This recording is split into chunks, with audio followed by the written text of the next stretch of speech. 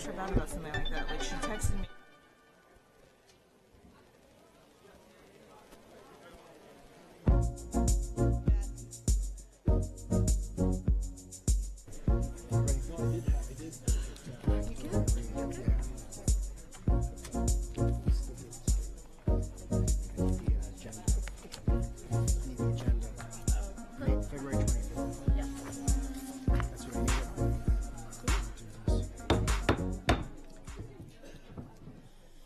Good evening, ladies and gentlemen. The February 25th, 2019 meeting of the Anne Arundel County Board of Education will now come to order. Please stand for tonight's invocation, followed by the pledge to the flag. O God, we pray to administer that which is just in all educational policies, being ever mindful of your guidance, stir us to action with love, wisdom, and understanding. The pledge, please. I pledge allegiance to the flag of the United States of America and to the republic for which it stands, one nation, under God, indivisible, with liberty and justice for all.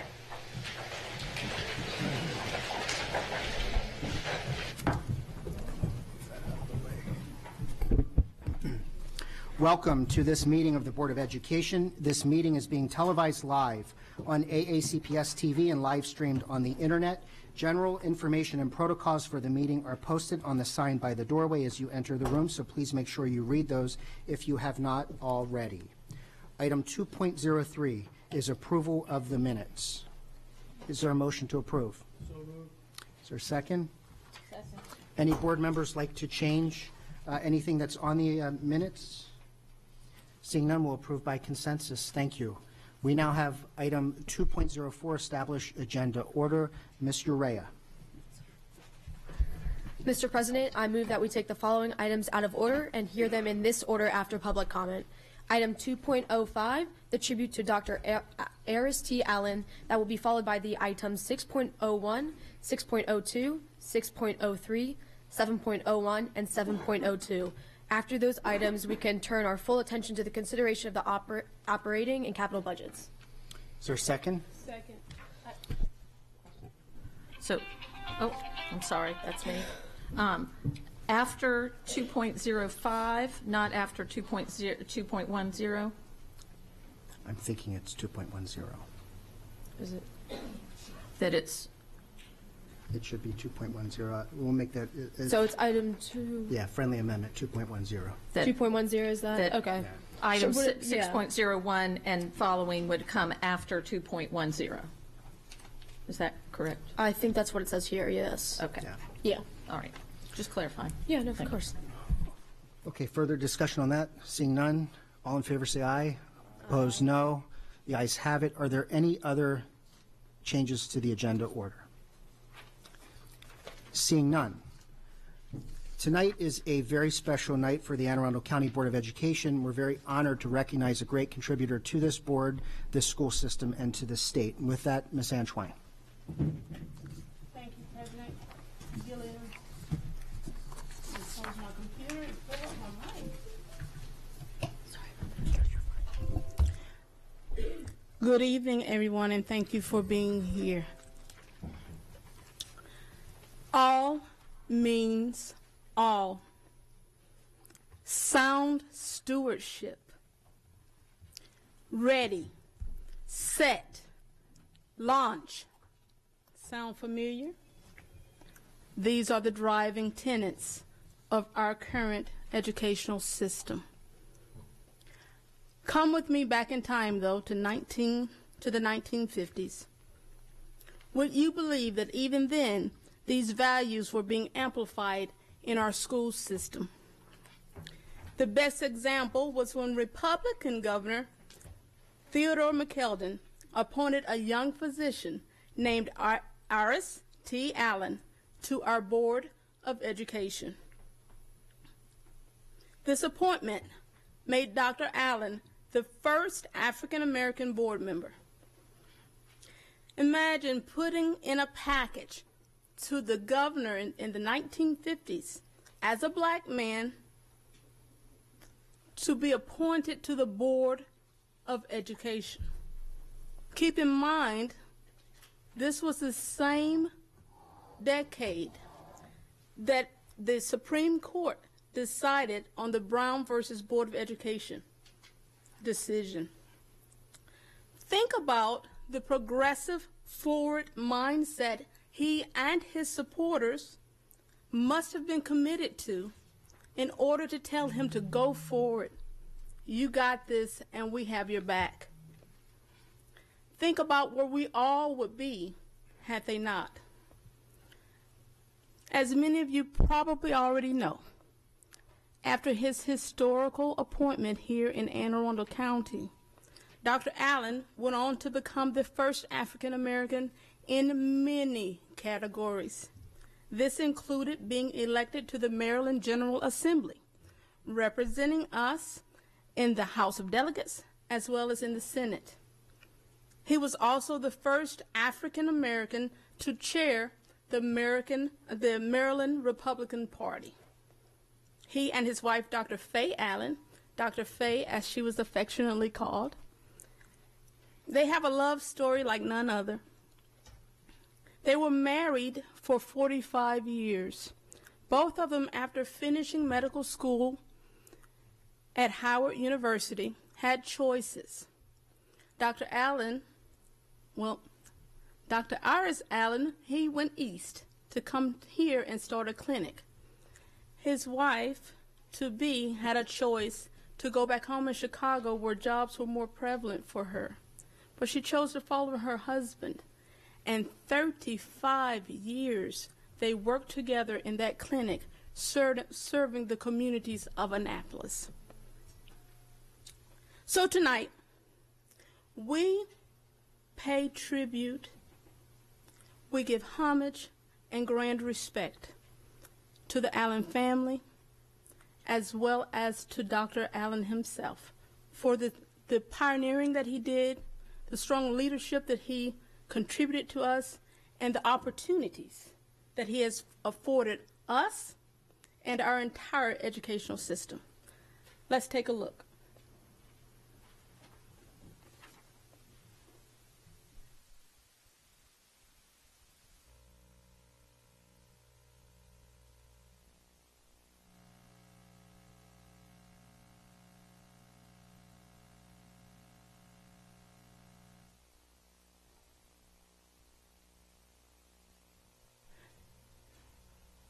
So while we're doing that, let me let you know that these are coming from the students of Anne Arundel County.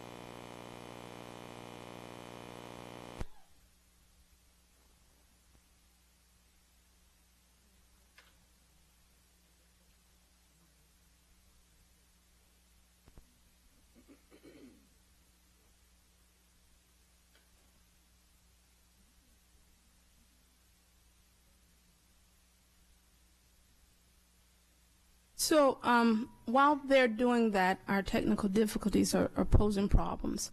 We do have the family of Dr. Allen here, as well as members. So you guys have to forgive me. I just say we have the alphas here. Is that okay? So we have Dr. Allen actually started, I understand he started the Anne Arundel County branch of the alphas. And we have them here. If you all would like to say a few words while we're getting this together, we would appreciate it. And we'll start with Dr. Allen's family.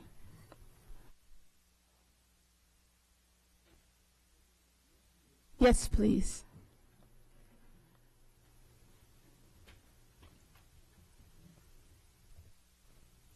Good evening. I'm Harris Allen Jr. I always like to put the junior on it because I don't, people look at me real funny. It's really a pleasure to be here this evening, and along with me is my family. I'm cheating up already. I can't do this early. My wife Karen, my sister-in-law Valerie,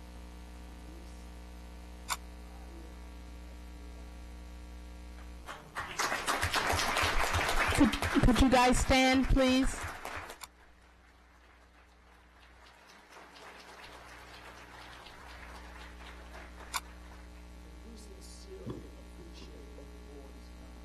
This is a wonderful tribute to my dad, and it will highlight his legacy and hopefully familiarize people with what he has done, not only in Anne Arundel County, but in the state and on the federal levels as well. So thank you again, and I look forward to seeing the video. Thank you.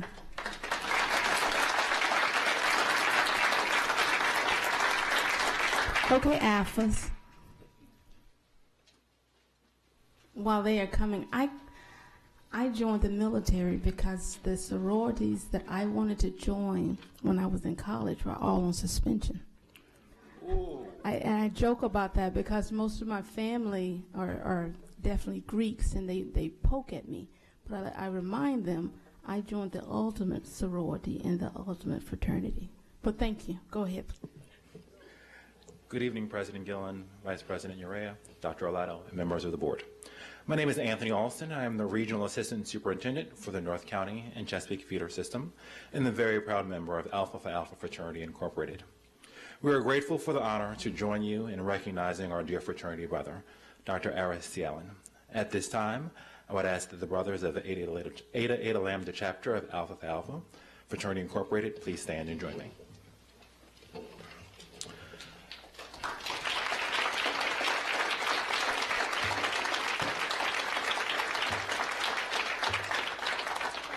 Thank you. Alpha Phi Alpha Fraternity Incorporated was founded on December 4th, 1906 on the campus of Cornell University by 7 visionary African-American men who believed in their ability to defy the odds. Alpha Phi Alpha has a legacy of strong African-American men who have endured racial, economic, and social hardships and overcame all of them in order to serve the community and change the world from hate to love. Dr. Aris T. Allen is one of those men. He was born in Beeville, Texas in 1910. Despite being born into a racially segregated world, just 4 years after the founding of our dear fraternity and 43 years after the last slaves were freed in Galveston, Texas, a mere 3 hours from his hometown, he managed to overcome poverty, systemic racism, and social injustice, become the chief of staff at a hospital where he was previously denied privileges, and the first black chairman of the Republican Party. Brother Allen, along with 6 other men, recognized the need for a strong bond of brotherhood in the African American community here within Anne Arundel County. They joined together 60 years ago to charter the Eta Lambda chapter in Annapolis, Maryland, in order to fill the aims of our fraternity: manly deeds, scholarship, and love for all mankind. Today we honor our beloved brother, Aris T. Allen, for the fruits of his labor. Nearly 100 men have joined the Eta Lambda chapter to serve the community and uplift the men within our fraternity. Scholarships are provided yearly to young men of color in Anne Arundel County Public Schools to pursue higher education at the institute of their choice. Alpha Academy, a monthly male mentoring program to support Anne Arundel County Public Schools students, grades 3 through 12, and food baskets to provide at Thanksgiving, Christmas, as well as summer baskets for county students who generally receive free and reduced meal services during the school year are just a few of the things that we have been able to do as a result of Dr. Allen's vision. Thank you for your time and the opportunity to present.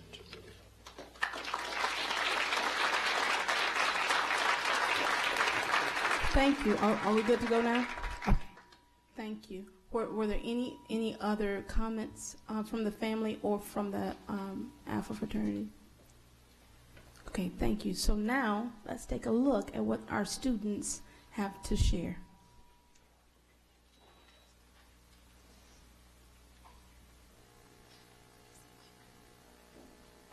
If one's life were to be captured in a single thought, Aris T. Allen's may well be this: no job is too tough. No challenge too great to confront. In order to create a better world. Born in December of 1910 in San Antonio, Texas, Aris T. Allen spent his early years in the public schools there. When he died in 1991, he left a legacy of service as a physician, a legislator, and a Board of Education member, championing the causes of all children. As a teenager, Allen moved to Washington, D.C. after working his way across the country taking odd jobs. He attended and graduated from Dunbar High School. He then matriculated to Howard University for undergraduate study and to its medical school for professional study. In 1944, he completed a course of study in medicine in the United States Army Specialized Training Program, which laid the groundwork for his service as an Air Force flight surgeon in the 1950s. Allen earned his medical degree from the Howard University Medical School in 1944, where he met a young physician named Faye Watson. Watson will become his wife in 1947.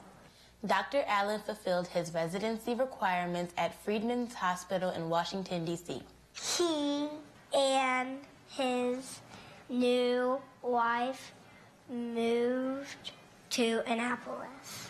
The Allens settled into a home on Carroll Street, very close to State Circle. With just $75, Dr. Allen purchased medical equipment and opened his practice in the attic of his home at Carroll Street. Annapolis had just 2 other African American doctors at the time. Faye joined him in the practice, and it wasn't long before the Allens were raising 2 sons, Aries Jr. and Lonnie. After establishing his reputation as a trusted medical professional, Dr. Allen soon turned his attention to the education of African American children in Annapolis.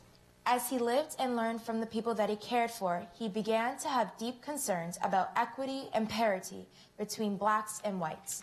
Dr. Allen was never one to stand on the sidelines. So as his concerns mounted, he became eager to join the Board of Education of Anne Arundel County as a school board member. In 1955, Dr. Allen was the first African American member of the Anne Arundel County School Board. He served on the board until 1961. Dr. Allen's interest in civic matters continued to grow, and he championed many causes during his lifetime. He worked very hard to make sure that African American children and their families were also using the county's public library system, and his influence led to the hiring of the county's first African American librarian. During the 1960s, Dr. Allen and other African American gentlemen formed the Eta Lambda Annapolis chapter of Alpha Phi Alpha fraternity, which today remains a vibrant organization that mentors and supports young men.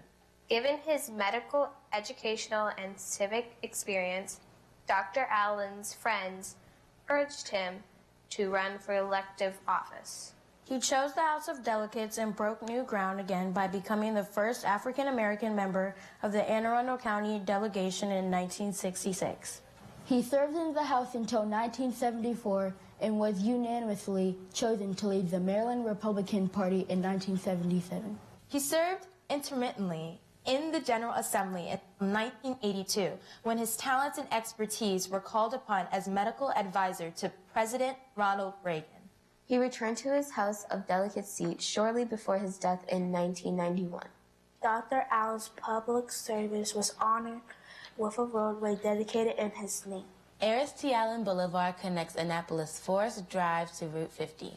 A memorial stands near the start of that roadway. Its inscription aptly sums up the legacy of Aris T. Allen. In part, it reads, To help people in need. To provide opportunity for every citizen. And to set an example that brings out the very best in us. Thank you, Dr. Allen. Thank you, Dr. Allen. Thank you, Dr. Allen. Thank you, Dr. Allen. Thank you, Dr. Allen. Thank you, Dr. Allen. Thank you, Dr. Allen. Thank you, Dr. Allen. Thank you, Dr. Allen. Thank you, Dr. Allen.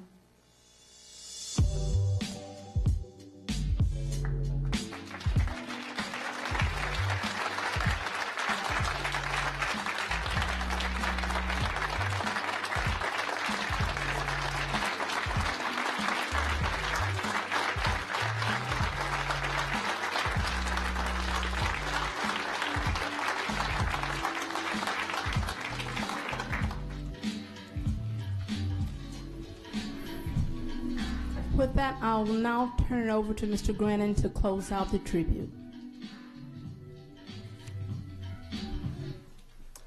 Well, I'm sorry. we'll have an opportunity for you to make any remarks, sir. Just very briefly before I give you that opportunity. I think as the students remind us in that video, this should go without saying, I'm sure it does, but we're honoring Dr. Allen tonight for the content of his character and his unquestionable contributions to our community, not the color of his skin. So we're proud to make this presentation during Black History Month, but Dr. Allen's accomplishments could well be celebrated in any of the 12 months of the year. And with that, I'd like to invite up the members of Dr. Allen's family, as well as his brothers from the Eta Lambda Annapolis chapter of Alpha Phi Alpha fraternity, which Dr. Allen helped found, as we heard earlier, as well as other former members of the board. So we can take a photo at this time.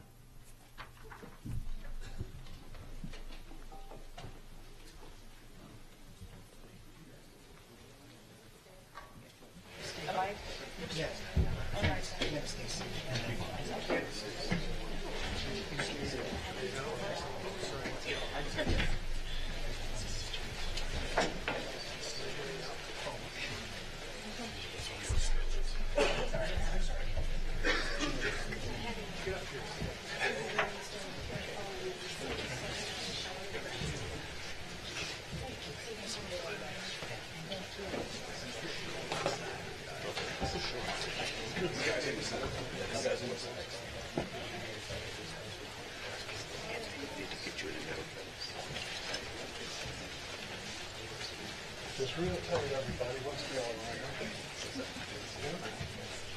You gentlemen look like you've done this before. There we go. I think that would be a good idea. Let me see if I understand. Sir, if you just step forward, I'm going to put you right here and make sure you guys are going to check under the keys. Let me see how that's there. I don't think I'll be able to see it. Show them how much you're going to do. Yes, sir. On my knees. On this side. You'll take a step back and see how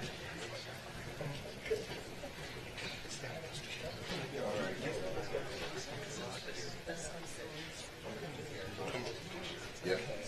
Yeah, first one. Thank you. That looks good. I think I can see everybody. Miss Ann, flying that way just a little. There you go. Perfect. All right, everybody. Here we go. We'll take a few of these.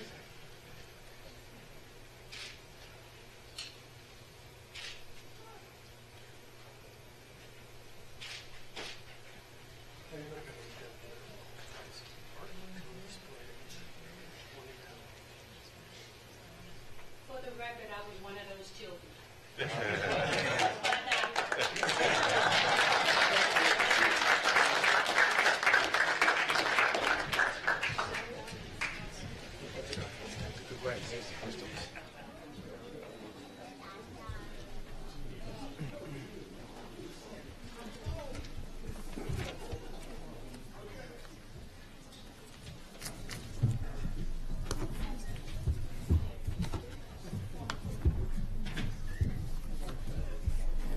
Mr. Leggett will. Again, I would just like to say good evening, and I was just so elated when we got the note from the superintendent's office about this tribute to Dr. Allen and the special effort that was given to reach out to former members of the Board of Education. I served as a member of the board and became president of the Board of Education, and it's leaders like Dr. Aris T. Allen and Dr. Dolores Hunt and Dr. Patsy Blackstone, and my mentor was Mrs. Nancy Gist, who kind of guided me during my period, and then there were many other African-American men and women that have served on this board. But it was Dr. Allen's leadership that inspired people like myself, a little guy out of East Baltimore, to come into Anne Arundel County. And at the time, Anne Arundel County was the 45th largest school district in the country. And to start out as a little kid running the streets of East Baltimore to become president of this Board of Education, I owe that thanks to the Dr. Allens and those whose shoulders we stood on. And we just want to say thank you. And I'd just like to also introduce another former president of the school board, Ms. Carly Safini. Thank you. Thank you. Good evening, everyone. I just have to add my thanks to Dr. Allen, his family. We grew up with Dr. Allen. I also was one of those children. When we first came to Anne Arundel County in 1963, my parents sought him and his wife. My mother was a link sister of his. And so I'm just very proud also to say that having served on this Board of Education, it is so wonderful to know that 10 years of service and many years as leadership on the board was due to a man who had so much courage and, more importantly, so much love for our community. So thank you all for serving as well, and thank you for honoring Dr. Aris T. Allen and for inviting us to be a part of this. Thank you.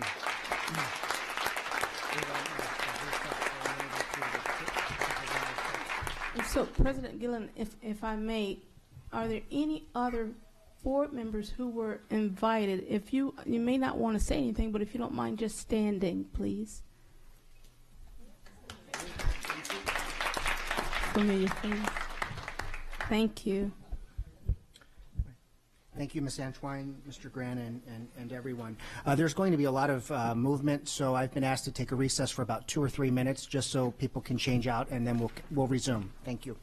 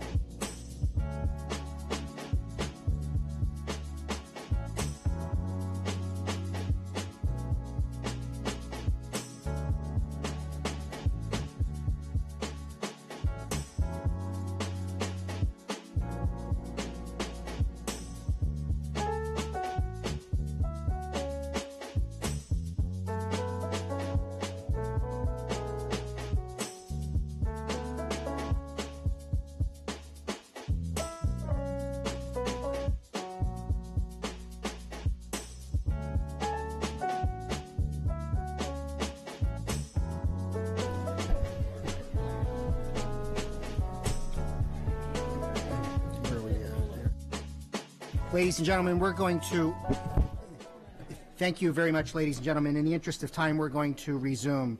At this time, we have item 2.06, which is school and community highlights. Mrs. Schallheim. Yeah, it's been a busy couple weeks. So over the last 2 weeks, I had the honor of going to a Broadneck High School robotics open house. I attended a CAC meeting and attended a wellness council meeting, all of which were wonderful. And then, of course, the standard volunteering at Folger. Yeah, it was a good couple weeks. Thank you. Mrs. Hummer. Yes, I had the distinct pleasure of attending the all-county band concert for middle school and high school, and there was a special little gopher trombonist who I was especially listening to, but the whole thing was amazing and just incredible. And for you Marvel geeks in the crowd, they had a guest conductor that worked with them one day who helped compose the music for the new that new Avengers movie coming out. So that was very cool as well to hear all that. But I also got to attend, Dr. Arlotto and I attended the investiture of former school board member Sidney Butcher as district court judge. And that was very exciting. Sidney is going to be a great addition to the bench. And we've already enlisted him to help us back with the school system to do more schools in court. Along with Judge Spencer, who does that with us as well. So we're already putting him back to work with the school system. And Sidney, when he spoke, had very complimentary and high things to say about the school system. So we appreciate that as well. But we're excited for his opportunity. And I also had the pleasure of attending a recruiting event for future teachers with some of the staff from HR, and that was great to be able to tout our school system to people and see the candidates that are coming out and want to work for us. So I enjoyed doing that this past weekend as well. Thank you. Mrs. Corkadal. So the theme, "You Are Worthy," was echoing with loud applause and claps as Miss Jessie Funk visited Southern High School's students for one of the most energizing assemblies I think I've seen in many, many years. So she came in under their kindness campaign, and we had a nice, wonderful, brief reception to meet her and intervene with our Business and Community Advisory Council. And then she got up there and she started singing. So she was a professional singer, and that's part of her story. And she got those kids clapping, and they had their little fake lighters on their phones going, and it was a great time. The most important was, I think, what every student went away with, and that's the idea that you are worthy. And that's what she was there for, and to talk about that kindness at that core level. And I look forward to many more programs like that around the county. And mega hats off to Southern High School. I know it was a collaborative effort to pull that together. And Ms. Howes, who's the president of their Business and Community Advisory Committee, extra special thanks. Thank you. Ms. Antoine. So my highlight starts with the Knights at North County. I would like to congratulate the 29 inductees into the National Honor Society for Science. Congratulations, guys. I was actually there for our equity and accelerated student meeting with Dr. Gillens, only to be welcomed by at least 4 of the new inductees. I encourage you all to continue in science, continue making waves, and continue being whom you are. Speaking of the Equity Board meeting, Dr. Gillens, it was a wonderful opportunity. What the community and you are doing is just incredible, and the words I jotted down here do not do you justice. We talked about supporting the community where they are, helping them, from the children to their parents to us as other community leaders, how we can all engage to ensure the best for the students and the community at large, especially in North County. Your work is incredible. It was just impressive. We talked about even a new food bank that's set up like a grocery store. You go in there, you get like a cart and everything. You pick out the items you want, and it was designed to make people feel special, not feel that they're here because of a need they truly have or feel obligated to act a certain way. I thank you guys for what you do. I thank you for allowing me as a board member to be part of it, and I'm looking forward to future events. Thank you, President Gillen. Thank you, and go Knights. Ms. Urea. Thank you. I also had the wonderful opportunity to attend that that campaign with Ms. Corkadell. It was amazing. I heard so much good feedback from students at Southern about that. I also this month was very important because I got to meet one-on-one with many of my SMOB Advisory Council students, talking about the budget with them and asking for their priorities and what they think should be included in it. And one special thing that I will never forget is one of them goes to Annapolis High School, and she told me about her experience graduating from the ESOL program and the importance of ESOL teachers and bilingual facilitators. And her story literally brought me to tears. Like, as we were meeting, I started crying because just her resilience and her inspiration about how she now gives back to those students in the ESOL program and tries to keep them from dropping out, tries to help them with their college essays. And I just think that is so wonderful what she's doing. So I just wanted to stress the importance of that. Thank you. Thank you, Mrs. Shahine. I can't believe I forgot to comment on the all-county concert. It was amazing. We have such talented musicians all across our county. It just kind of took my breath away. So I echo what Mrs. Hummer already said about it. It was incredible. All right, that's it. Thank you.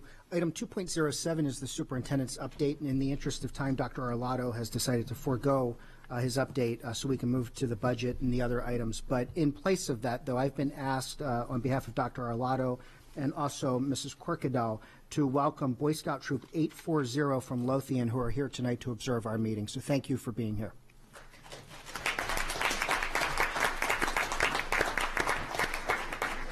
Item 2.08 is the Policy Committee update. Ms. Urea. Thank you, Mr. Gilliland. So last Policy Committee meeting, which was on February 13th, we mainly talked about Policy BAF, which is the Ethics and Conflict of Interest.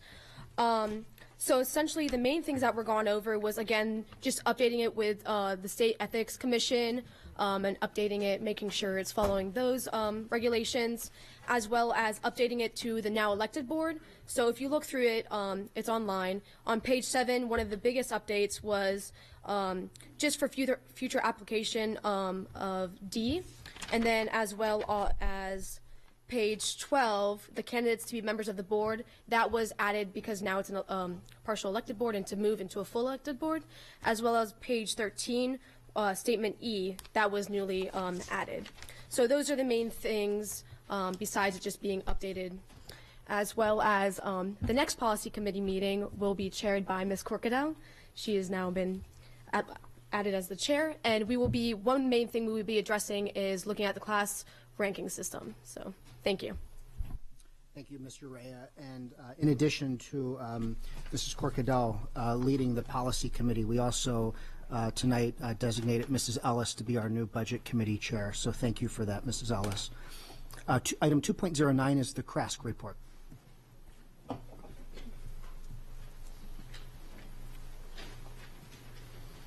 And while you're coming up, Judge Sidney Butcher told me he hopes you're doing well. All right. Ooh, a little short. Good morning, or no, it is not morning. Good evening, President Gilliland, members of the board, and Dr. Arlotto. My name is Savannah Quick. I attend Northeast High School, and I am Secretary of Education for CRASC. We've been incredibly busy since my last report.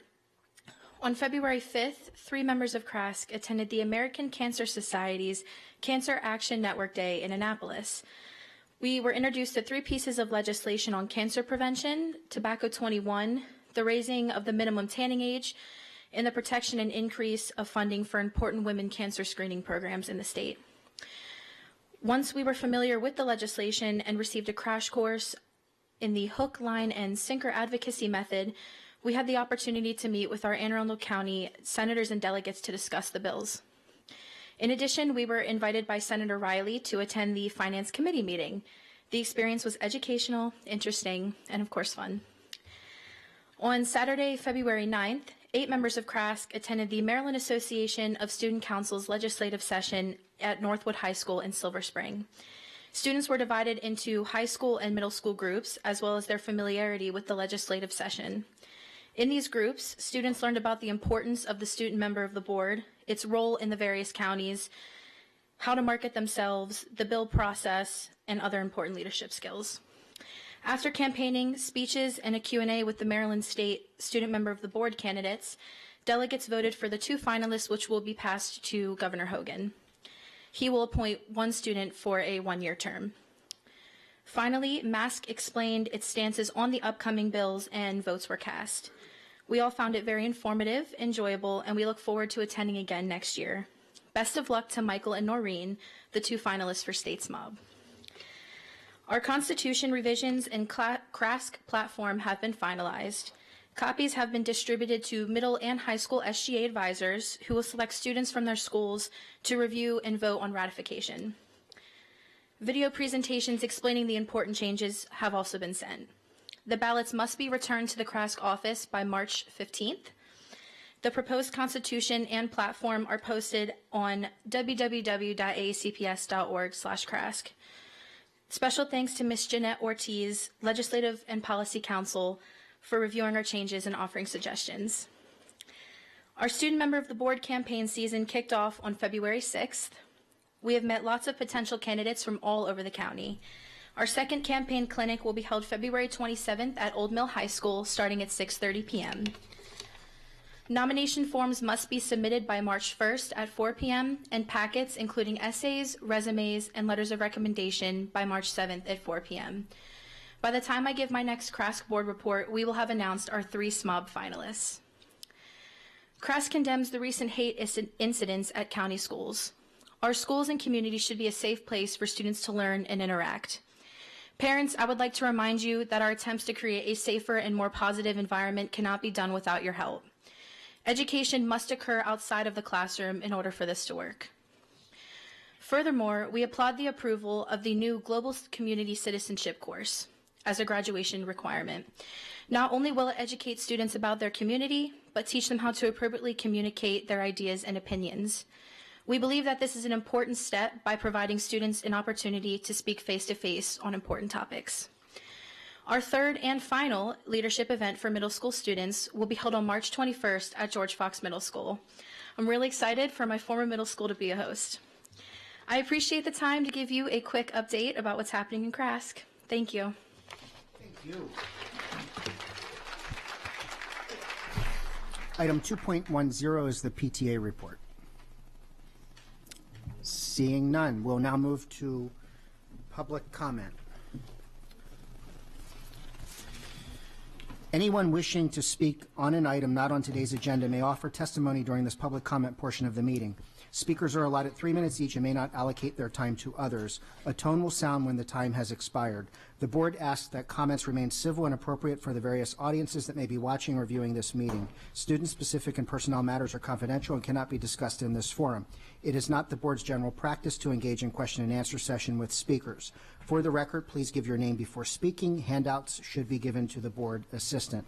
And we have 6 cards tonight and 6 seats. And feel free to use the podium if you like. Cheryl Johnston, Brendan Johnston, Sebastian Serrano, Samantha Weaver, Andrea Zamora, Dr. Mary Dodoni.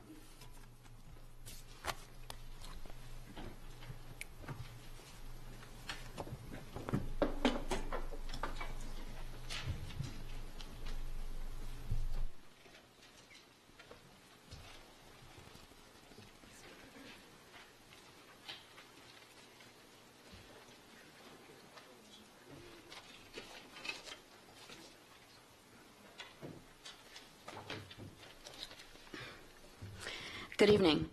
My name is Cheryl Johnston, and I'm a parent of 2 children in Anne Arundel County Public Schools. My youngest, Morgan, a third grader at Benfield, has Down syndrome.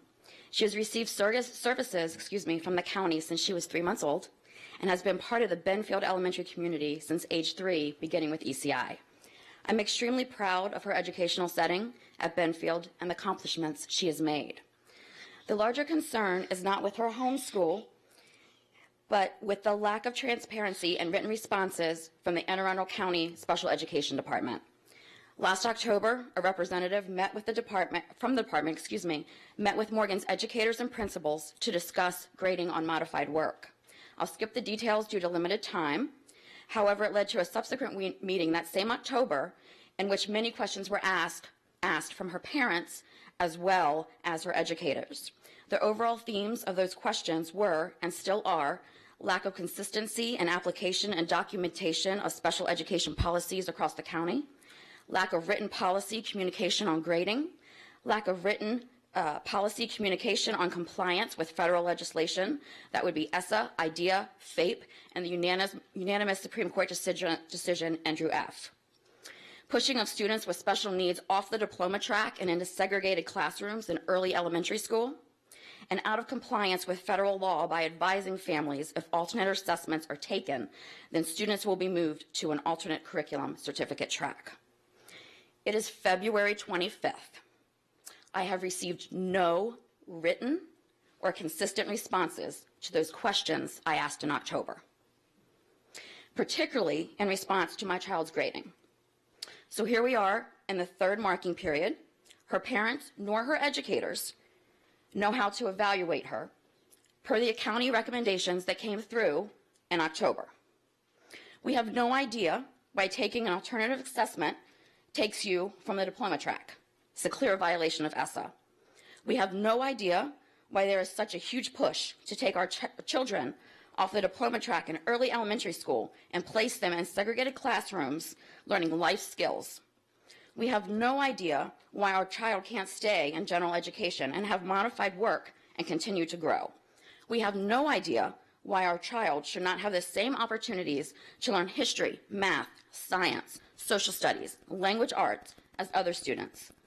We have no idea why the department perceives parents who wish to keep their children on the diploma track as delusional or unrealistic in their expectations of their child's abilities. Shame on anyone for thinking that's what a parent believes. We view diploma-bound education as expecting success, not predetermining failure. It's February. Would a parent of a typically developing student wait this long for answers? The answer is no. My question to you is this: does all mean all, or does all mean all except for those students with special needs? Thank you for your time.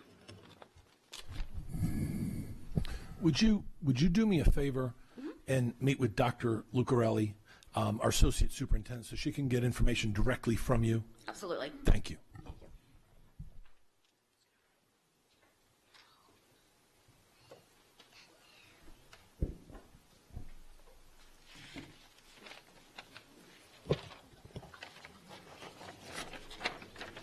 Hi, my name is Brandon Johnston. I'm a 6th grader at Severna Park Middle School. My sister has Down syndrome. We're just like every pair of siblings. We laugh, get in trouble together, and especially get on each other's nerves. I play baseball and she cheers. I play violin and she plays piano. I do hip hop and she does interpretive dance. Why should our education be different? Morgan loves school and doing homework. Why shouldn't she have the same opportunities to do a challenging, appropriate education like I have? I know she can do it. The people in the board, okay. I know she can do it. You just haven't seen her work and try like we have. Why do my parents and many of her friends' parents have to fight so hard for this? Research shows students with disabilities who are included in general education classrooms not only benefit in their education, but so do their classmates. People can become aware of what people with intellectual disabilities can do. Research also shows that families in which one of their children has intellectual disabilities are happier. schools or everyone don't see what we see with siblings or sons or daughters with these kinds of disabilities. Shouldn't our school family be happier too? I can't find research that shows that meaningful inclusion doesn't work. Why do some county officials believe my sister can't be successful in her education? Why shouldn't she pursue in her diploma and all her hopes and dreams? I am encouraged at home and school to pursue mine. What's the difference? I am asking someone to explain to me why my sister should not pursue her education. Why is it being discarded at such an early age? My teachers at Benfield and SPMS have encouraged me to do my best, learn from my mistakes, and keep working hard. Why isn't that a message to all students? I listened to my parents talk about violations of federal law. Is that true? It can't be because that is not being a good citizen. In March, I am attending advocacy training in Washington, D.C., and will be speaking to members of Congress concerning the education rights of students with Down syndrome. It would be great if I could talk about the positive changes in Anne Arundel County. Thank you. Thank you. Ms. Antwine. I just wanted to commend you as a big brother. I'm a big sister of 4, and we're very protective of our siblings, and we want only the best for them. I can tell you they now take care of me, so count on her growing up to take care of you as well. Thank you for your testimony. Thank you so much for your testimony. We just saw that the 90-day projection of board meetings. I would love to see a presentation at some juncture about grading policies and about the special education department in general, and to understand further why it is we keep hearing stories like this. Thank you. Next, please. Good evening, Dr. Arlotto, Mr. Gilliland, Ms. Uria. For the record, my name is Andre Zamora. I'm retired about 8 months ago from Anne Arundel County Public Schools, and I'm here as a parent tonight. I'm a parent of 3 students, and 2 are at North County High School. And I'm here not to complain about North County High School, but to show my support for North County High School and to see if we can't get some help there. So one of the things I want to talk to you about is the enrollment is going up. The numbers are large. The administrators there are wonderful. The counselors are wonderful. The teachers are wonderful. They're caring, they're responsive, they're hardworking, they support students, and they are nice. But I am concerned about the large number of students in the hallway, the overcrowding of the classes, and quite honestly, connected to that, it is a closed school, and yet we are transferring students from Old Mill, from Glen Burnie, from other schools on adjustment transfers. If it's closed for other transfers, why isn't it closed for that? And quite honestly, some of the big issues that have happened this year, the fights and the things that we've read in the newspaper, really were not about North County area students. They were the students that were there on adjustment transfers. I don't think that's fair to those students, and I certainly don't think it's fair to the students in North County High School. So I'd ask you to reconsider placing adjustment transfers based on the available bus transportation. Because it is a STEM magnet, there is transportation, and I get that. School system is paying for transportation for private placements all over this county. If students really need to be out of their home school, then I think we need to find a different way to do that. My other concern, also related to these numbers, are, this is going to sound strange, but a number of the bathrooms are locked. They're locked because of the lack of supervision. The students are complaining about this all the time. There's not enough supervision to keep an eye on the smoking, the vaping, and the other things that happen in the bathroom. So students either have to walk way across the building to get to a bathroom during a quick class change, and they may be late coming back, or they don't go at all. And I completely understand the administration's decision to do that because they can't supervise them. There aren't enough of them. If you'd like, I can leave you a chart later, but I spent some time recently looking at the student to administrator ratios and the student to counselor ratios, and they're quite high at North County. And I'm going to tell you they are high at all of the schools that have higher farm students. It's not happening as much at students elsewhere. I can leave you a chart. You know, if you take a look at Southern High School, their student to administrator ratio is 254 to 1. At North County High School, it is 326 students per to administrator ratio, and for counselor, 351. So I'd ask you to take a look at that. Would also like you to take a look at perhaps redistricting in the future. There's plenty of room at some other schools. Thank you.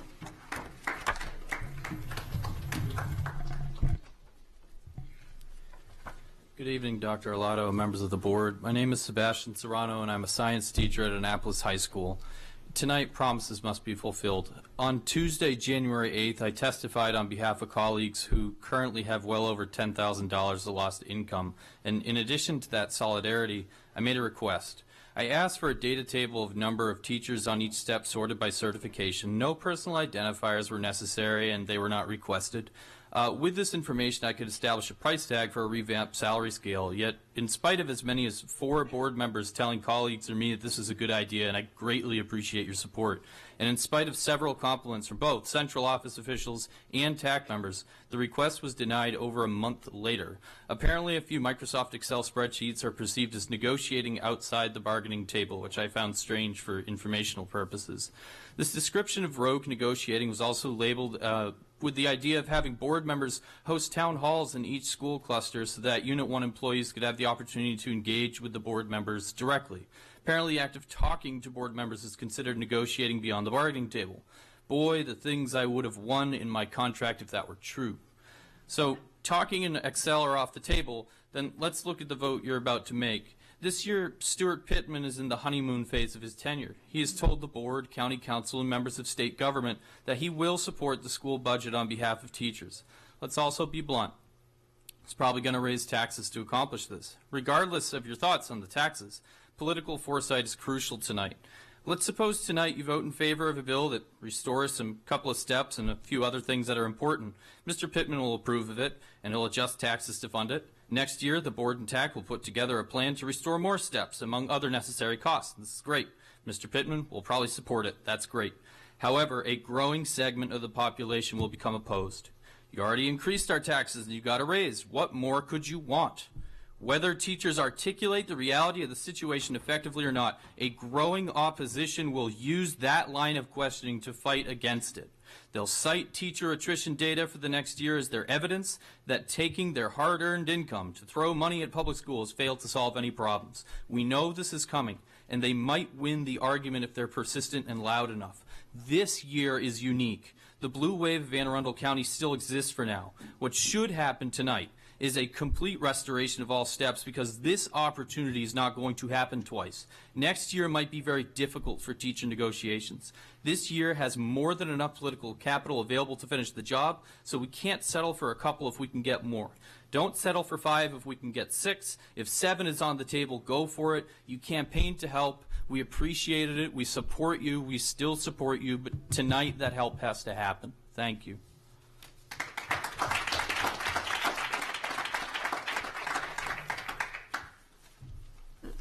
Dr. Arlotto, President Gillen, board members, my name is Samantha Weaver.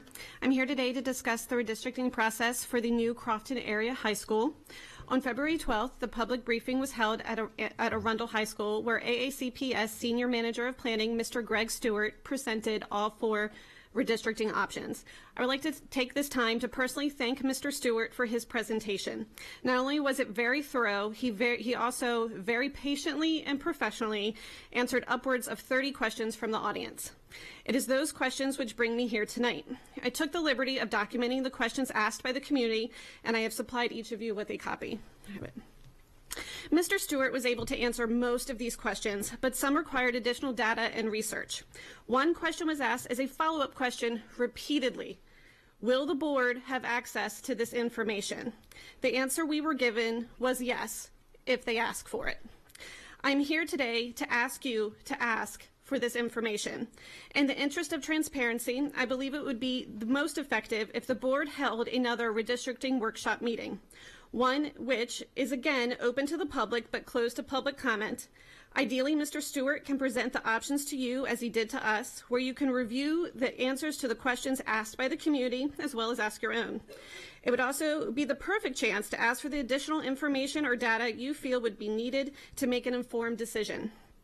This workshop would go a long way to ensuring the public you have taken the time to review all the options thoroughly, including reviewing all the data and information currently available, as well as the additional information the community is asking you to consider in your decision-making process.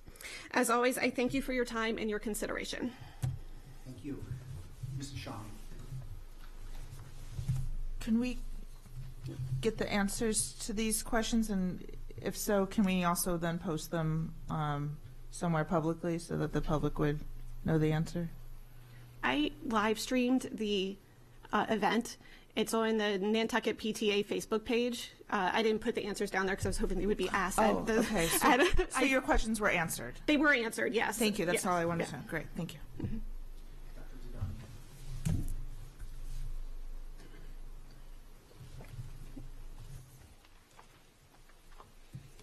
Thank you. Good evening. I am Dr. Mary Dodoni, Secretary of the Anne Arundel County Branch of the NAACP.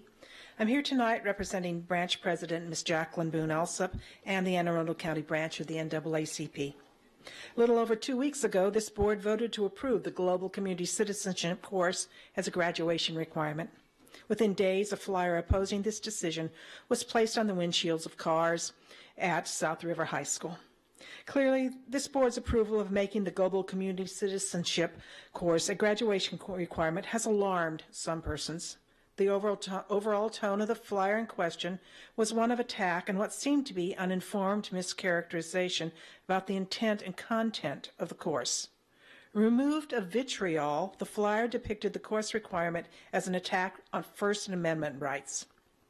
These are clearly inflamed claims. However, mockingly dismissing these claims would not reflect the very skills of understanding and respecting others' concerns that we hope the course will help our students develop. In a speech at Cornell College in 1962, the Reverend Martin Luther King Jr. said the following: "I am convinced that men hate each other because they fear each other. They fear each other because they don't know each other, and they don't know each other because they don't communicate with each other." This Global Community Citizenship course seeks to get us unstuck from this position. To get past this, we need to know ourselves and we need to know each other. We need to recognize and take seriously each other's fears. As the nation's oldest civil rights organization, as the organization for which Medgar Evers and others gave their lives, the NAACP takes very seriously any concerns about violation of First Amendment rights. However, we do not see that fear as applicable to the Global Community Citizenship course.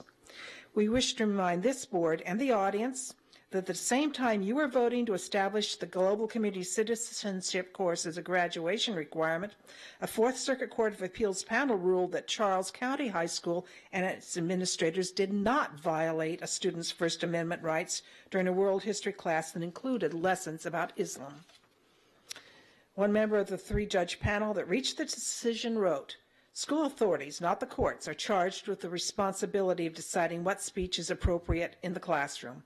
Although schools are not immune from the sweep of First Amendment, academic freedom is itself a concern of that amendment. Therefore, we, the NAACP of Anne Arundel County, again offer to stand with AACPS in support of this course. And I do so tonight knowing there are persons both in support of and opposed to the Global Community Citizenship course present in person and watching online.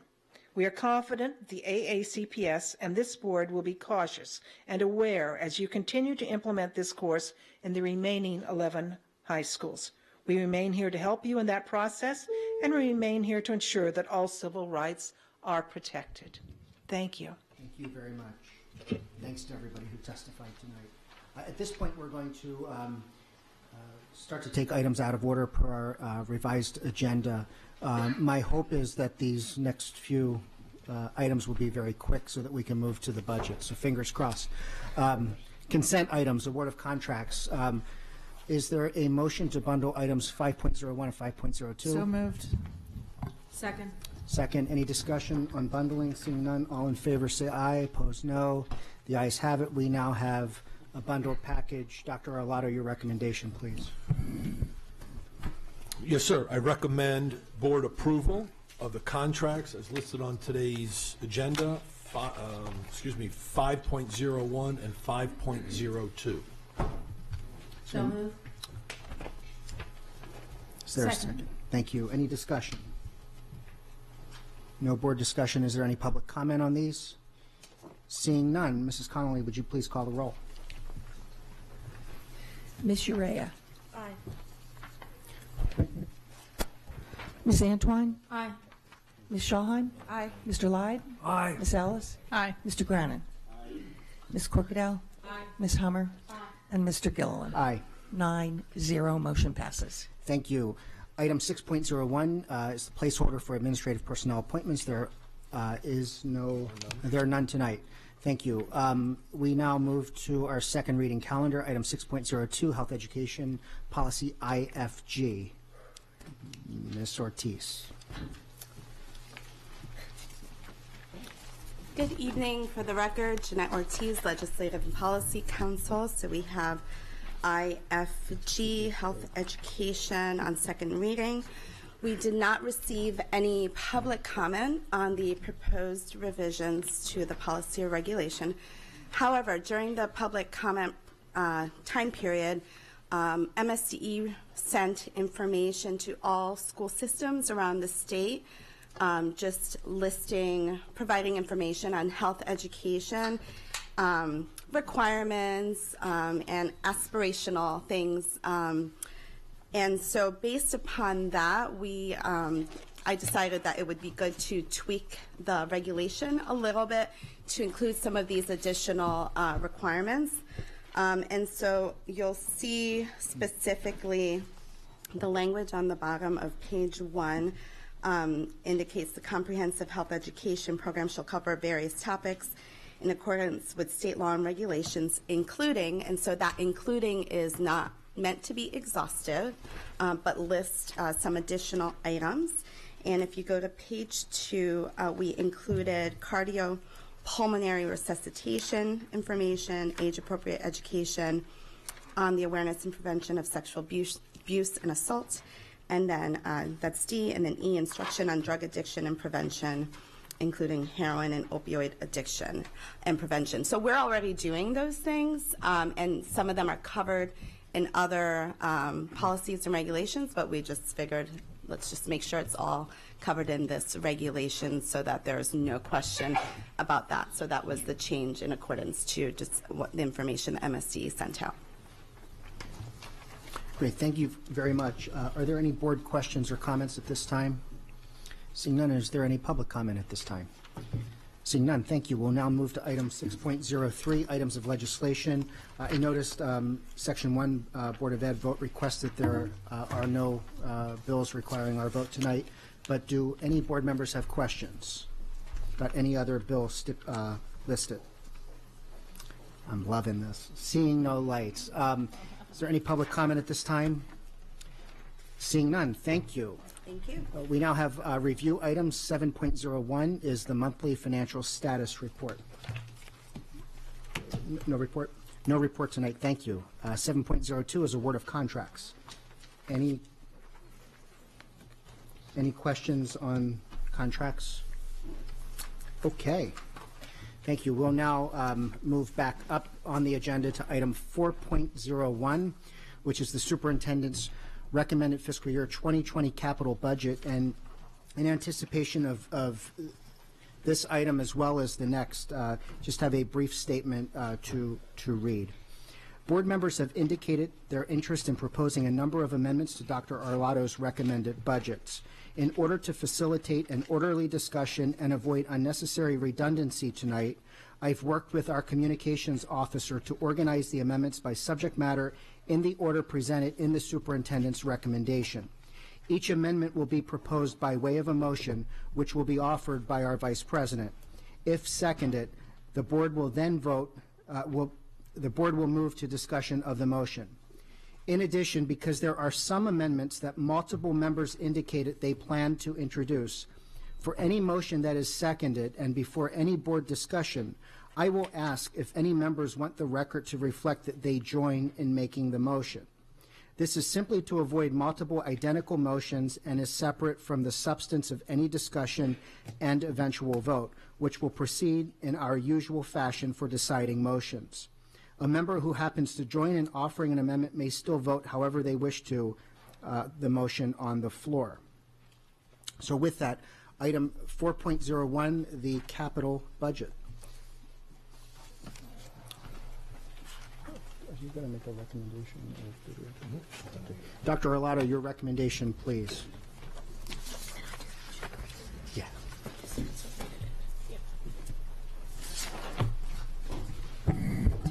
Thank you, Mr. President.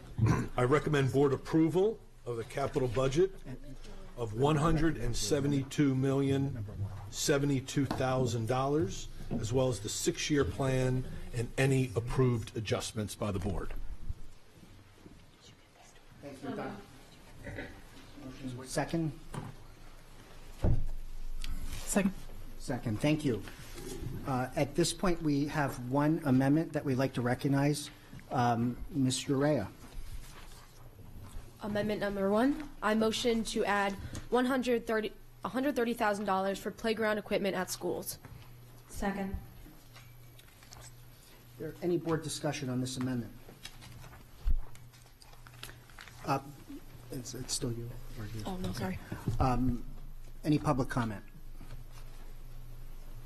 Seeing none, Mrs. Connolly, would you please call the roll? Amendment number 1. Ms. Urea? Aye. Ms. Antwine? Aye. Ms. Schulheim? Aye. Mr. Lyde? Aye. Ms. Ellis? Aye. Mr. Grannon? Aye. Ms. Corkadell? Aye. Ms. Hummer? Aye. Mr. Gilliland? Aye. 9-0, motion passes. Thank you. And for this one, as we move, I'm sorry, any other amendments to the capital budget? Seeing none, any board comment on the overall capital budget at this point? Seeing none, Mrs. Connolly, would you please call the roll? Ms. Urea? Aye. Ms. Antwine? Aye. Ms. Schulheim? Aye. Mr. Lyde? Aye. Ms. Ellis? Aye. Mr. Grannon? Aye. Ms. Corkadell? Aye. Ms. Hummer? Aye. Mr. Gilliland? Aye. 9-0, motion passes. Thank you, Mrs. Connolly.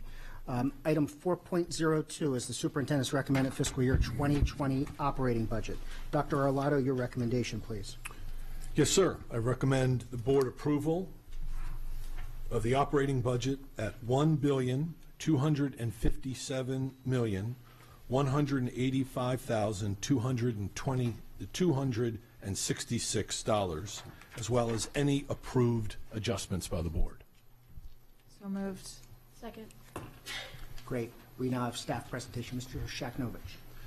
For the record, Alex Shaknovich, Chief Operating Officer.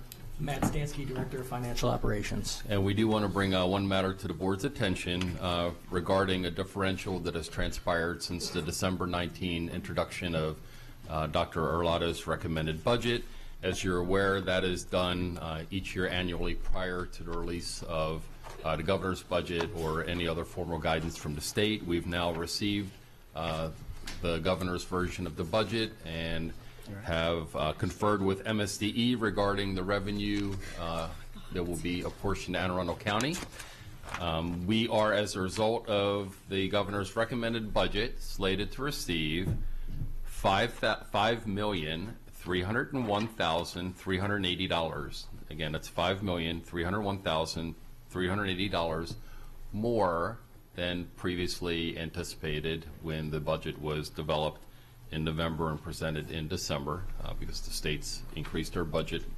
And commensurate with prior actions, we have dollar for dollar, cent for cent, thus increased the state revenue line in the unrestricted operating budget and reduced the county local share by exactly $5,301,380.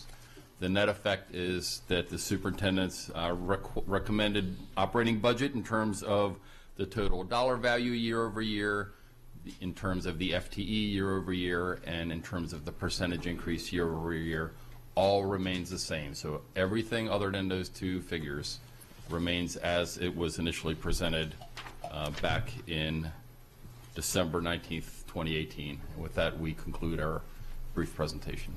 Great, thank you. Before we get to the amendments, general questions at this point. Ms. Urea. Hi, Mr. Cheknovich. Thank you so much for your presentation. Could you repeat, I just didn't catch it the first time, the increased state and reduced county number that you said? Sure. If you lay the two versions side by side, the state figure went up by 5,301,380. And therefore, the county figure reduced by that exact value of $5,301,380. Oh, okay. Thank you so much. Ms. Schallheim. So a bunch of us attended a education subcommittee meeting of the delegation, and we had a presentation from state officials regarding the state share of the revenue, their contribution, the state's contribution, and that number on all those presentation documents was 8.6 million. So why is it 5.3 million now? Can you explain the differential? Because that's what was laid out in black and white in their presentation to the delegation. We're going off of the governor's budget as introduced to the General Assembly. What ultimately transpires between now and the first week of April, I'm not sure, and I'm not sure of the DLS figures you're referencing. We weren't there. We weren't invited. So we're going off of the governor's budget. MSDE takes the figures from the government's budget and then breaks it down for the 24 jurisdictions. So the governor introduces a budget, the state agency, in this case MSDE, translates that, breaks it down on a jurisdictional basis, conveys that information to us, and that's Yeah. the latest that we have at our disposal. You all knew about the meeting because Bob Mosier was in attendance as well. So yeah, I would like to know why those numbers don't square, because 8.6 million would sure be nice, as they outlined in that packet I for have us. a question to contribute to this discussion. Is it my understanding from that meeting with the delegation was that there are some, I guess, some variables within our county that changed so that the funding formula ended up giving us more. Would that have been accounted for in the governor's budget, or could that be the difference? No, the wealth indices, things like that you're Yeah, there's referring various to, things. Typically, those are accounted for in the governor's budget and accounted for by MSDE when they translate the governor's budget. But we'll be happy to look into it if we can get a copy of whatever It's not just document wealth, you're referring to. it's like student data. I don't remember what specifically goes, so you think all those things are accounted for? Historically, MSD has done a fantastic job of translating the governor's budget for us, and we typically rely on their information. They're closer to the source than we are, and they receive their information from OMB, Office of Management and Budget, Secretary Brinkley. So typically the state agency squares their budget up with OMB so that they align. Okay. Ms. Antoine. So I'm piggybacking on what they just shared. We kind of, it was made very clear to me that that number would not change up or down, because I advocated for it going up, of course. So it would be important to us as we move forward to understand what the delta was and why. It could be, I think it was called the ECI that we were advocating change for. But if that doesn't come through you guys, if you can just let us know who to talk to about getting that information, because that's very important to this bottom line budget. Can I offer a clarification? That me? Somebody had their phone close to me.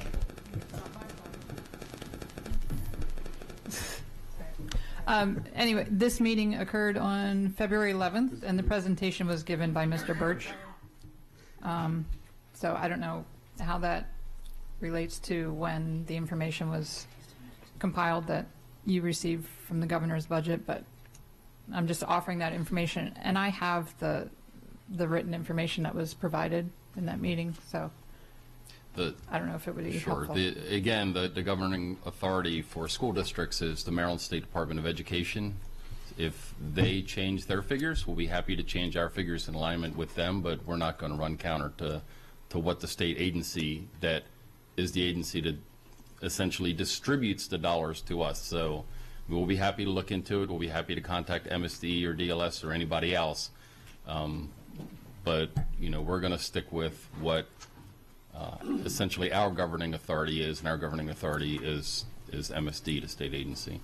And when did you receive the new numbers, the numbers you're presenting tonight? It was the day of the governor's release of the budget. Which was when, please? I'm sorry. Second Friday of session. Yeah, second Friday of So we session. may So have middle gotten- of January. Yeah, I think Okay, we have so- more recent information then because. So what we'll do is take what you guys have and compare it to what we have first, and then let's work together to figure out where the delta is, please. And then we'll move forward with the state. So we're glad to do that. Also, I'm saying if that number changed from the time the governor released his budget to now, the state would have notified us. So the MSDE, again, as Mr. Sheknovich is referring to, would have notified us, as they did at the time of the release of the governor's budget, that there was now a change greater or less than. Right, and none of us doubt that, but I don't understand why the state would tell the delegation something wholly different than, you know, $3.3 million is not pocket change. And we can't explain that either. Mrs. Ellis, your light is still on. Are you? Okay. Awesome. Okay, any other general comments before we move to the amendments? She's on an amendment. Okay, before we move to the amendments, just in the interest of time, if I may just take a moment of personal privilege, I want to, this is something we would normally do, Mrs. Hummer last year and others have always just said a general thank you at the very end, but given our scenario or circumstance tonight, I just want to get it out of the way early, and that is to say thank you first to the staff. This year, there were over 600 questions presented to you with follow-ups for budget research, and I appreciate all that you, Mr. Stansky, and your team have done, as well as all of the program leads. And tonight, for the operating budget, we have a record number of amendments that I know many people have been working on pretty steadily for the last 2 weeks and even up through the weekend into last night. And Dr. Arlotto, at the risk of missing anyone, I just want to say thank you to you and your entire team for the work leading up to today. And then lastly, if I just may, to Mrs. Connolly and Mrs. Howe, thank you both for your support as we've moved through this. So the public is aware. We're going to have a couple of procedural motions momentarily, but we have 80 amendments tonight, 80. I think by way of comparison, last year we had 9 or 10. So in advance of us beginning, I just want to say it's going to be a lengthy night. Did you have a general comment? Or okay. Here we go. We've got first Mrs. Corkadell. Mr. President, I would like to put forth a motion that under in the proposed amendments in front of the fellow members, there is amendment number 48. It is actually specific to the Superintendent Board of Education tab as presented by the Superintendent under Internal Audit Unit, and so I therefore move in the interest of conformity to take amendment number 48 out of printed order and move to be heard immediately following the proposed amendment number 6. Second. Okay, we've got a motion second. Any discussion on that? Seeing none. Mrs. Connolly, would you please call the roll? Aye. Ms. Antoine. Aye. Ms. Schoenheim. Aye. Mr. Lyde. Aye. Ms. Ellis. Aye. Mr. Grannon. Ms. Corkadell. Aye. Ms. Hummer. Mr. Gilliland. Aye. 9-0, motion passes. Thank you very much. Mr. Urea. So, Ms. Corkadell, just for clarification from my notes, 48 after 6. Yes, ma'am. Okay. And I would also just take a couple seconds to follow up on Mr. Gilliland and say thank you for the staff and everybody. I know you guys worked your Saturdays, and I just couldn't appreciate you anymore. You guys are amazing, and thank you so much for the timeliness of your responses as well. I know we asked quite a few questions. And then I would just also like to preface that although I have young eyes, this is a lot more reading than my usual AP Lit class, so please pardon me if I mess up or my eyes get tired, so this is definitely long, so thank you. Thank you. Mrs. Shahan. Because there's a lot of students in the audience, I would also like to move that agenda item 52 be moved to after item 48, because I think the kids probably want to go to bed at a reasonable hour on a school night. Second. Discussion on this motion. Seeing no further discussion, Mrs. Connolly, would you please call the roll? Ms. Urea? Aye. Sorry. Ms. Antoine? Aye. Ms. Shahan? Aye. Mr. Ladd? Aye. Ms. Ellis? Aye. Mr. Grannon? Ms. Corkadell? Aye. Ms. Hummer? Aye. And Mr. Gilliland? Aye. 9-0, motion passes. Thank you, Mrs. Connolly. And before we continue, I don't know who it is. I don't know that it's up here because I've seen all of us kind of shift our phones, but someone is interfering with the signal pretty consistently. Okay. All right. Thank you. It's always the cell phones. Ms. Antoine. So I'd like to move that amendment number 5 be withdrawn, please. Great. And second. Thank you for the second. Any discussion on that? Since that's Ms. Antoine's original amendment, she's the original author, I'm just going to ask for the ayes and nays. All those in favor say aye. Aye. Opposed, no. The ayes have it. The amendment's withdrawn. Thank you. Okay. Comment? Or, Yes. comment. Yes, Mr. Urea, sorry. I would also just like to say, although that was subtracted, I will continue to move and read, for example, Amendment 6, even though it's technically number 5. So. Excellent. Thank you for that. Seeing no further general comments, we will now proceed with Amendment number 1. Ms. Urea. I motion to add additional employee compensation placeholder of $16 million to be used for additional compensation for Unit 1 employees at $4 million per year over the course of the next 4 fiscal years. Second. Second, Ms. Antoine. So I too want to thank the team from the time we sat here in December. As newly elected members, you all have been very good at helping us to acclimate, even though it felt like a water hose most days. I also want to share that this amendment is definitely about the teachers. It's about making the teachers whole over the next 4 years and utilizing money to negotiate effectively. It is in no way meant to discredit or disregard the other employees in our system, but as we are budgeting, we must look at where our crisis is and accommodate that first. So this offering is a $16 million plan that allows for recruitment, it allows for retention, and it also allows for those retiring or recently retired to make up the gap that they're now facing. It gives you something to look forward to and us something to work with. Thank you. Ms. Shahan? I definitely appreciate the spirit of Ms. Antoine's amendment, but I think we need to correct this problem now. So there's others coming, and that's all I want. Ms. Ellis? Thank you. I too appreciate the spirit of this amendment.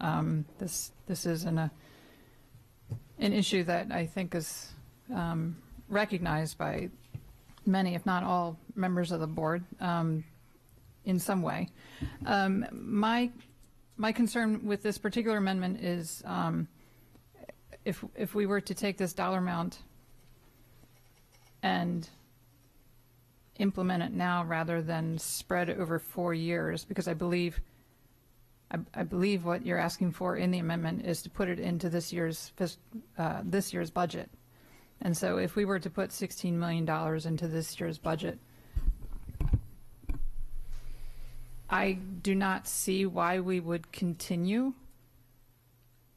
having staff who have been here pouring their life stories out to us, why we would continue to leave many of them behind when we would have the opportunity to restore all of the steps at this time so that everyone is paid their market value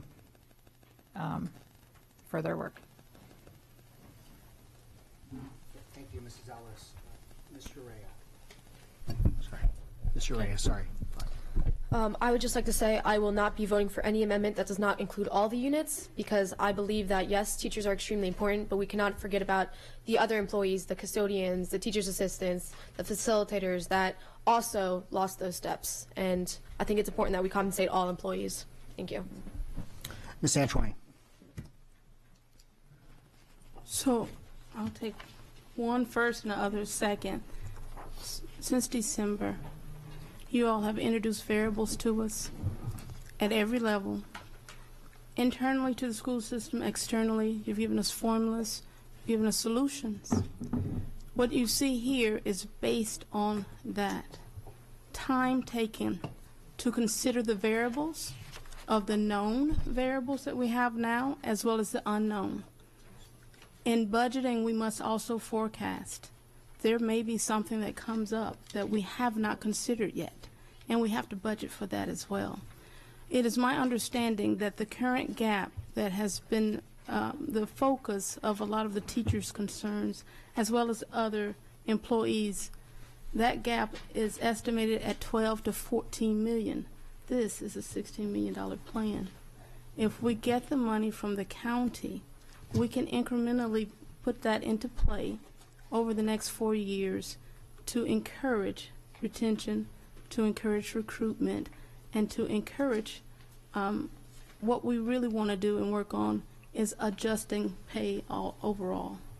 So we're not excluding, we're just managing a concern in an incremental fashion to allow us to make good decisions with the money we're putting forth.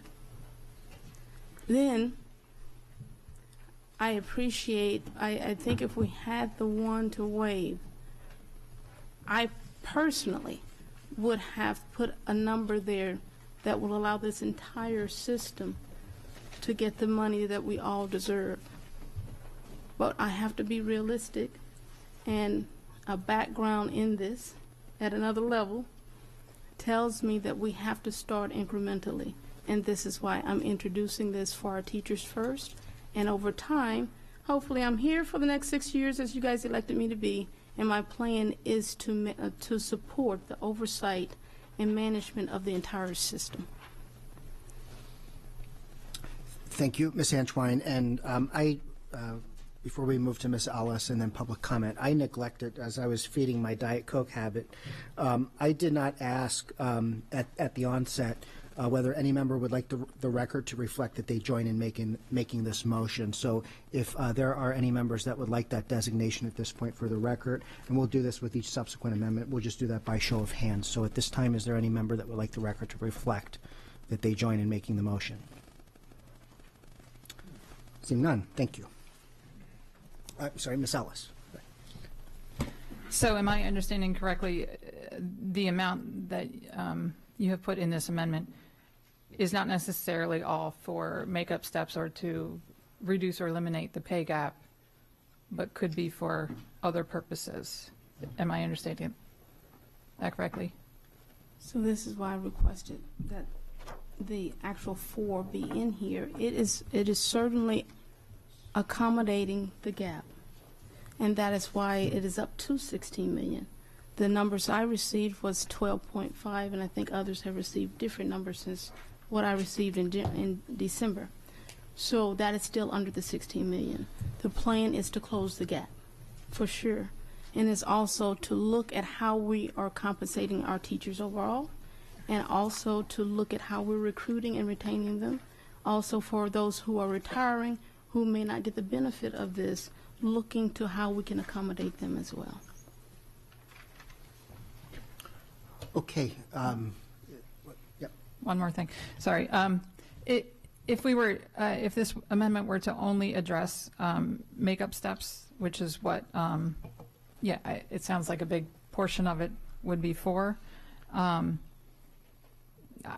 may be in support of it, but I look at this philosophically as makeup steps are basically a salary correction to put staff on the step that they should be on, again, based on their market value. If we were looking at using these funds for other purposes in addition to makeup steps, that's where I start to have an issue with not including other units in this. And I'll discuss that further in, I think, a forthcoming amendment, but I just wanted to share that. Thank you, Mrs. Ellis.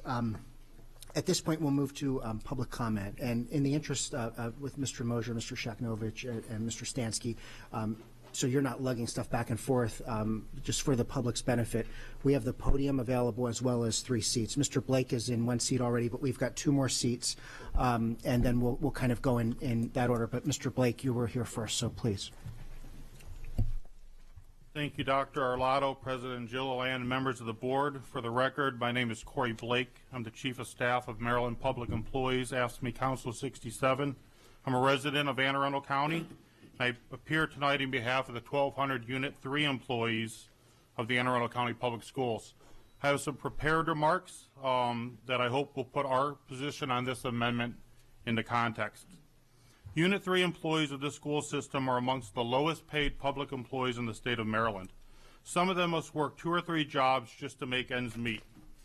Many of them make less than $13 an hour. New employees find it difficult to even be residents of this county, much less the novel idea of ever owning a home. Rising costs of living and years of inadequate funding by the county and the state have resulted in many of our employees living in poverty. These dedicated employees are hardworking and upstanding citizens. The irony does not escape me that on this very day, the Maryland State House is moving a bill to establish a $15 an hour minimum wage. Some employees who work for this school system make much less than that. For example, a newly hired food service worker makes $12.23 per hour. They must work for a minimum of 7 years to make $15 per hour on today's salary scales. A newly hired custodian makes $12.83 per hour. They're responsible for cleaning nearly 40,000 square feet of school property each, the highest of any comparable jurisdiction. Your employees who are responsible for asbestos abatement, for making sure that buses and fleet vehicles are properly maintained and operating safely, who groom and maintain athletic fields, who print the very forms published by this school system, and ultimately contribute to the outstanding level of education provided to the children of this county, some of whom make less than what a majority of the public believes is the minimum for a fast food worker. There is no wonder why it's becoming harder and harder for this school system to recruit qualified individuals. Your employees are not looking for handouts or riches, but merely to be treated with respect. The respect that they seek is generally reflected in this board's budget. For years, the practice of this board has been to treat all employees equally. All means all. When economic difficulties after the 2008 recession, steps in salaries were cut for all employees. AFSCME represented employees, like those in other units, agreed to go back to the bargaining table to do our part. Likewise, last year, during improved economic times, this board approved salary scale changes that would provide for more stable movement through the scales for employees who have been static for years because of underfunding. But through good times and bad, this board has understood that the cost of living not only affects all employees, but affects those who make the least most profoundly. This is why I come before you tonight to support any amendments to the superintendent's budget that provides for additional funds to make up lost steps and wages for all represented employees, and to oppose any amendment that does the same for only select represented employees. This is a matter of economic respect that past boards have readily embraced, and I ask that you do the same. Thank you. Thank you, Mr. Blake. We'll go with Ms. Wilkinson, Mr. Myers. I hope you can hear me this evening. Helen Wilkerson, Secretary's Assistants, Association of Anne Arundel County. All means all. Several years ago, when a difficult financial situation affected the employees of Anne Arundel County Public Schools, we all shared in the pain of lost money. All employees were furloughed. All employees were frozen on the salary schedules. To entertain an amendment that only seeks to restore lost compensation for only one group of employees is unfair. We all were affected. We all share in the pain. We all share in the financial loss. We all feel the pain and understand what you're wanting to do. But it's not fair. All means all, and we stand behind any amendment that treats all employees equally. Thank you.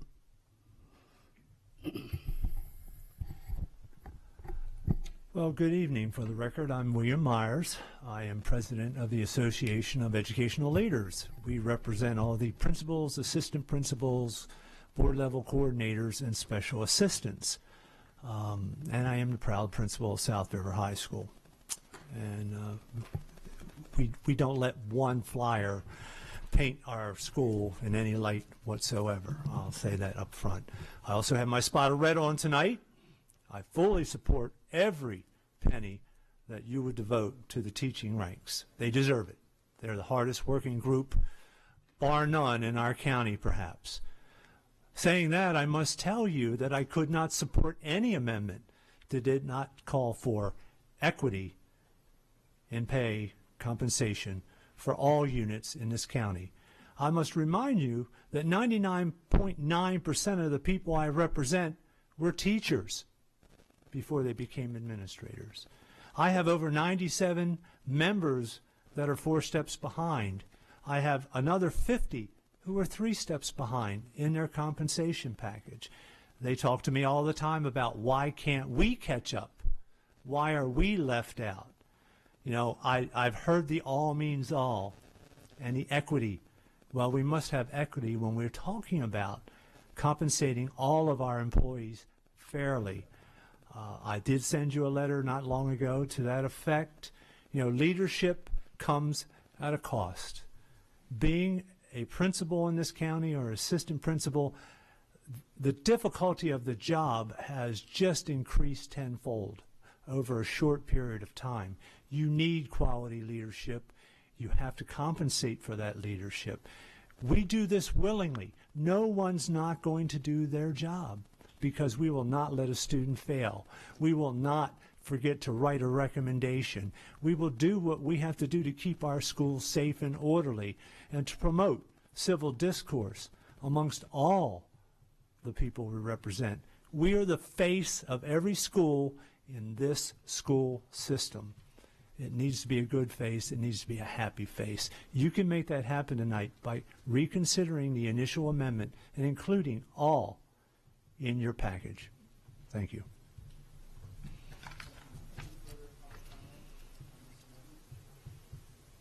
Any further public comment on this amendment? Ms. Antoine. Well, I certainly appreciate the testimony, but I want to emphasize the insinuation that this is unfair or unequal. If your pays were across the board the same, if the work that needed to be done was the same. There are, as you know, sitting there as educators and as a person committed to the fight of education every day, you know that we have to do this incrementally. We cannot realistically compensate everyone at one time, but we can work on it. And that is what this amendment is doing.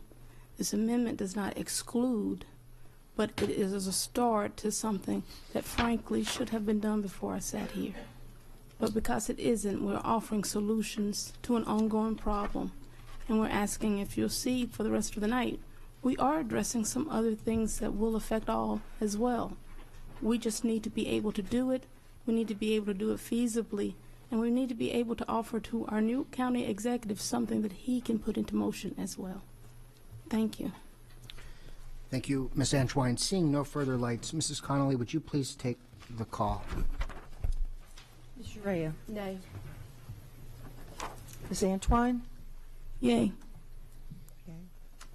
Ms. Schallheim? Nay. Mr. Leib? Nay. Ms. Ellis? Nay. Mr. Grounan? Nay. Ms. Corkadell?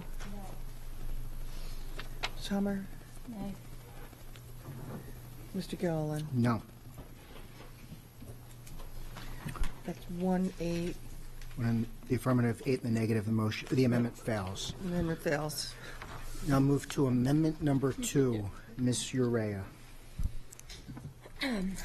I move to add $14,500,000 as an additional compensation placeholder for makeup steps for all Unit 1 staff members who are more than one step behind their years of experience.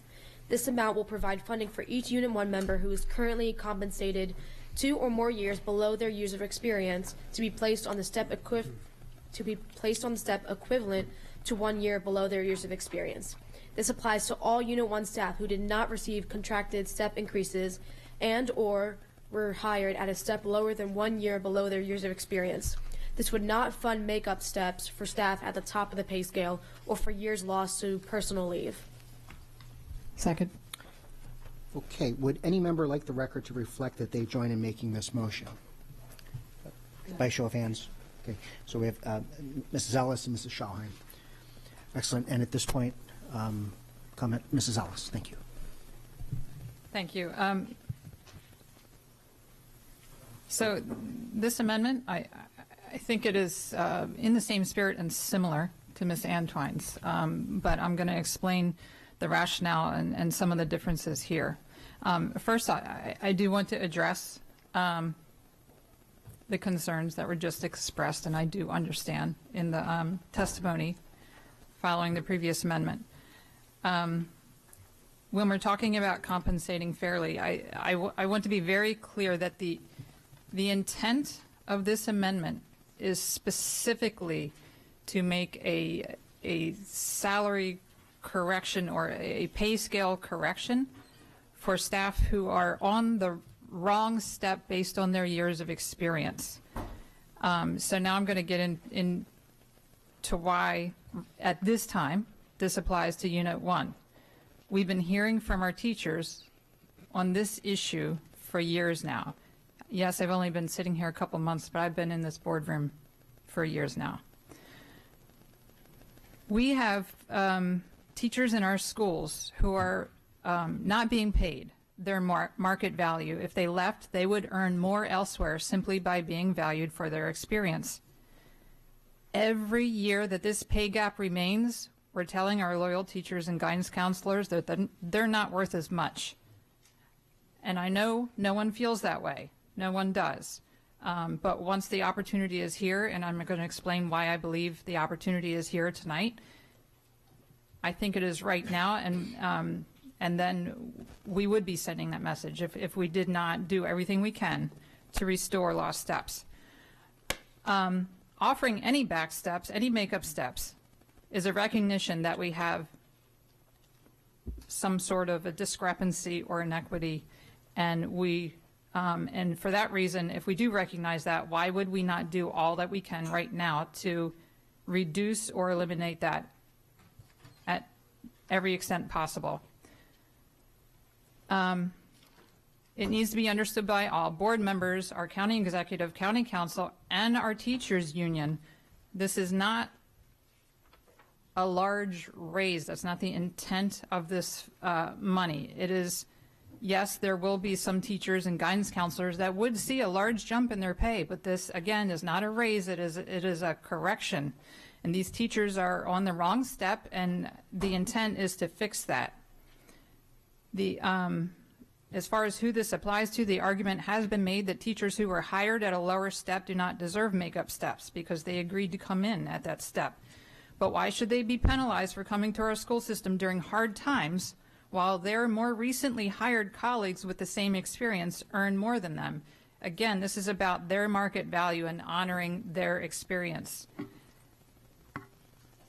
Why only Unit 1? The purpose of this amendment is to restore lost steps to our teachers and guidance counselors.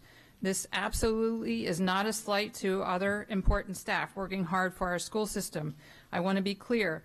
This amendment frees up all of Dr. Arlotto's proposed pay increase for all staff to receive the equivalent of a step and about a 2% COLA, depends on the unit. That's a good raise.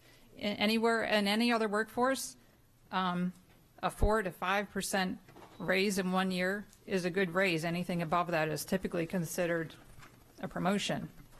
So this year, I want to look at restoring steps to our teachers who have come to us in large numbers here at the podium in countless emails and a huge stack of letters. This is a stack of letters that were presented to us by the leadership of the teachers union, indicating that this is important to them.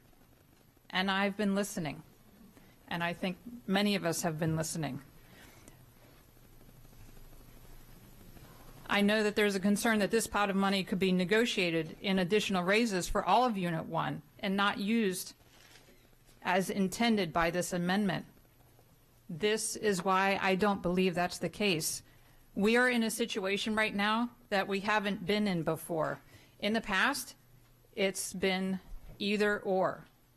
You can have your raises or you can take care of makeup steps. Right now, we have an offer, a budget that, again, gives a very healthy raise to all staff. So if we have the opportunity to deal with the makeup steps right now, I believe Unit 1 would use them as makeup steps. The reason I have not looked at doing this for other units at this time is I have never heard testimony that that would be the intent. And if that were the case, if I were hearing from our other units that they want to give makeup steps to their staff that are behind, I'd be here fighting for that funding as well. But what I don't want to do is give additional raises and perpetuate this pay gap that keeps going on every year. I want to address the makeup steps tonight. We have a county executive who has stated publicly that restoring lost steps is a priority. We have an almost entirely new county council that includes a teacher, all of which heard from our teachers and are well aware of the pay gap, and I believe that a majority of the county council will be favorable to fixing this. This year, perhaps energized by the election, our teachers have united in a way I haven't seen before, speaking out in huge numbers, and I've been moved by even our most veteran teachers who stand to gain nothing financially from makeup steps, but are speaking out for their colleagues who are behind. This year, we have 4 new board members who had teachers reaching out to us throughout our campaigns, and that had parents reaching out to us, asking us to represent our teachers. I believe the stars are aligned right now, and I'm not sure we'll ever be in this place again. We heard testimony this evening from a teacher concerned about if taxes were raised, there might start to be more resistance to meeting this need. So if we have any opportunity to meet this need, and I believe we do tonight, I think we need to stop prolonging this.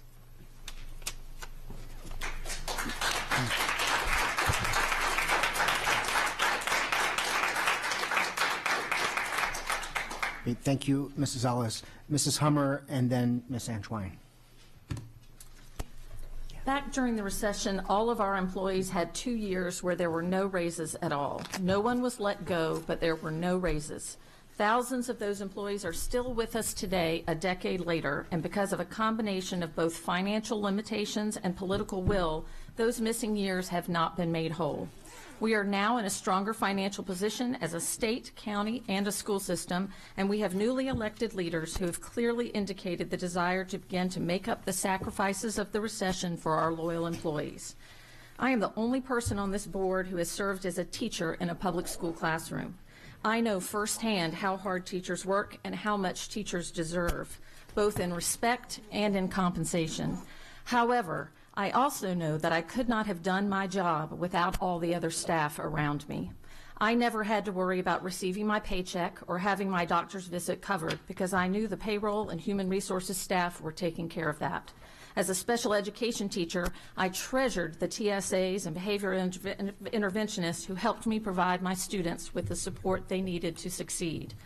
I remember well visiting an elementary school recently and seeing the secretary head-to-head with a parent who did not read or write English, helping her complete the necessary forms for her child. Last week, when we had snow, nearly every employee was home and warm. Our custodians were out shoveling snow and making sure our buildings would be safe for children and staff. Last year, on the first day of school, I watched the custodian at Glendale Elementary kneel down to tie a child's shoe, thus sending the message from the very first moment that that child was welcome and staff was looking out for him.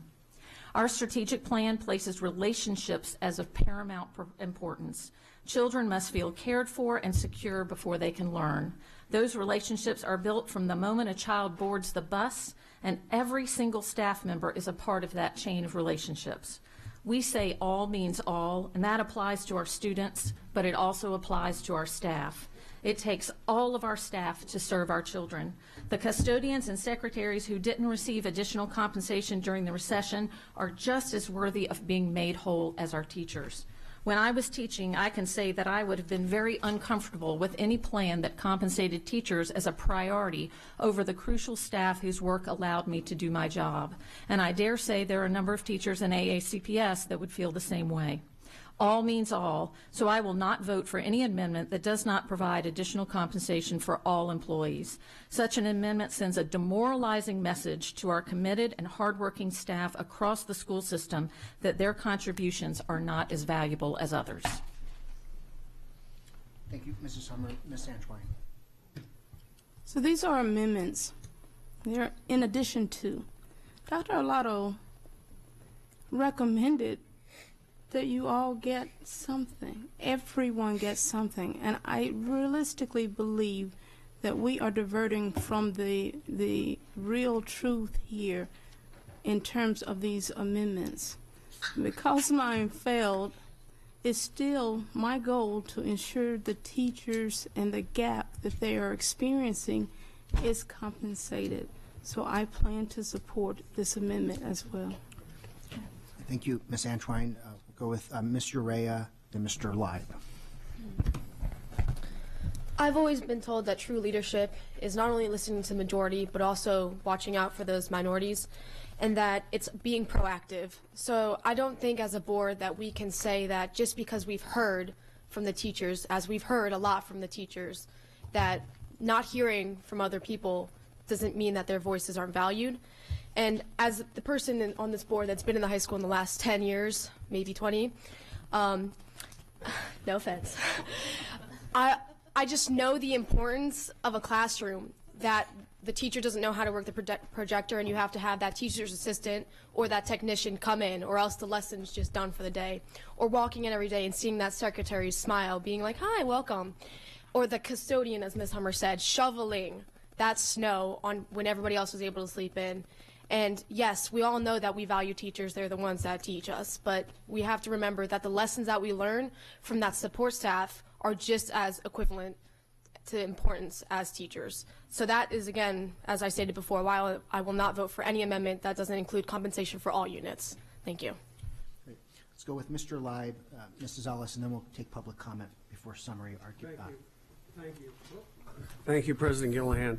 I join Ms. Hummer and Ms. Urea and stating that I will not vote for an amendment that does not include all of our bargaining units. All our units have step structures. They're all set up a little different. Each one has different needs and different requirements. In the recession, all our employees suffered. They suffered together, along with the county employees. I was in county government at that time, and everyone sacrificed in order to maintain their jobs. I just look at this. I recall back when I was still at the school system. That's a little while ago. But I saw a survey or something was done that went through and said in public school systems, you know, who are the most not respected, but who presents the best face of a public school system? And it came back, and it says it was the secretaries in the front offices of our schools. It was the custodians who were there every day, day in and day out, interacting with our kids and our moms and dads. And it was our bus drivers who are making sure our kids are getting to and from school safely. And to discount them in our approach to this does not do our employees justice. Therefore, I'm proud to join Ms. Hummer and Ms. Urea in not supporting any amendment that does not address all the employees of Anne Arundel County Public Schools. Mrs. Ellis, are you okay? Sorry, taking a note. Okay. I fully agree that the other staff do matter. I would say equally, this school system cannot be run on teachers alone, on guidance counselors alone. I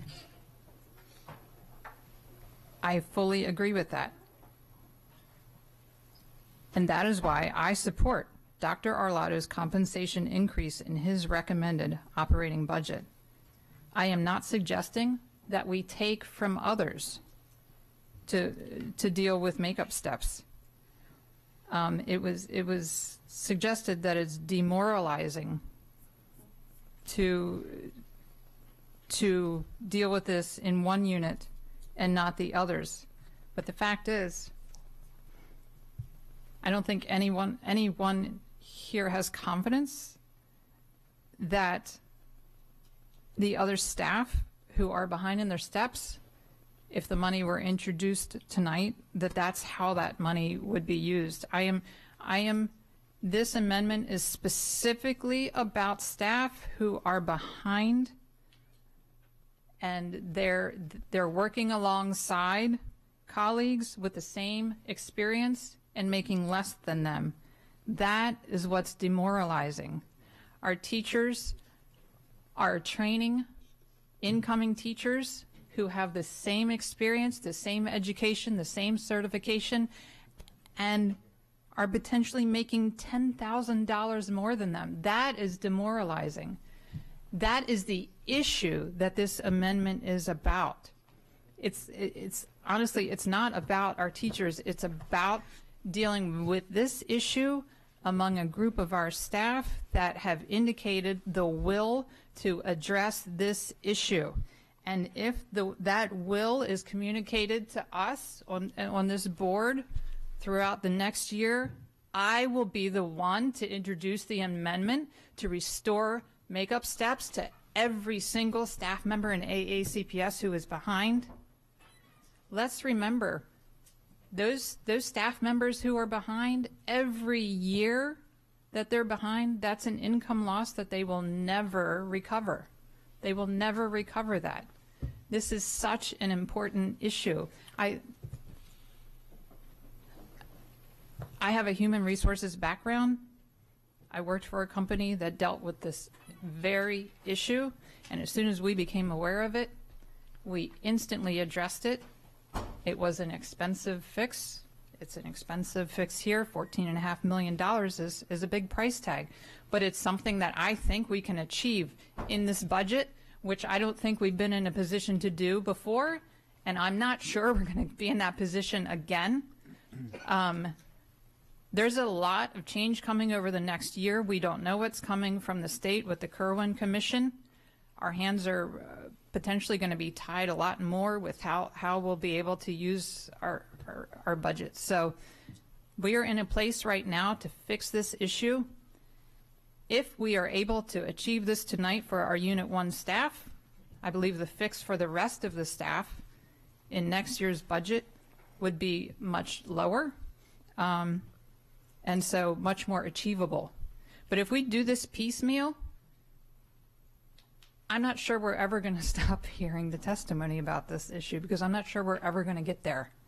We have an opportunity tonight, and now's the time to do it. Thank you, Mrs. Ellis. We're going to go with Mrs. Schalheim, Mrs. Hummer, and then I'd like to ask the members to suspend. We'll take some public comment, and then we can make summary arguments if that's okay. Mrs. Schalheim. I completely echo what Ms. Ellis said. This is about fixing inequitable hiring practices. I can't imagine how low I can't imagine, because I've read all the letters, how low the morale is.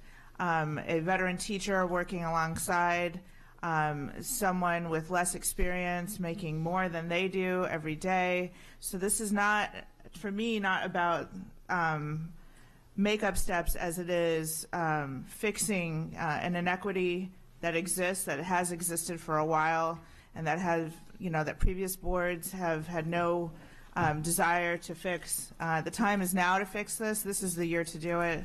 That's why I support Ms. Ellis's amendment. Thank you. Mrs. Hummer. We cannot only respond to the best organized and loudest group. We must also speak out for our lowest paid workers, the ones who are working at night while we have board meetings, the ones who are earning less than a living wage.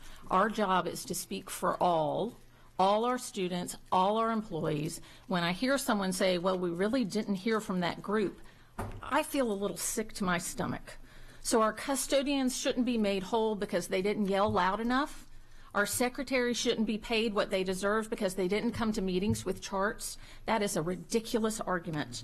We are the leaders. We need to show that we lead all and we value the contributions of all. I will share a couple of quotes from previous board meetings. Ms. Schalheim, I don't think we should demand or insist or vote based on whether or not they choose to come to us. I think insisting those people come before us is ridiculous. Ms. Ellis, a lack of hearing from one group of citizens does not mean there's not an issue there. I would not base my vote on numbers or whether anyone came. We should not be voting on who gave us the thickest packet. We are voting, I will say, any amendment that would include all, including our teachers who desperately need to be made up, but so do our custodians, and so do our secretaries, and so do all of our other employees. Thank you. This time we'll move to public comment, and then we'll take closing statements by any board members that would like to make that. Yes, ma'am. Ms. Helen Wilkerson, thank you, Ms. Hummer, Ms. Urier, Mr. Lieb. Thank you for supporting us as you're saying that. And I just want to speak just briefly, Ms. Ellis. I, too, understand the difference of someone coming in making as much money. I'm one of those products. I've been in the system for almost 30 years or more. And there are people that come in, same position I am, and it's making more than I am. So I understand teachers feeling the pain and the wrath of that. And I think that's a problem or an issue on HR, where they need to have a baseline where people come in working at a certain amount of money. I think that is unfair. So we all are affected on the same time. We're the same MO. We do the rest. We do the best. Most of us became a priority. And I'm sorry. When do the rest of us become a priority? Are we to wait until when? A plan should be put forth to move all employees forward at the same time. Repeating and saying it again, we need an amendment that deals with all employees at the same time. Thank you.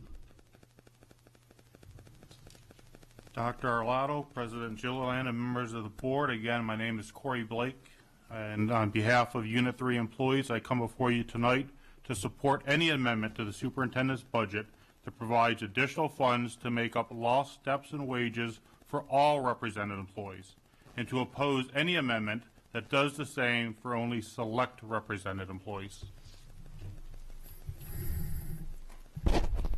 Good evening again. Once again, I would like to reiterate a couple of comments here.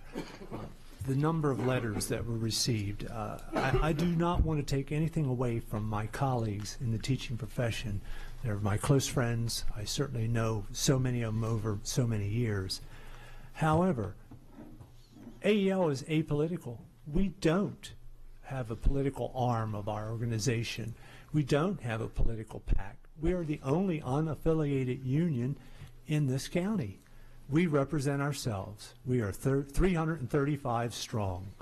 We do have a voice, and that voice says that we want equity when it comes to this amendment in particular.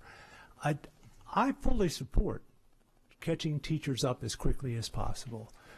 I don't believe the superintendent's budget for compensation will adequately handle what needs to be done. I heard some comment about, well, that's 2 or 4% or 3%. That will not cover 2 or 3% for the people I represent.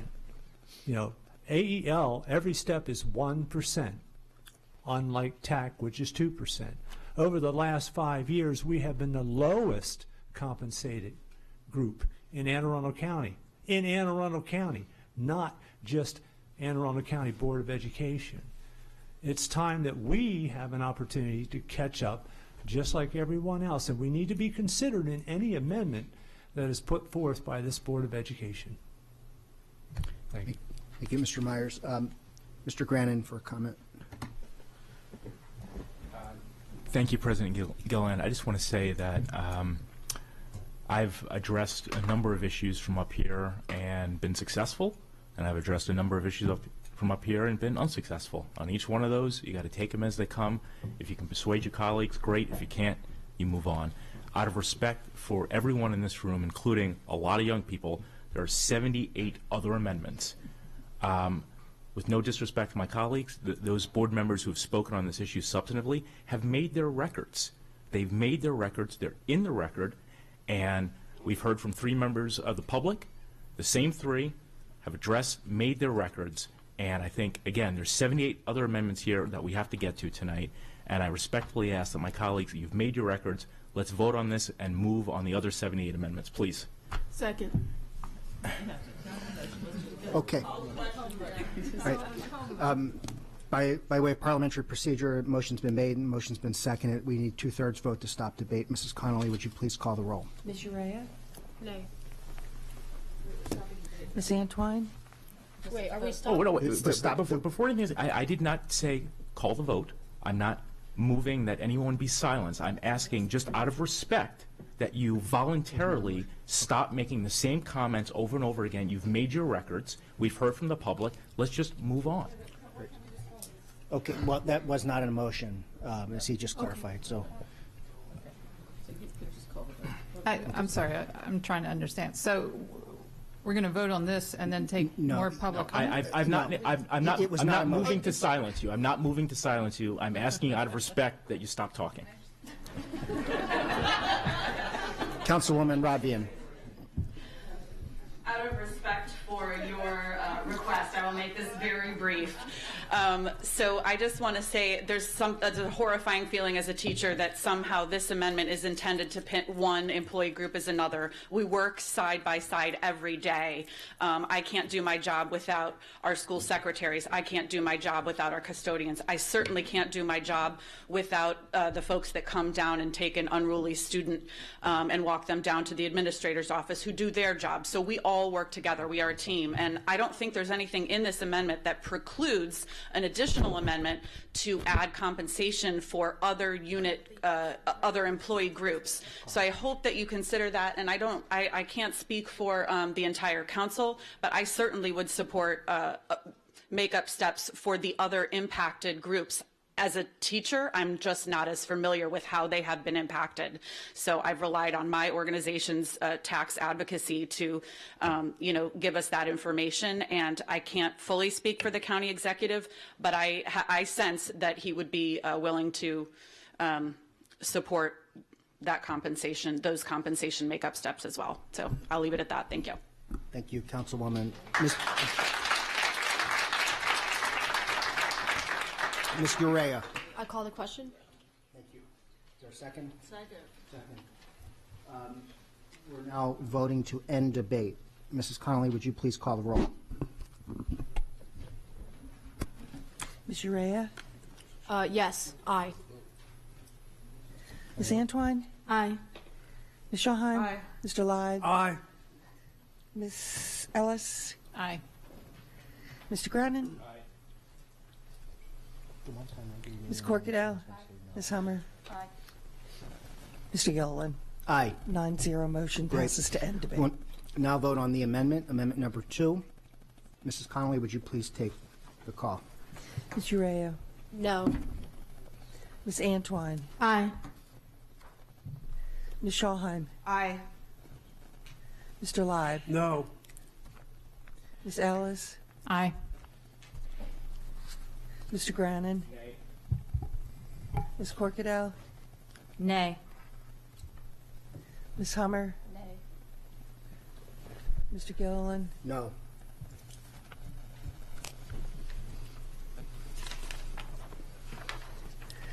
Three in the affirmative, 6 in the positive. Motion fails. Okay. Motion fails.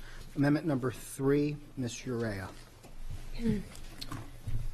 I move to add additional employee compensation placeholder equivalent to a makeup step for eligible employees from the 2008 to 2009 school year as follows. 1 back step / catch-up step for AACPS employees who did not receive a step or step equivalent in the 2008 to 2009 academic year as called for in their applicable negotiated agreements or terms of employment. The following criteria is used in determining the number of employees and cost above. Bullet 1. Backstep / catch-up step is defined for this amendment as an employee who was an employee units 1 through 6 as of June 30th, 2009, and missed a step or step equivalent in fiscal year 2010 due to negotiated step freezes. Bullet number 2. The employee is still with the district and has not changed units, i.e. moving from teacher to assistant principal, or has changed units without an appropriate placement on the salary scale per a bargaining unit agreement. Bullet number 3. Employees who have reached the top of the salary scale for their unit are not eligible for the back step / catch-up step. Bullet number 4. Employees who have left employment during this time and came back at a later date are not eligible for this back step / catch-up step. The final bullet. The cost is general fund only. Second.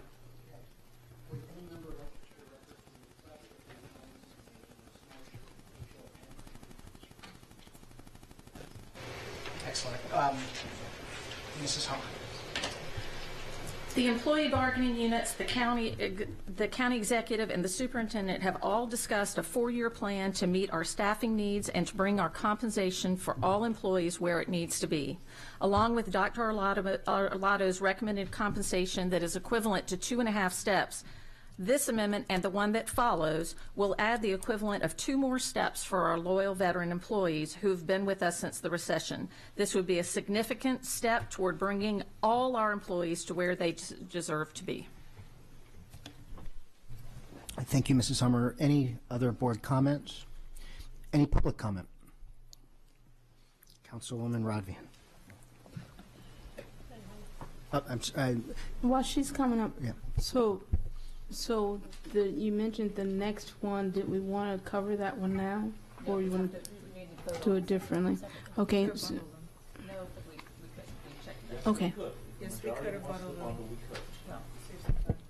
Yes, we could. Gotcha. Thank you. All right, I'm speaking in my own personal capacity as a teacher who is not employed in Anne Arundel County Public Schools as of June 30th, 2009, yet is 7 steps behind, who would be ineligible for any back step in this plan. So this would be devastating to a huge number of employees who just do not fit this definition, which is narrowly drawn to unfortunately exclude a lot of very impacted employees. Thank you.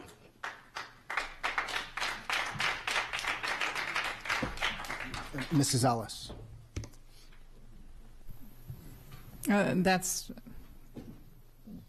probably my biggest concern with this amendment. we now we're parsing out and dividing staff who are impacted in an even greater way, making it less and less likely that all staff will get to their proper step. So I would propose that we expand this amendment to include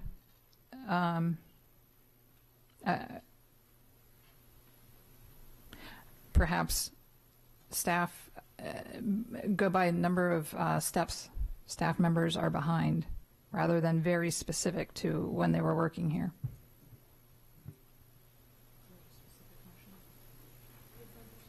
Yeah, I guess a friendly amendment would be provide makeup steps to staff who are 7 steps behind, and an additional makeup step to staff who are 6 and 7 steps behind. I think that would include more staff members.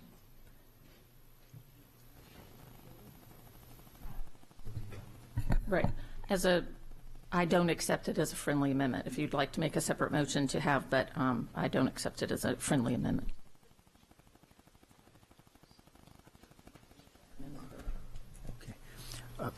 Ms. Antoine. So if we expand it, I just wanted to understand the cost. That I don't want to support the expansion. I just wouldn't know the financial impact.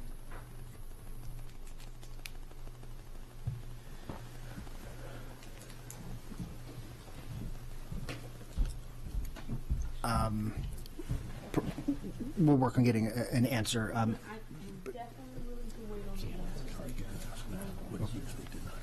Okay. Mrs. Schallheim? And then... I appreciate this amendment. I do. I think it would be more helpful to close the gap further with regards to the obvious inequity that is ever present within our teaching group, Unit 1. And so I therefore move to, can I move to amend this? I don't know how this works. If it would be considered a friendly amendment if it keeps the same intent and spirit of the amendment, but if it starts to draw from it, then it may be better separate. So I'm not even sure how to do this. No, I know. I'm just trying to find the words. So I think we need to add something to this that addresses staff members working side by side that with the same experience and have vastly different paychecks. And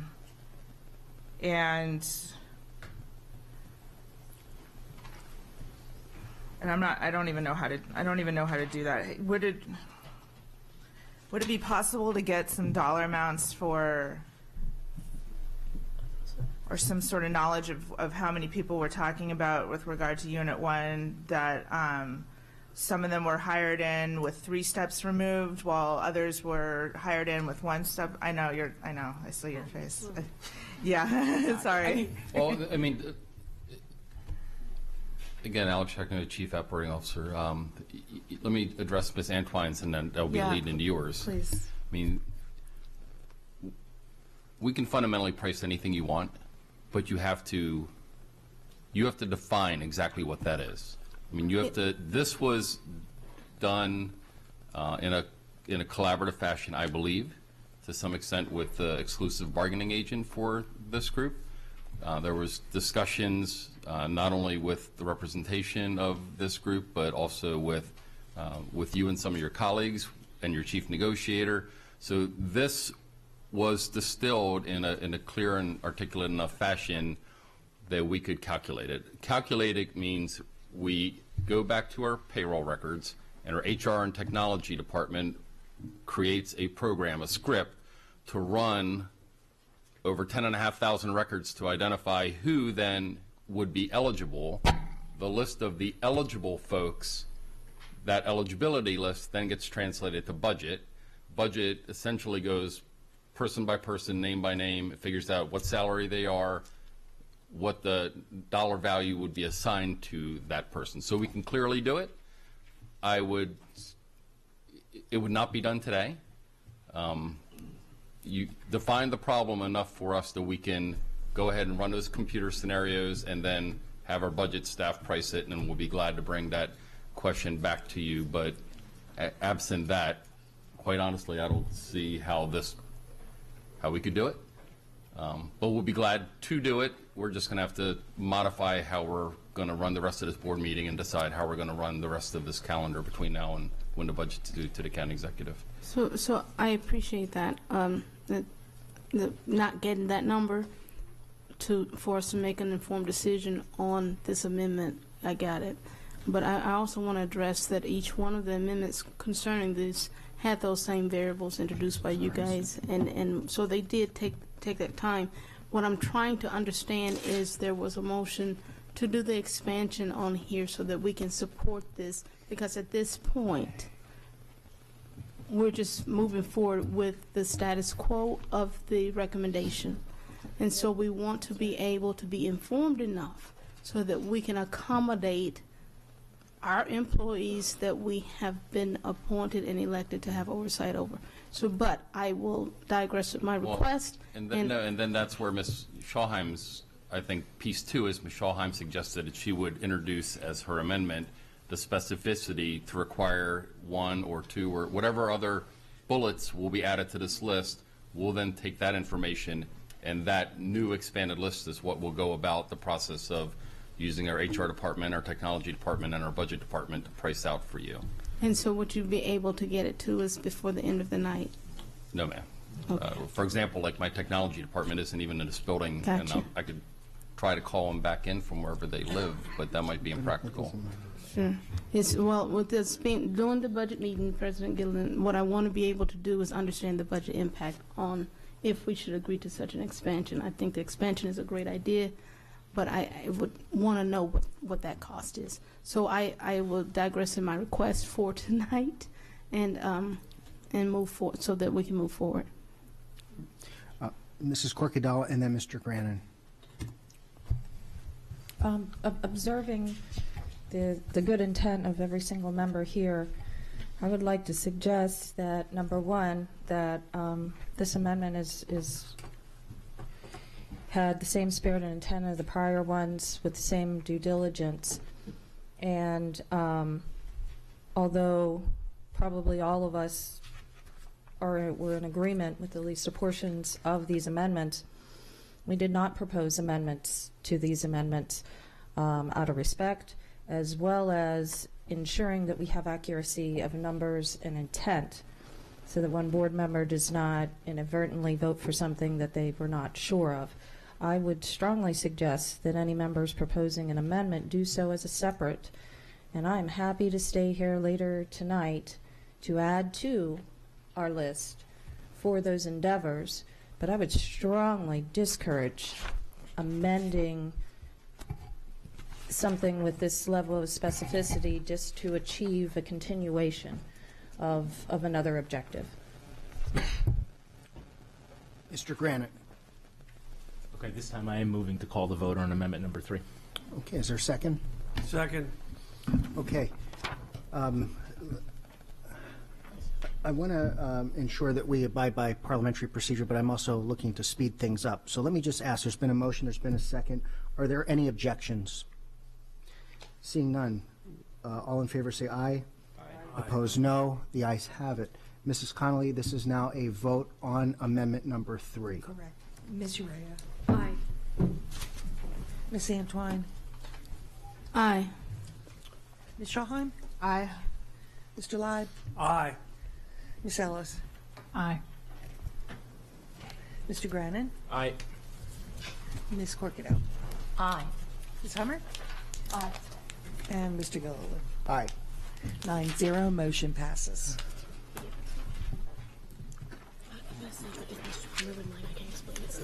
Yes. Okay.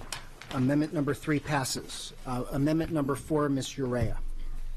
For the sake of time, I'm essentially going to say that Amendment 4 is the same as Amendment 3, but for units 1 through 6, employees as of June 30th, 2010, who missed a step on equivalent of fiscal year 2011. But if Ms. Hummer would like, I can explain it step by step. No, I think it's clear. Okay, there's a motion. Is there a second? Second. Any board discussion? I'm sorry, I'm sorry, getting ahead of myself here. Would any member like the record to reflect that they join in making this motion? Okay. Thank you. Yes, Ms. Urea. And Ms. Connolly, could you just add me to the previous amendment as my hand raised? I didn't raise my hand for some reason. Thank you. Okay, seeing no board comments, any public comment? Seeing none, Mrs. Connolly, this is a vote on amendment number 4. Please call the roll. Ms. Urea? Aye. Ms. Antoine? Aye. Ms. Shahan? Aye. Mr. Lyde? Aye. Ms. Ellis? Aye. Mr. Grannon? Aye. Ms. Corkadell? Aye. Ms. Hummer? Aye. Mr. Gilliland? Aye. 9-0, motion passes. Mrs. Shahan. I move to add an amendment right now because we need to clear up the inequity that Unit 1 has been facing. With all due respect to the others, we just passed these other two. And so recognizing that 14.5 million and 16 million didn't get it done, I move to add another amendment to add we'll go $10 million as an additional compensation placeholder for makeup steps for all Unit 1 staff, et cetera, like just as the Amendment 2 had stated, but the changed dollar amount. Second. There's a motion, there's been a second. Board discussion. Ms. Antoine. So, doing my dirty math that I have to do up here, that's an additional $20 million towards compensation, with $10 million of that going towards closing the gap on teacher compensation. Is that what I'm looking at? I'm asking. She's proposing 10 million. We just passed about 10 million. That equates to about 20. And 10 million of that is going towards teacher compensation based on what I'm adding up here. Yes, yes. Okay. But the bulk of the prior two amendments go to Unit 1 teachers as well. So we're adding to that another 10 mil on her motion, and that's what I'm to understand. No. Yes, because I want to make the statement that we ran on this. We care about the teachers. We care about making things equitable. And remember, this is an amendment. It has yet to go to the county executive and the county council. And we're not the funding authority. I just want to be bold. This is the 1 year we've got to do this. I don't think there'll be the political will in the future, and so that's what I am. That's what I am proposing. I've been seconded.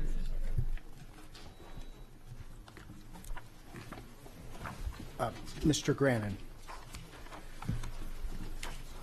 Ms. Shahan, just out of respect for this process and to give Mr. Shaknovich and his staff some time to put some meat on those bones, would you agree to have this be Amendment 81 so that the amendments can be taken in order and then that information can be provided in the interim time? Sure, if they need it, but honestly, it's the same as Amendment 2, just dropping the amount to 10 million. So that's, But yes, if that's what they need, sure.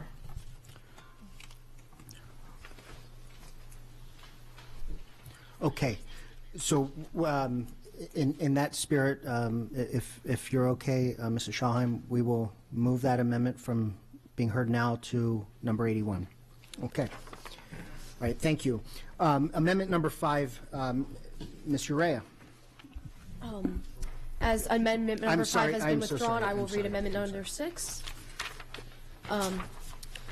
I move to decrease board member compensation by $4,000. Okay, where'd my cheat sheet go? Would any member of the board like to, would any member of the board like the record to reflect that they join in making this motion? None, okay, Mrs. Corkadal, then Ms. Antoine. I just want to clarify. It was brought to my attention that there is a portion in our budget of this line item that is required by state law for us to take a salary increase.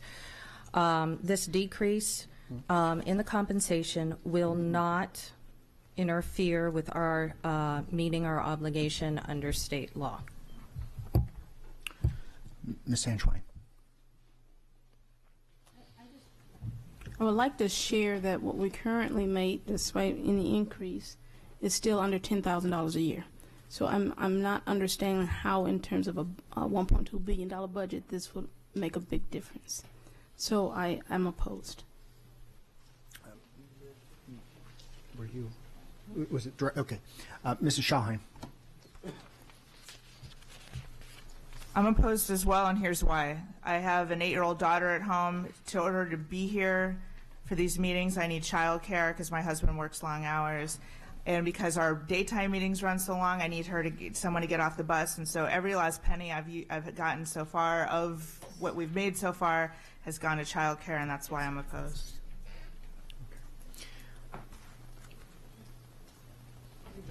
Okay, Mrs. Ellis said.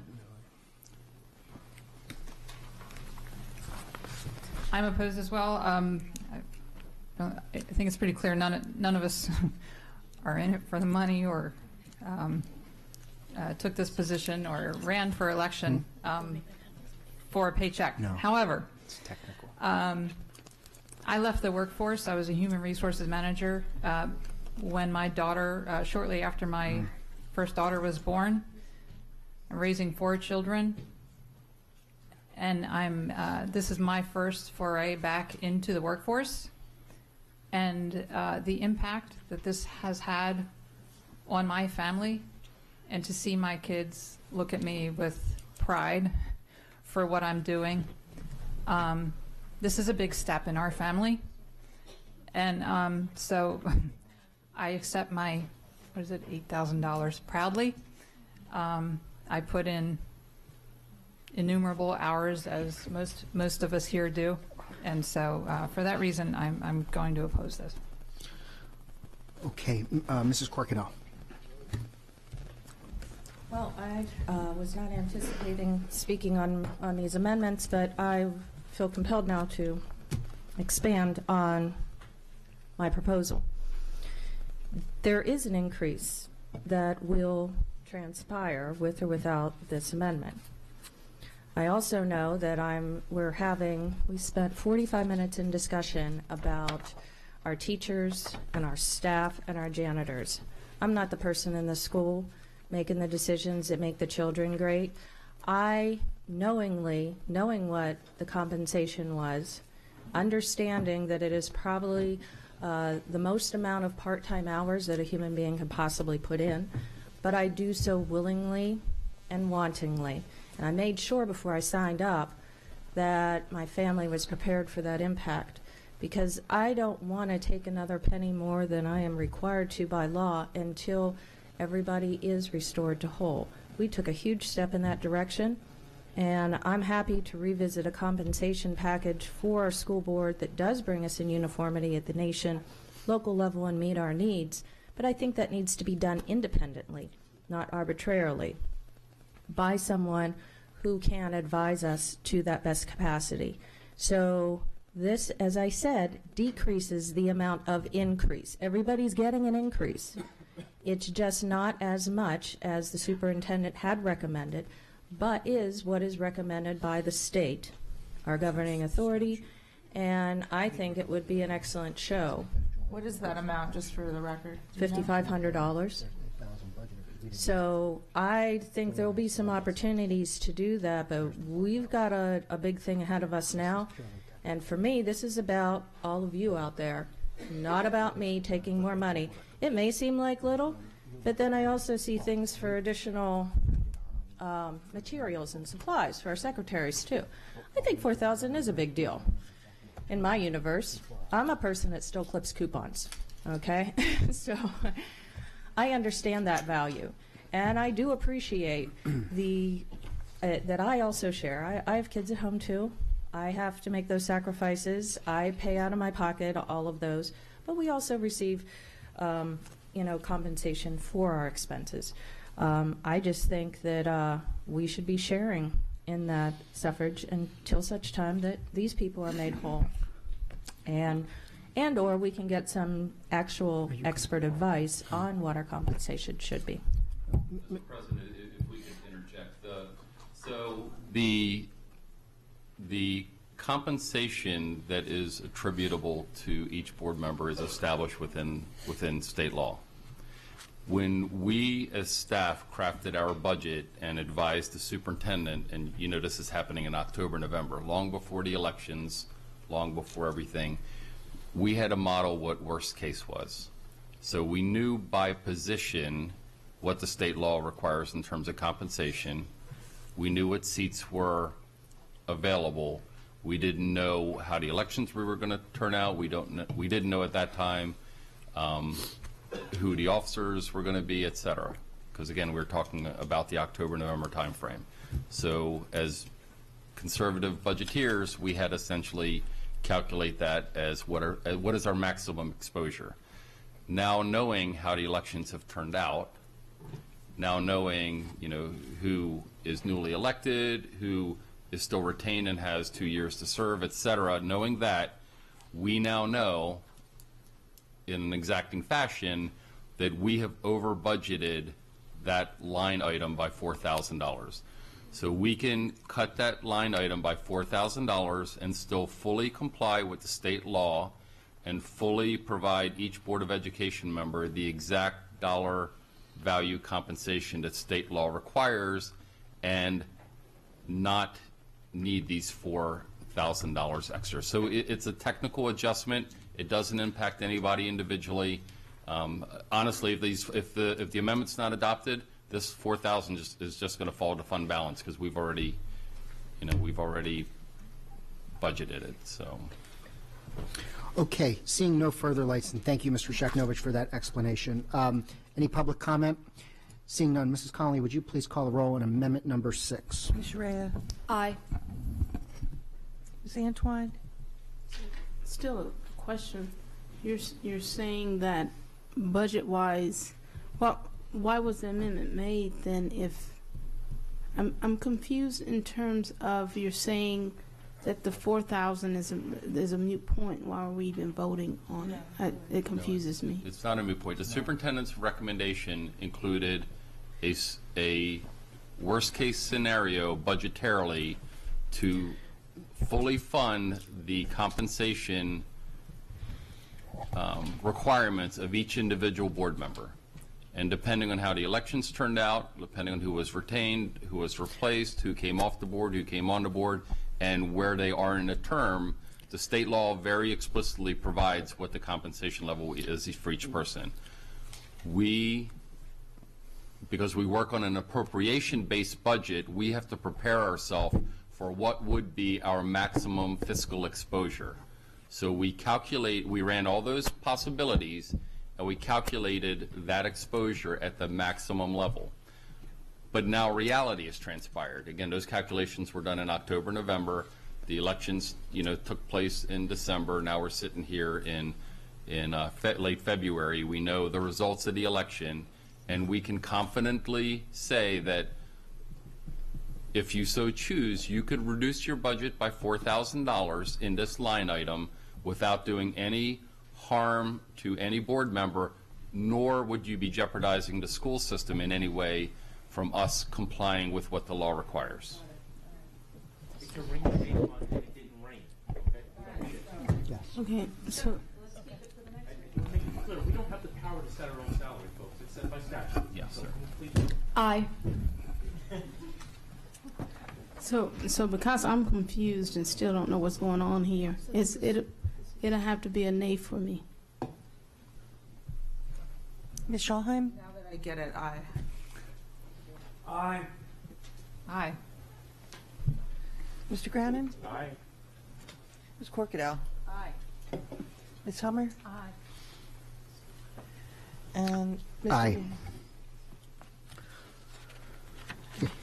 So it's 8-1. 8-1. Motion carries. Thank you. Amendment, and now this was where we decided we would take some amendments out of order. Amendment number 48. Ms. Urea. Amendment number 48. I move to add $56,563 to the Office of Internal Audit to prepare a comprehensive scope of work, RFP development, and implementation for a value for money audit, VMA. The VMA shall be comprehensive and shall incorporate input, systems, and output. The scope of work shall not be limiting and shall potentially incorporate outcome objectives sometimes found in integrated operational audits and similar. The final scope of work shall be approved by the motion of the Board of Education, and the board would be updated regularly by the audit department as appropriate. Expense for this audit shall be determined through procurement RFP response outcomes in 2020 and therefore would occur in fiscal year 2021 and shall include staff burden impact costs typically associated with audits involving employee and customer data collection.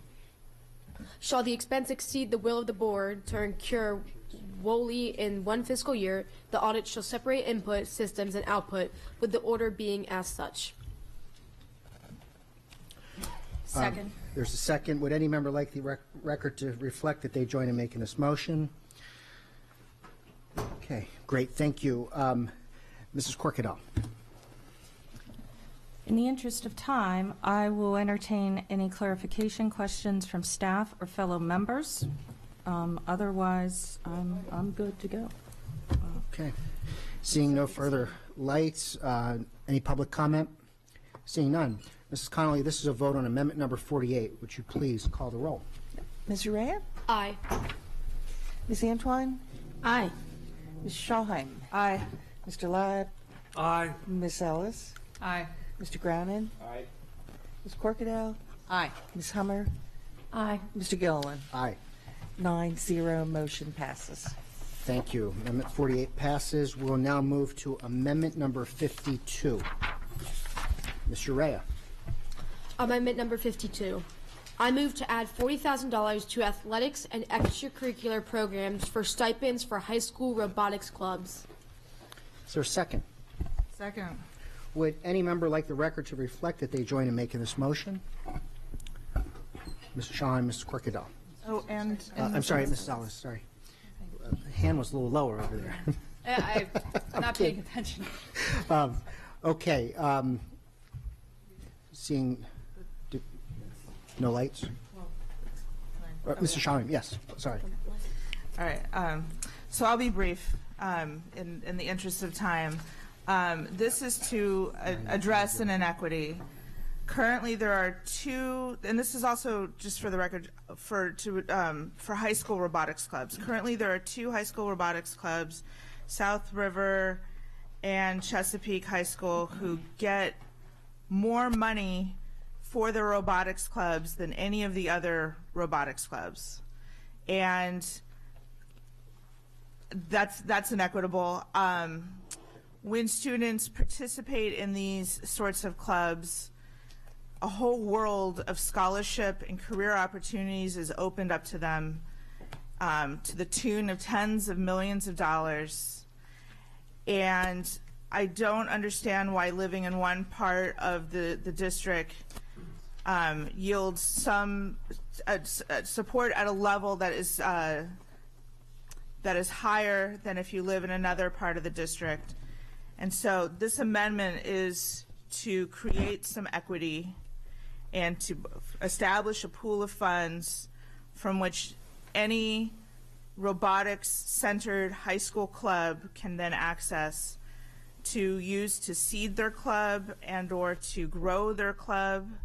If they want to do VEX, great. If they want to do FIRST Robotics, we shouldn't say no. Clubs have been told no, despite the fact that other clubs exist and are funded at a higher amount, significantly higher amount than just over and above advisor stipends. And so that's why I'm proposing this amendment, and I believe in it. Okay, thank you, Mrs. Shahan. We've got a couple of lights. Mr. Leib, then Ms. Hanchwein. Thank you, Mr. President. While I support and commend Ms. Schalheim for the spirit of her amendment, I believe this is something that would be more appropriately handled through a policy level or a restructuring of how this is done throughout our system, and that the superintendent would be able to address in his time, and I don't believe it fits itself appropriately to be a budget discussion. Sanchwein. So I looked up and saw all the signs. I'm afraid to say what I want to say now. I certainly support anything associated with STEM. I most certainly do. It's just when you put the term club, in terms of budget, it does take on another kind of spirit. And if you introduce $40,000 for any type of club, we may be on the hook for introducing more money for all the other clubs that are out there. So my question would be to Dr. Arlotto, actually, how is money distributed to the clubs, with the understanding that the clubs are school clubs, but a lot of times they're supported partially within the school, it's my understanding, and then a lot of the funding comes from outside of the school. Yes, ma'am. So that's correct. So the answer to your question is yes. Yes. That the majority of funding from the system to the schools to support clubs is in the form of stipends for the teachers or coaches, the folks that are brought in to support those clubs and work with the students. And whatever might be, robotics is a prime example of that. Then there are monies from different departments to help support where we can, some of the competitions and travel, but really most of that is done through fundraising by the clubs at the local school levels to support those things. But what comes from the school system is, in the majority, comes in the form of stipends for the adults working with the students in that club. Sure. So thank you for that, Dr. Alana. I just want to say we understand, too, that the wave of robotics in the robotics club is fairly new to the system, as to many educational systems. Thank you for that. As to many educational systems, without understanding how they're being funded right now fully across the board, it would be difficult for me to say that we can support this amendment unless we know how across the board all of them being funded. And I understand that some schools may not have as much money as others, and that need is there. I just want to ensure that if we put that $40,000 there, that those schools are already, and there's an insinuation that those schools are already benefiting more than the other schools. Perhaps if they come and request these funds, they're still allowed to get those funds, which would continue the delta that we're addressing here. Right. So to date, that hasn't been the case. So right now, South River and Chesapeake are allowed to have a first robotics club, and they are given $6,000 per year above and beyond advisor stipends. Broadneck asked for the same, all means all again, and were denied repeatedly. So I'm trying to clear up an inequity, and I want to establish a pool of money that they can then access, and the application process would be worked out by Dr. Arlotto in coordination with club staff. These robotics is very, very, very expensive. Some clubs spend tens of thousands of dollars. This does not mean that they would not be fundraising as they would have to do, and they have to do that already every single year. But and if they participate in a club that is competitive, if students go to one competition per year, that opens them up, all of these young folks out here, up to scholarship opportunities in the tens of millions of dollars. So right now, those opportunities are afforded to South River and Chesapeake. They are not to the rest of the county, as far as I'm aware. And so I just want equity, and that's what this does. So my question would be, you're saying that they are being denied, but what I'm hearing is the money is put there across the board, and then at the principal level, they decide how that money is distributed. Yes, but on top of that, two first robotics clubs in this county are given extra money. Other clubs have asked for the same amount and have been denied multiple times a year. And the reasoning is in the latest round 11 of our thing. It came on the private site 20 minutes before I left to get here. Right here, Michelle Head. Yeah, so you can look through that. That might answer some questions. So why is it that two clubs in this county can have more money to participate in FIRST Robotics when other parts of the county are told no? I have a problem with that. You know, this again is above and beyond advisor stipends.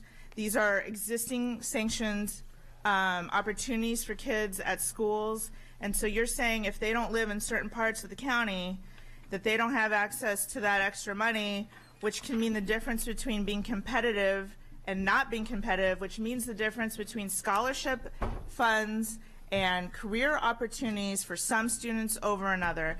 And it would be it's prohibitive to make a student in North County or on the Broadneck Peninsula, you know, travel to these other places to then be part of these clubs. And these clubs, they all help each other. They're like a family.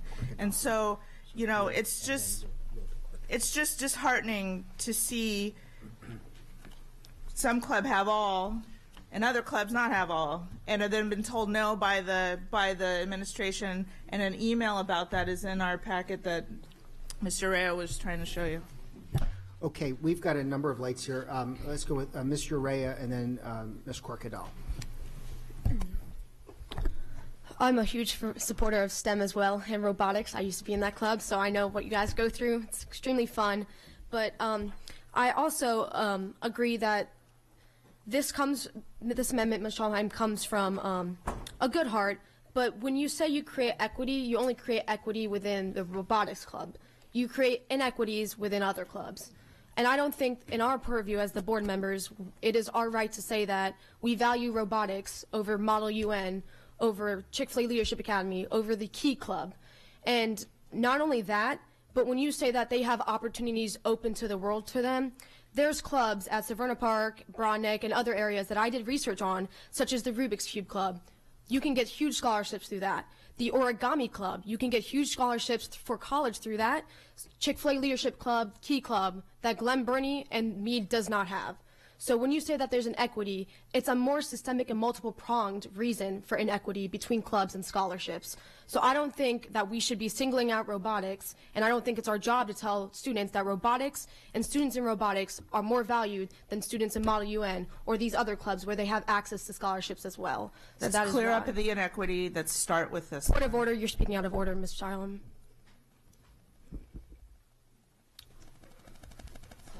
Ms. Corcadell? So I'm going to take a little different spin here and just share, because this is out of my character. And when Ms. Scholheim told me about this, at first I was like, what? Like, are you kidding me? I'm not supporting something just for Broadneck. But it's not just for Broadneck, exactly. And I don't want to take everybody's time here, but I was the former engineering club president in my high school. And we viewed, took a perspective in our little township that sports, arts and culture, and science and math share equally. Now, I can't speak to the past and what has occurred and why it occurred, but the fact is, for whatever reason, and we've got two grandfathered schools. And so I agree, yeah, I mean, all means all clubs considered, but in this particular case, I think that the outcomes would be marginally to the negative, and that the gains would be absolutely astronomical, because our robotics teams well represent our schools just the same as our football teams, just the same as our wrestling teams, and we've got to recognize them. Theater, music. I see proposals of amendments from many fellow members who are saying no to this, are turning around and choosing more music teachers, for example, and other supplies for other similar things. robotics is an integrated part into our curriculum of STEM. And I believe that it's time that we meet up to the 21st century. Robotics has been around for a very long time. We called it engineering, but half of the year it was with robotics. The other half we were building bridges to crush in the Westinghouse plant nearby, as simulations. But this has been around. In fact, the universities have serious competitions, one really close to my home of Carnegie Mellon University. And so maybe call it a Pittsburgh thing, but where I come from, robotics is equal. And if I can do my little role in inching it forward to equality in this school district, I will do so. Okay, Mrs. Hummer, then Mrs. Ellis. So from the email that's in here, I want to quote, as the school system, as our knowledge grew, we've moved to support VEX robotics clubs in high school instead of the FIRST robotics clubs. Our limited funds go much further when we support less expensive quality clubs, and more students across the county are able to be involved in robotics offering if we are able to support more clubs. VEX costs are approximately 1/3 to 1/2 of FIRST robotics cost. That's why the decision was made not to support FIRST robotics. It was not to support robotics, but to be able to spread it more. And in addition to that, while Chesapeake and South River maybe get some more funds for that, they also must fundraise significantly more in order to afford the FIRST robotics. And their booster clubs have raised, both of them, over $20,000 in the past year to support those. So to make these more affordable overall, I agree with Mr. Leib that I think this might be something that's better addressed for us as a policy issue overall, is to look at the overall structure of how we're funding clubs and what they are done. I'm hesitant to single out one club, no matter how important and wonderful robotics is, which I believe it is. But if we're settling out one and saying this one is inequitable, we have no idea what the other ones are. We may find that there's other things that are more inequitable, and I think that before we jump into this decision for one, we should have full knowledge and really explore the issue. Thank you. Mrs. Ellis, then Mr. Grannon. I would like to visit this in terms of policy, but we also, I believe we have budget line items that address athletics, so I would like to go ahead and move to put something as important as robotics in our budget as well. Mr. Grannon? I just have a question for clarification from Ms. Schalheim. This is a pool for stipends such that if the money is not requested and used by clubs, it will not go to waste and it will just revert back to the general fund, correct? I want a recurring pool from which clubs, and it doesn't have to be FIRST robotics, y'all, just want to make that clear. If a certain school wants to stay with VEX, great. If they want to do another robotics-centered experience, fine. This establishes a recurring pool from which other clubs that are not currently supported at the $6,000 a year can apply for a portion of those funds that, you know, through an application process that has yet to be determined. That is Dr. Arlotto's role in conjunction, hopefully, with the leaders of these clubs. So yes, but it's not foisting the money on anyone. If it's not used, it's not going to go to waste. Correct. Great. Okay, Mrs. Schalheim, you had your lights. Okay. Okay. Any public comment at this point? Please, we've got 3 seats and a podium. Where I go? Nope, wherever you like. Okay. I'm like nervous. Last time I was here, I was at a spelling bee. Don't be nervous. All right. So, I'm Zoe Clark. I'm a 9th grader at Annapolis High School, and I think that I can't speak for what happens in the budget. I'm class treasurer, and I still don't know how money works. But I just think that, like, my school compared to a lot of other schools, we don't have a lot of money for robotics and other clubs like that. Even though we have the IB program to make up for the area that we're in, I guess. Like, we still have a lot of issues like paying for things and stuff like that.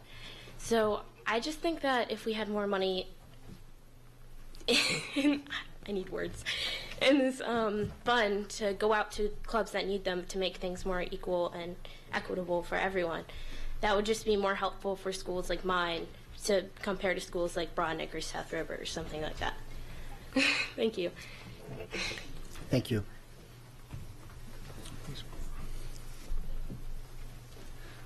Thank you for having us here this evening. My name is Chris Olson. When I started teaching in Anne Arundel County in the fall of 2016, I was asked if I would like to run Broadneck High School's Technology Student Association and Robotics Club.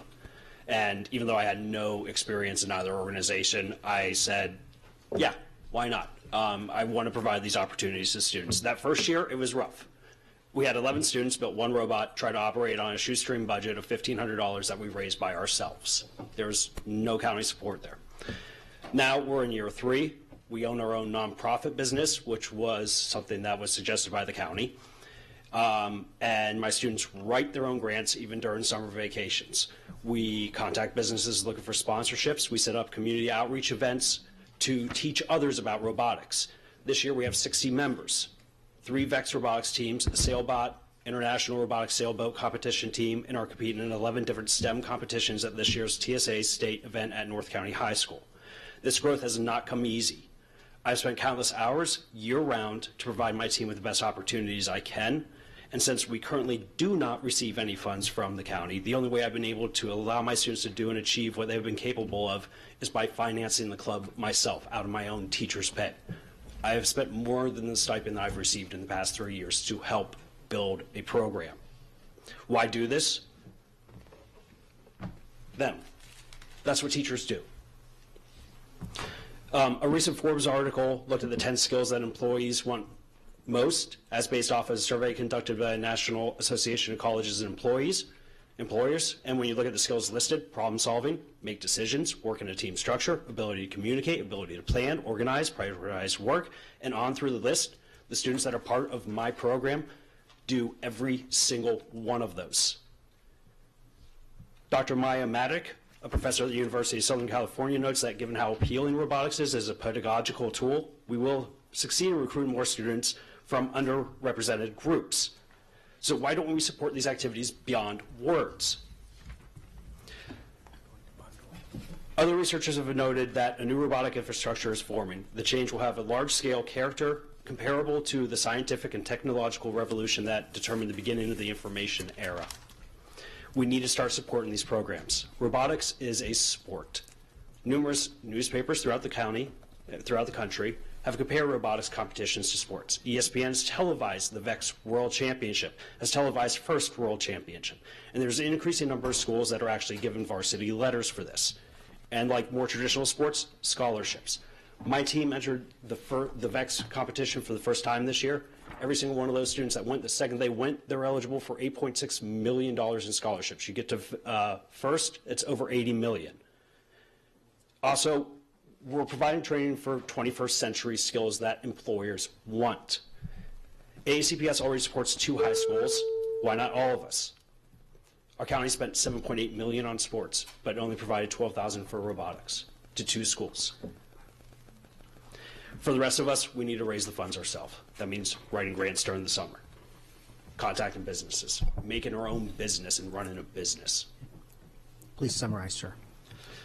We're looking for 0.003% of next year's budget to bring robotics to anyone in the county that wants to have a robotics team. I will gladly help any school that wants to form a team. Thank you so much for your testimony. Yes, sir, and then we'll move. Or, yes, please. Good evening, Anne Arundel County Public School Board members. My name is Catherine Lockhart. I'm a junior at Broadneck High School, and I'm the co-president of Broadneck Robotics. First of all, I'd like to thank you for your consideration of this amendment to fund robotics teams across Anne Arundel County Public Schools. The implementation of this policy would make a world of difference to our team. I'd like to take a moment to tell you a little about what Broadneck Robotics means to all of us members. For us students, being a part of an organization gives us more than just being part of this organization gives us more than just an outlet to express our interest in the STEM fields. This experience has broadened our horizons beyond our school walls and has given us new opportunities that can guide us beyond our high school education. We learn valuable skills for the workplace and get to exercise our minds in ways that challenge our complex problem-solving skills in a style that other activities cannot. This club has helped us become better leaders in all areas of students' lives and strengthened our interpersonal skills. As we mull over improvements in the code and gear ratios, we develop traits that are crucial to entering the workplace of modern science. Our technological world is rapidly developing, and we as students and future scientists must be prepared, and this team has helped us do just that. Furthermore, we have been given the privilege of being in the position to give back to the community in the form of education and time.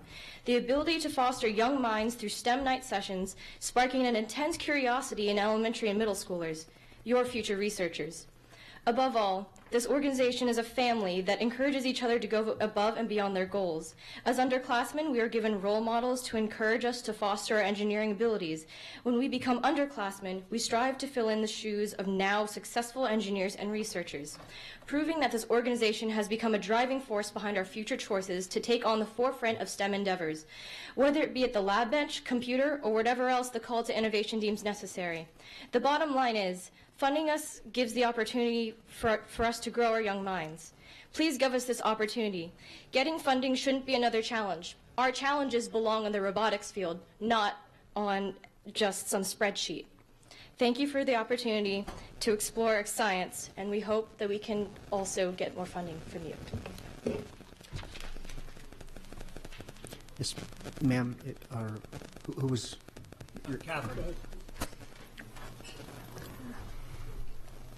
I thought she was going to go. I'm sorry, I was signaling for you, but whoever wants to go is fine.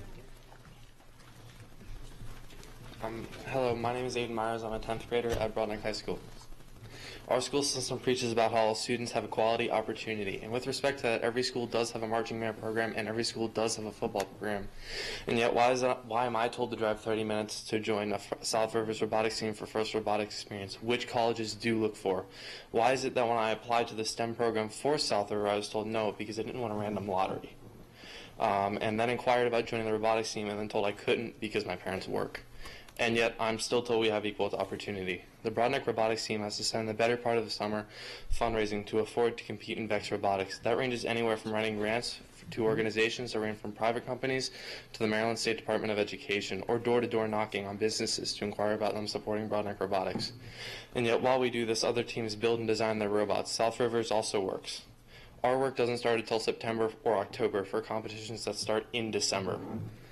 And yet I'm told we have equal opportunity to learn. With this, why do we not get funding from AACPS when the basic processor for the new, more powerful technology starts at $449? And yet, why do we have to go to the state for a grant that we may or may not get year after year, and other resources to be able to compete? And yet I'm told I have equal opportunity. To those who might say, well, you don't spend as much time on robotics as marching band or football or other activities. I'm in both marching band and robotics. Disregarding grant writing and promotional events for robotics, we spend about the same amount of time in both. So why are we not funded equally? All I ask for is that my club members, my friends, all I ask for my club members, my friends, is funding to make our experience great and equal to others. Thank you for listening, and have a nice day. I wish for your continued support. Thank you for your testimony. We've got two lights while you were talking. Ms. Antoine, then Mr. Leib. So I just want to share with you guys, thanks for being here tonight, right? I know what you got to do tomorrow, so I appreciate that. I also want to emphasize to you, I know robotics very well. I have a nephew that I send a lot of money to so he can compete. So I don't undermine that. I also would encourage that we not compare it to the other school clubs, because as we pointed out earlier, those schools are funded differently. Those clubs are definitely funded differently outside of what the county does supply overall. But I want to share that I support not only funding you, but I definitely support what you do.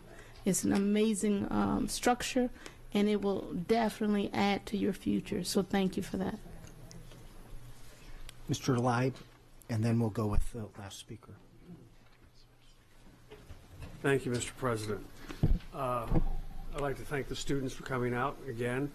But this shows, I think, reinforces my position in that if we have this sort of a discrepancy between how our clubs are being administered, that it comes to this point in time, at this point, I believe it's more appropriate, if we're going to add funds to something, you don't add it for just one club.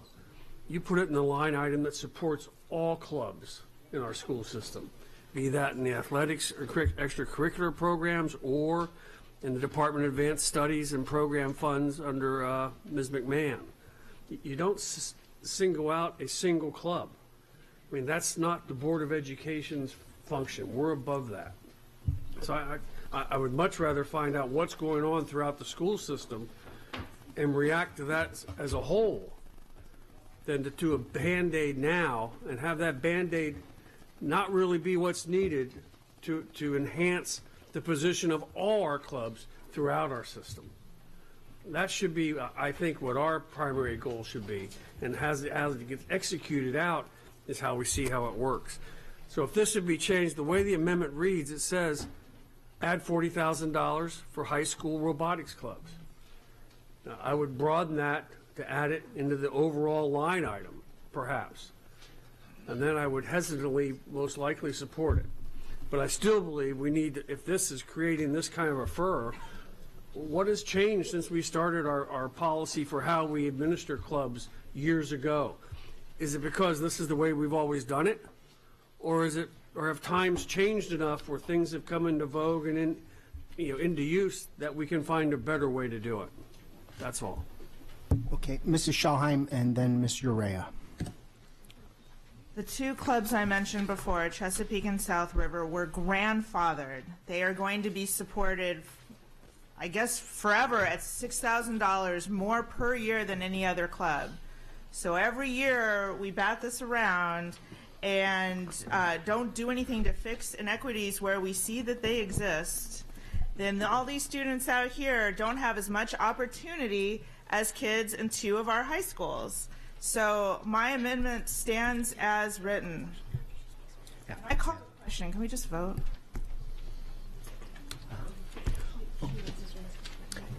We've got a motion. Is there a second? You just called the question, so. I withdraw. Okay. She needs to testify. Thank you. Ms. Urea, you had your light, and then please come up to the podium. And were you going to make a comment? Oh, after? Oh, okay, perfect. Hi, my name is Emma Sneed. I'm a senior at Broadneck High School. I'm the president and co-founder of the Broadneck Robotics Sailbot team. Thank you so much for your time and consideration for this grant. I'd like to take a few moments to discuss the Broadneck Robotics Club. I came to robotics at the end of 10th grade with a passion for engineering and a background in sailing. My friend and I started the robotics sailbot team, and Mr. Olson, our amazing robotics advisor, supported us in founding the team and competing in the Sailbot International Robotics Sailbot Competition. We learned new skills and collaborated with so many different people of different backgrounds and skill sets to create our remote control sailbot, affectionately named Jim. This process, Broadneck Robotics, has allowed our sailbot team to build a boat with our own hands, learn unique skills, and become inspired and to pursue other careers. It has truly brightened my future by giving me extremely valuable, practical STEM and leadership experience, especially in the career field I plan to go into. I can now go into college with experience under my belt, and it has shown many others unique opportunities to apply to other engineering fields. Opportunities that without adequate funding, many students would not be able to have. I don't think that it's okay that other schools get $6,000 every single year and we don't get anything from the county. I spend countless hours fundraising for not just Sailbot, but robotics as a whole, and I'd like to spend that time actually working on my robot because it needs to be done by the competition date. Thank you. Thank you. Thank you for being here. In the best interest of our community as a whole, I think we need to look at what robotics really is and what this is about. Robotics isn't just any club. This is a club that teaches skills that are the 21st century economy. We're talking about coding. We're talking about programming. We're talking about engineering. We're talking about all of the kind of things. The fact to me that this is an extracurricular activity, is not embedded in our curriculum, is already showing that we probably need to be taking a step forward. This is the kind of thing, robotics is the kind of thing that is connecting our young people to jobs of the future, to jobs that, especially in this county. So I feel like, debating over a $40,000 budget item that is one of the biggest career fields and gateways in our county, in our state, in our country is nuts. This should be a no-brainer. Please, please, robotics for all. This shouldn't be hard. Thank you. Hi again. So, NASA, SpaceX, Northrop Grumman, Lockheed Martin, the list goes on. What do they want to see in our kids? They want to see extracurriculars that highlight computer science, engineering, physics, chemistry, other STEM fields. What better way to represent that in our student body than by funding the Robotics Club? What better way to help people like the student that you mentioned from Annapolis High School, Miss Hira? I taught her a couple of years ago. She's in our technology club. The things that she could accomplish with this type of amendment. I mean, when I started coming up here for advocacy, it actually had very little to do with the teachers. It had to do with the idea that maybe students were going to get left behind in some of the back and forths that we do here. That's where I started.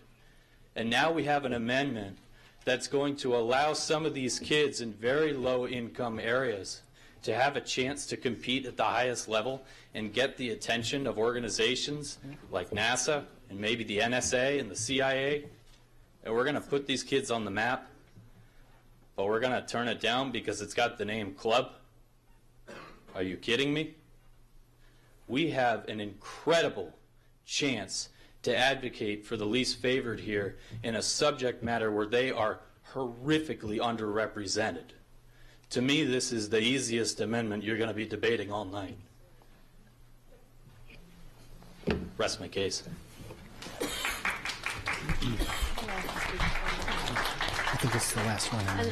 I just think people are missing another point would be sportsmanship and fairness. And I don't think it's fair for my nephew and my son to compete against another team who automatically starts out $6,000 ahead. I think it's unfair and cruel. If another school had a $6,000 budget for marching band uniforms compared to somebody that doesn't, that wouldn't be fair either. So I agree that it should be all clubs, but in front of you is robotics, and in front of you, 2 teams are getting $6,000. And that's not fair to these kids. Thank you. Mr. Urea. Referring to Mr. Live's comment, I was about to put that amendment in, but then I agreed with you that we should be looking at the policy. So maybe the policy committee moving forward could bring that up at future policy committee meetings with Legislative and Policy Counsel Ms. Ortiz. So, regardless of the outcome of this amendment, I am happy to get that on the docket on behalf of the policy committee. I think it's probably sounds like it's time to review that one way or the other. Mrs. Schallheim. I call the question. Let's vote, please. Thank you. Is there a second? Second. All those in favor say aye. Opposed, no. We now are going to have the vote on amendment number 52. Mrs. Connolly, would you please call the roll? Ms. Urea. No. Ms. Antoine. Aye. Ms. Schallheim. Aye. Mr. Live. Nay. Ms. Ellis. Aye. Mr. Grannon. Aye. Ms. Corkadell. Aye. Ms. Hummer. Nay. And Mr. Gillen. Aye.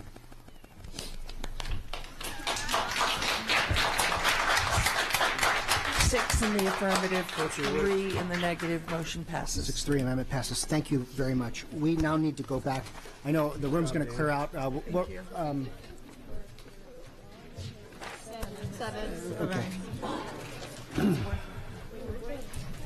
Let's take about a 2-3 minute recess, and then we'll reconvene.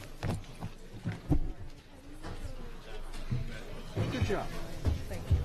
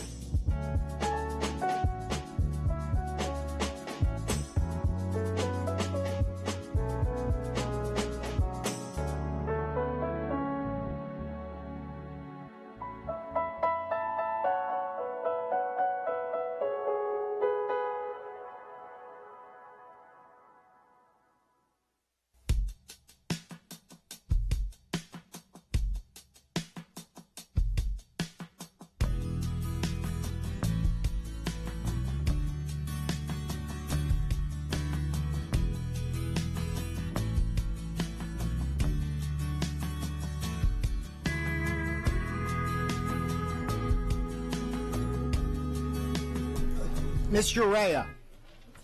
Oh, gosh. So now moving. Okay. Amendment number 7. I know. I move to decrease recommended assistant principals by 5 feet. Sorry. FTEs. Yeah, not FTEs. FTEs. And $660,000. No, $660,200. Great. Is there a second? Second. Okay, would any member like the record to reflect that they join in making this motion? Seeing no hands? Oh, you do. I'm sorry. Mr. Leib and Mrs. Corkadal. Okay, great. So this is amendment number 7 to decrease the recommended assistant principals by 5 FTEs, with 2 members joining and making that motion. Mr. Leib. The context of this amendment was, as I looked at the budget, I wanted to address a few things. I wanted to address class size reduction. I wanted to address school psychologists and guidance counselors, the mental and safety side, social workers, and English as a second language, ELA teachers and bilingual assistants. I wanted to add to those items as I looked at the budget. And so when I did that, I looked at the program enhancements that the superintendent was requested, and I tried to create a scenario in my mind where I could justify, decreasing here and increasing there in order to meet the goals that I had in my mind. So that's the context of how this came about. It's not an amendment to say we don't need our assistant principals. I know that to the contrary. However, when I tried to balance it, I thought I could gain some flexibility for some of the other goals I had in mind by offering this amendment in order to support others. Matter of fact, I have some more amendments coming in that were my initiative with the same sort of context given it, in that I did not want to increase the superintendent's recommended budget, so I tried to come up with a balancing act between all things that are important, but others that I wanted to emphasize this year. So that's all I have on that. Thank you, Mr. Leib. Ms. Antwine, then Mrs. Corkadal. So I had the privilege of visiting schools during January. We need assistant principals at the elementary level, and it's a dire need. It's just not a nice to have. As our schools are becoming more challenged, the overpopulation that we talk about, the curriculums that are changing. One example, I remember right after a huge snow, one of the principals, one of the students at the elementary school was playing in the snow. And so I walked up because I was like, well, why is this kid outside playing in the snow when school is in session and he's the only person out there, only to find out that the principal I was there to visit with was actually outside with him and his grandmother and his mother to help, because he had done something that deserved disciplinary actions, as well as basically it's time for him to go home. She had to request that we wait until she could manage that, because she didn't have anyone with the skill set to fill in for her.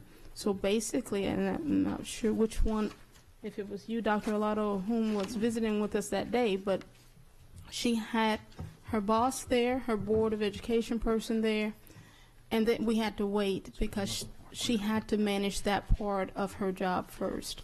Therefore, I support having assistant principals, especially at the elementary level, because we're changing drastically, and they need the support.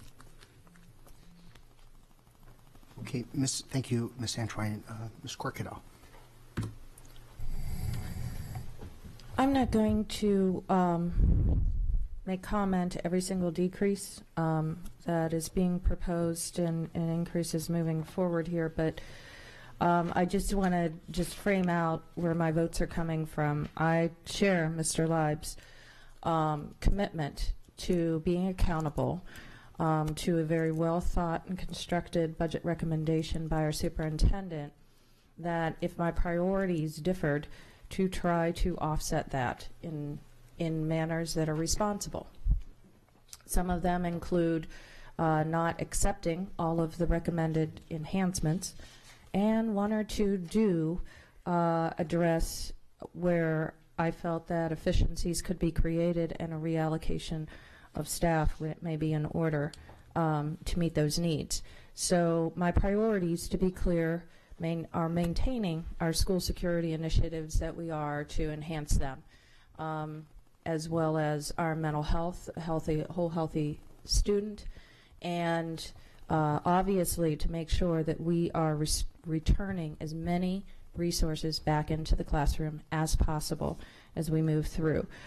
With that in mind, my votes will be reflecting those comments tonight, and so I thank you, Mr. Lott. Thank you. Seeing no more board comments at this point, are there any public comments? Yes, ma'am. And Mr. Myers, too. Well, once again, good evening. I would encourage every board member to vote no on this recommendation. I think we've heard tonight from one of the parents that at North County High School they need even more supervision in the schools. And I know for a fact that some of our very large elementary schools that have over 700 children, they absolutely need an assistant principal. In any small elementary school, if the principal's not there, the reading teacher takes over, or a secretary takes the job on at times. That should not be happening. We absolutely need the staff. We're understaffed. It's plain and simple as that. So I would once again encourage you to vote no on this particular amendment. Thank you. Start hearing them. Hi, I'm Holly Kleiderline, elementary school counselor. With respect, Mr. Leib, please no. 42 schools without an elementary assistant principal. That means that it's often the school counselor that has to step up when the principal's out of the building. We know that's at least 2 days a month for meetings, 10% of the instructional time when someone other than a trained administrator is there to administer. If you want your child with a 504 to have someone ensuring that it's implemented, then you want an assistant principal because they're the ones who take care of the administrative tasks with a 504. If you do not have an assistant principal, often the school counselor is a 504 facilitator. They're scheduling 2 meetings for every 504 case. So that could be 40 meetings in a year. Your school counselor is doing administrative tasks on 504, which besides caseload is the #1 concern of elementary school counselors. They are saying, please, we should not be in charge of 504s. But if you get rid of assistant principals, that's what's going to happen. I can also tell you, as an elementary school counselor, without an administrator, I've done lockouts, lockdowns, tornado drills, tornado in place, shelter in place. I've had to ask parents to leave the building because there's no administrator there. So please do not reduce the number of assistant principals. Thank you. Thank you. Ms. Wilkerson. Ms. Wilkerson, SAAC. I stand opposed to this amendment as well. Student population in our overwhelming majority of our school is up. Issues and concerns of the student population is growing, and we need additional staff. There are opportunities and times where I've seen, like you said, when the counselor has to step up and do things. There have been secretaries that have been left in charge of buildings, and until the principal or there are some schools that do not have an assistant principal. They are definitely needed in the schools, and reducing them is not advocating for our students. Reducing staff only puts the burden on others, and it makes it hard for that day. So please, I agree. I oppose this bill and do not vote for this. We need members. We do not need to be reduced. Not at this time. Thank you very much. Mrs. Ellis and then Mrs. Shaheim. So I'm supporting very few items throughout the evening to add to the budget, and I am going to be in support of many of the cuts that will be proposed tonight. But my overall philosophy is the direct impact on the student, and I do believe that these assistant principals will be a direct impact on the students. So I will be supporting, I will be opposed to the amendment and supporting the addition of our assistant principals. Thanks. Mr. Shahin. I echo a lot of what Ms. Ellis said. I support a whole lot of cuts in here, but not if they directly touch students, and this is one of them. So I definitely oppose this amendment. And I call the question. Okay. Just procedurally, second, all in favor of ending debate, say aye. Aye. Opposed, no. The ayes have it. Mrs. Connolly, this is now a vote on amendment number 7. Ms. Urea? I don't want to decrease, so I would vote no. No. Okay. Ms. Antwine? No. Ms. Schulheim? No. Mr. Leib? Ms. Ellis? No. Mr. Grannon? Aye. Ms. Corkadell? Aye. It's double negatives. Ms. Hummer? No. Mr. Gilliland? No. So it's 1, 2, 3 in the positive and 6 in the negative. So it's 3 to 6. Motion fails. Thank you very much. We'll now move to good news, bad news. Good news is we're going to start bundling, I think, after this amendment. Bad news is we've got one more single one to do. So, Mr. Urea, amendment number 8. I move to decrease recommended computer science specialist by 1 FTE and $182,600. $182,680. My apologies. It's late. Okay, is there a second? Second. Okay, there's a motion. There's been a second. Would any member like the record to reflect that they join in making this motion? Seeing none. Very good. We've got 2 lights. So Mr. Leib and then Ms. Antwine. This amendment has the same context as my previous amendment. Perfect. Thank you. It's the best comment we've had all night, I think. Ms. Antwine. So mine is just a question. Does this FTE currently exist, or is this a recommendation? Okay. Thank you. Okay. Seeing no other lights, is there any public comment on this? Okay. Please.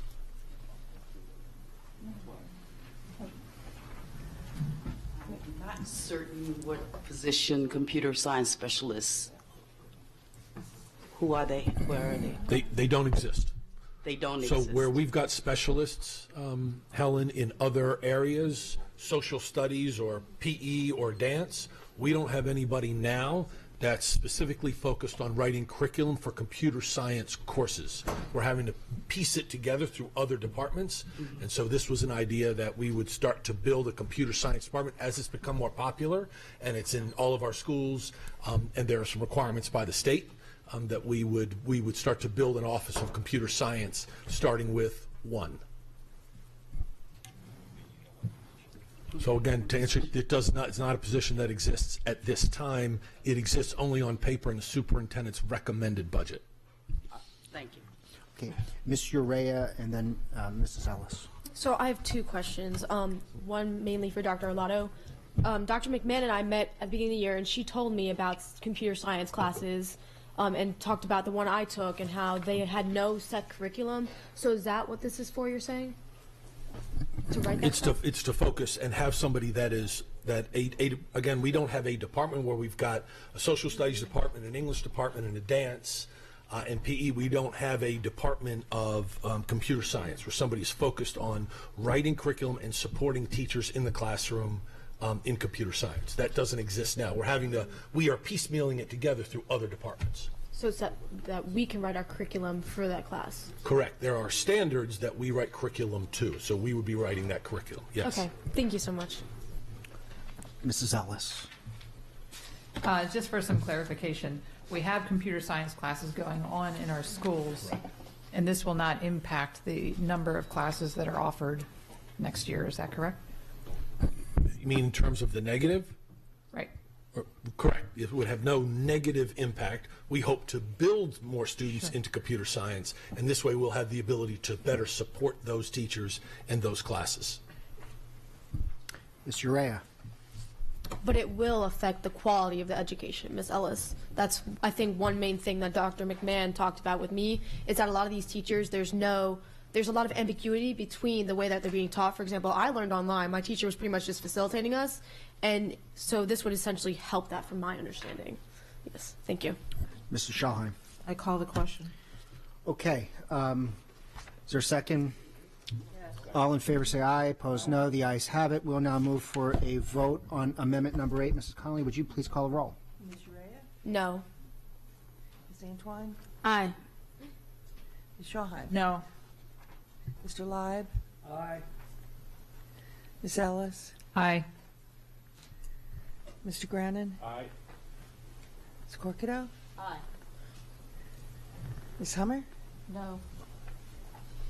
Mr. Gilliland? Aye. And before the final vote, Mr. Schallheim, did you have?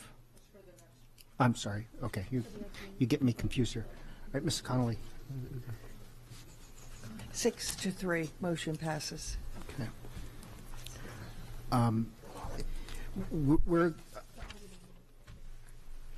Are you going to speak specifically on 9 because there's going to be a bundle motion? I want to move to bundle all okay. of those. And I know there's I had a note, so if you would hold for one moment, because I think, Mrs. Hummer, you had a bundling motion? Yes, I'm sure it's the same thing. I move to bundle amendments 9, 10, and 11. That's exactly what I was going to Okay, move perfect. for. Yes. Okay, Yeah. awesome, thank you. Motion, there's a second to bundle. All in favor say aye. Aye. Opposed, no. The ayes have it. Just for transparency, to read into the record, amendments 9, 10, and 11 at this point, Mr. Rea.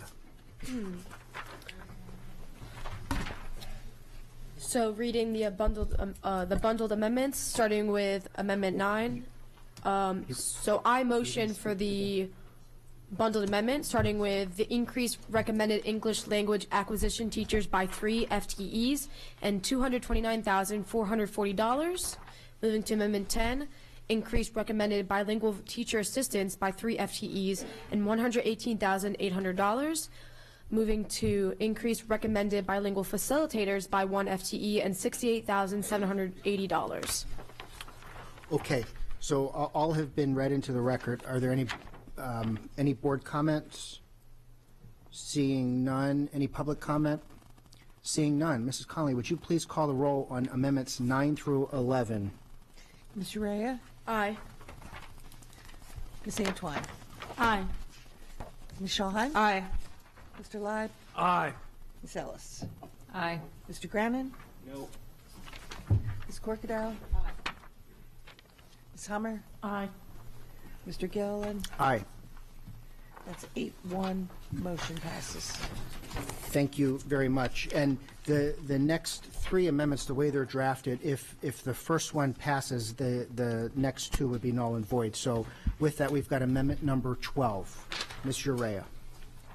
I move to add 32 FTEs and $3,053,370 for EEE program expansion to selected elementary schools in the Arundel, Glen Burnie, Old Mill, Severna Park, and South River clusters. Elementary schools which cannot accommodate the EEE because of capacity issues would not receive FTEs to expand the program. Is there a second? Second. Okay. Would any member like the record to reflect that they join in making this motion? Mr. Grant, Mr. Leib? Wow. Okay. We've got that captured. Okay. Ms. Antwine, First Light. So I see this and I see the money. I understood historically, though, we put money towards all of our schools, our elementary clusters getting this. So what happened in that case if they haven't gotten it yet? No, I'm saying it's my understanding that Triple E, there was money put forth for all of our schools to move into a Triple E outfit, so just the clusters. So, okay, so that answers that question. So then my other question would be, so every year are we coming to vote on which clusters get the Triple E? Is that what's happening? Not if this passes. This would expand it to all of them. In the previous, we did one cluster at a time, but this would do all of them. Sure. And yeah, so for the record, what was said by way of answering, and I'm sorry, it was just, I think a lot of people were answering you at the same time, so just for the record. So what I just said to Ms. Antoine was, in the previous years, it was one cluster at a time, but this would do all the clusters remaining that are able to accommodate this. Okay, and final question, if this the Triple E instructors are incredibly engaged and they are trained at a whole nother level than, what the layman here would understand. So does this amount include the training that they would need to instruct across the board? I believe the answer is yes. So this is not my amendment, but I believe the number that's constructed includes not only the hiring of the FTEs, but the training that would occur, as well as field trips, materials of instruction. We've built these in other clusters, so we've got some numbers to go on. So my understanding is that this would include not only the FTEs, but monies to build the programs in each of the elementary schools that would be eligible based on this amendment. Thank you. Mrs. Ellis. So a question and then a couple of statements. So does this amendment expand now the program to all the clusters, just with the exception of some schools? Am I understanding that correctly? Correct. Yes. Okay. I personally would rather see this type of educational experience incorporated into the classroom, into the educational experience daily for our students. This enhances our elementary school students' experience for 1 hour per week. I would rather see these funds used for more guidance counselors, psychologists, and or further class size reduction. Okay. Seeing no further lights, any public comment on this item? Amendment, I mean? Seeing none. Mrs. Connolly, this is a vote on amendment number 12. Would you please call the roll? Ms. Urea? Aye. Ms. Antoine? Aye. Ms. Schulheim? Aye. Mr. Live? Aye. Ms. Ellis? No. Mr. Grannon? Aye. Ms. Corkadale? Aye. Ms. Hummer? Aye. Mr. Gilliland? Aye. 8-1, motion passes. Thank you, Mrs. Connolly. Can I just get general consent among the board, given the passage of Amendment 12, that amendments number 13 and 14 can be withdrawn?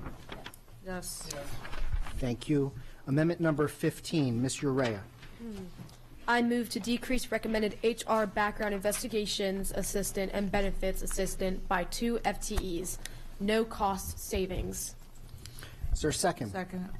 Would any member like the record to reflect that they join in making this motion? Mr. Live, Ms. Schulheim, Mrs. Corkadale. Okay, and lights, Mr.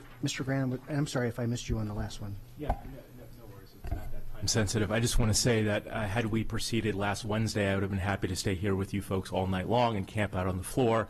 However, I believe I'm correct in saying I'm the only single parent up here. I have a 9-year-old and a 4-year-old, and due to the rescheduling of this meeting due to the snowstorm, I have no access whatsoever to extended child care. So I just wanted the record to reflect that. Thank you. Next, Mrs. Hummer.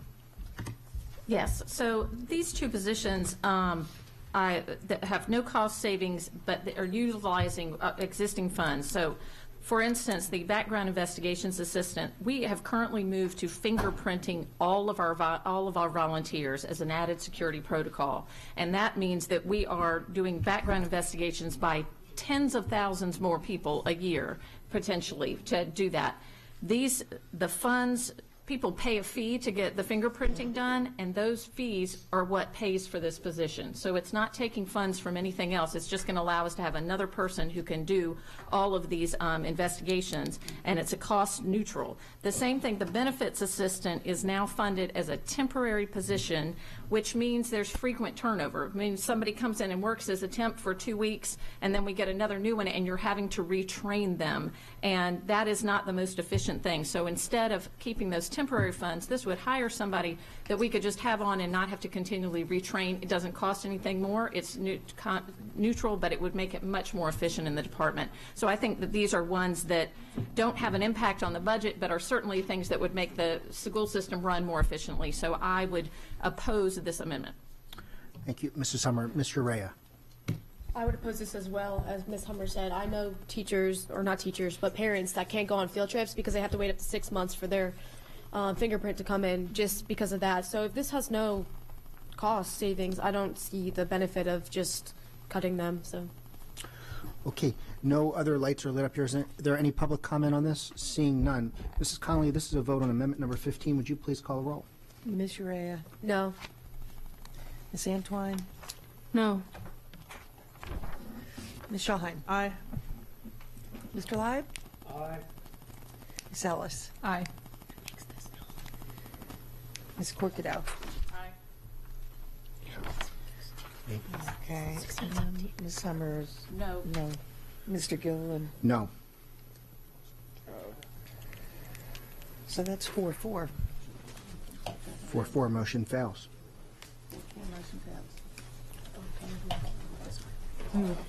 Okay.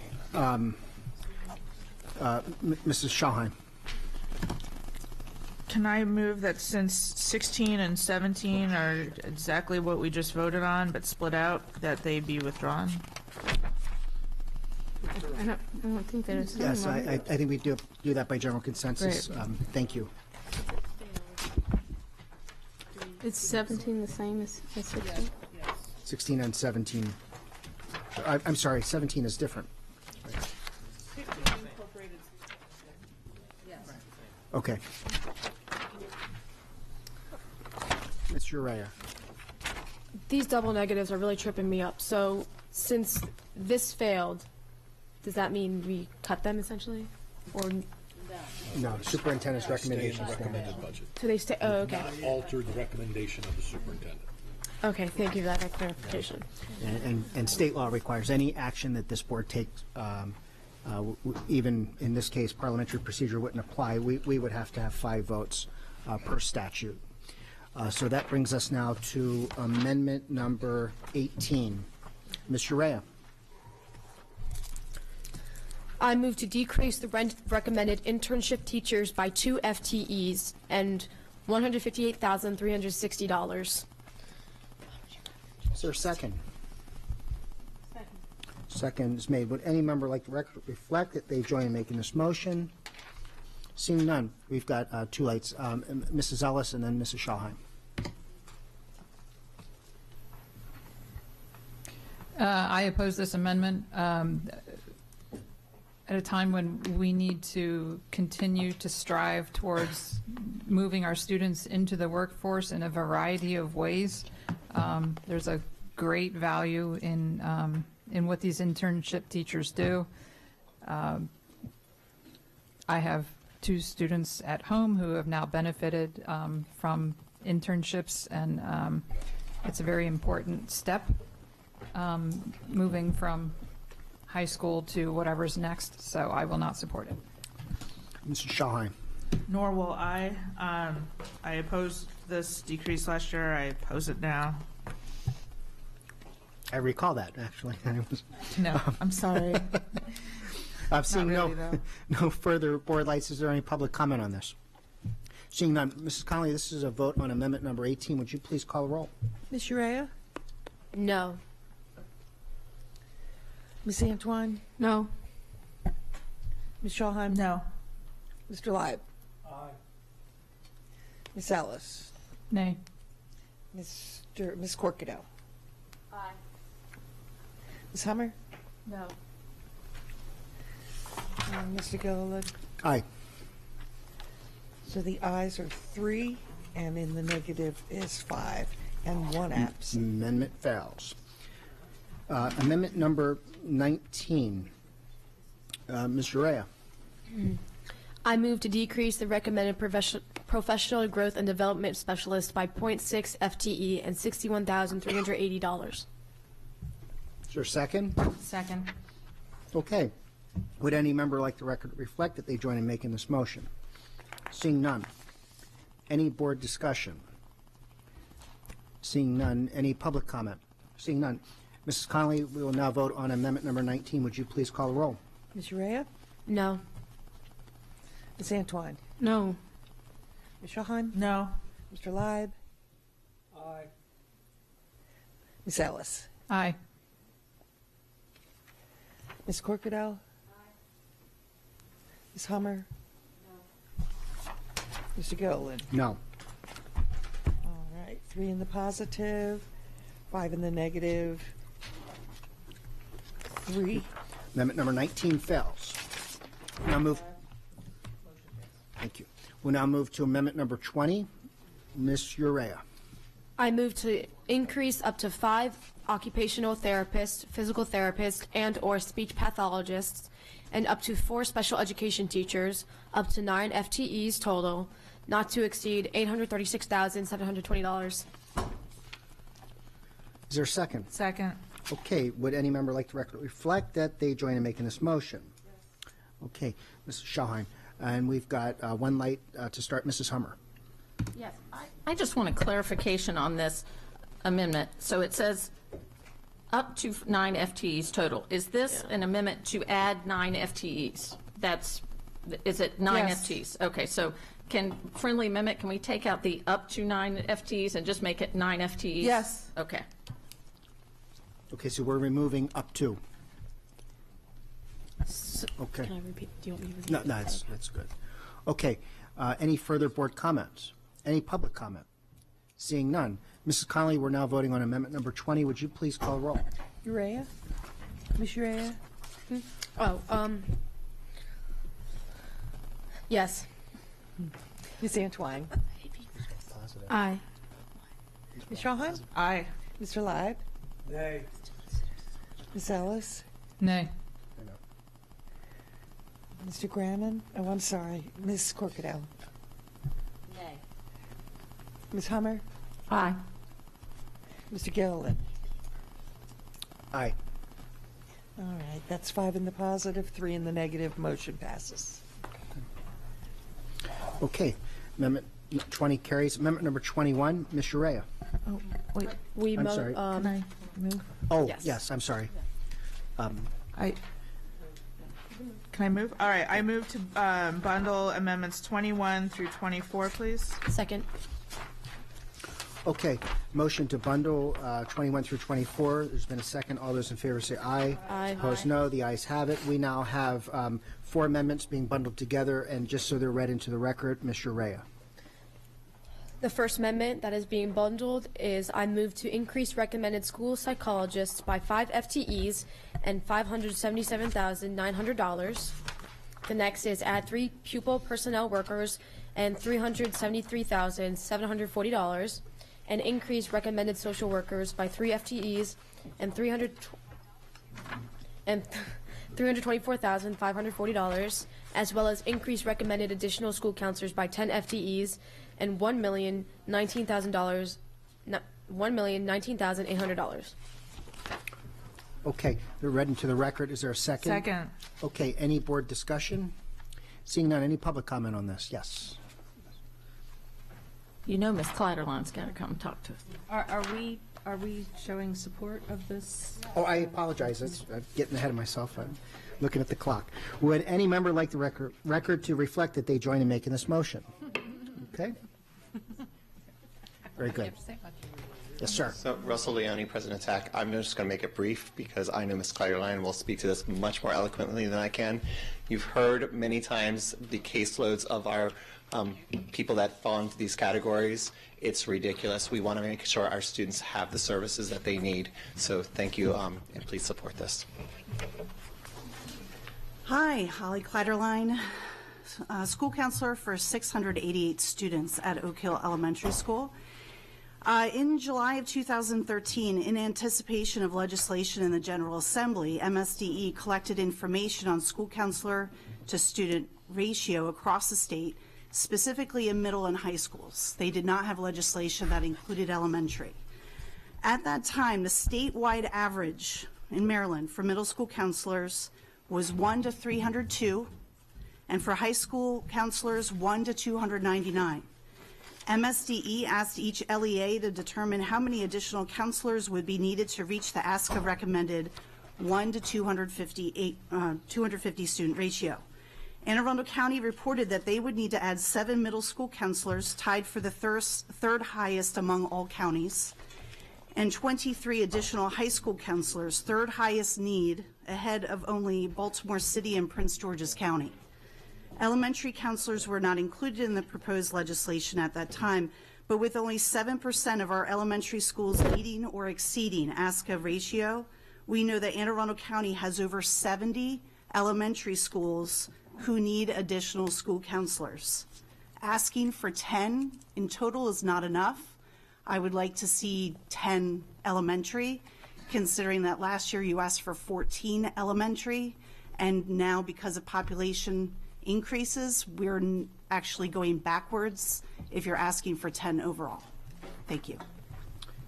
Thank you very much. Any other public comment? Seeing none. Any other board comment? Seeing none. Mrs. Connolly, we're now voting on amendments number 21 through 24 inclusive. Ms. Rhea? Aye. Ms. Antwine? Aye. Ms. Shawheim? Aye. Mr. Live? Aye. Ms. Ellis? Aye. Ms. Corkadell? Aye. Ms. Hummer? Aye. Mr. Gilliland? Aye. Motion passes 8-0. 8-0. One Thank absent. you very much. Amendment number 25. Ms. Urea.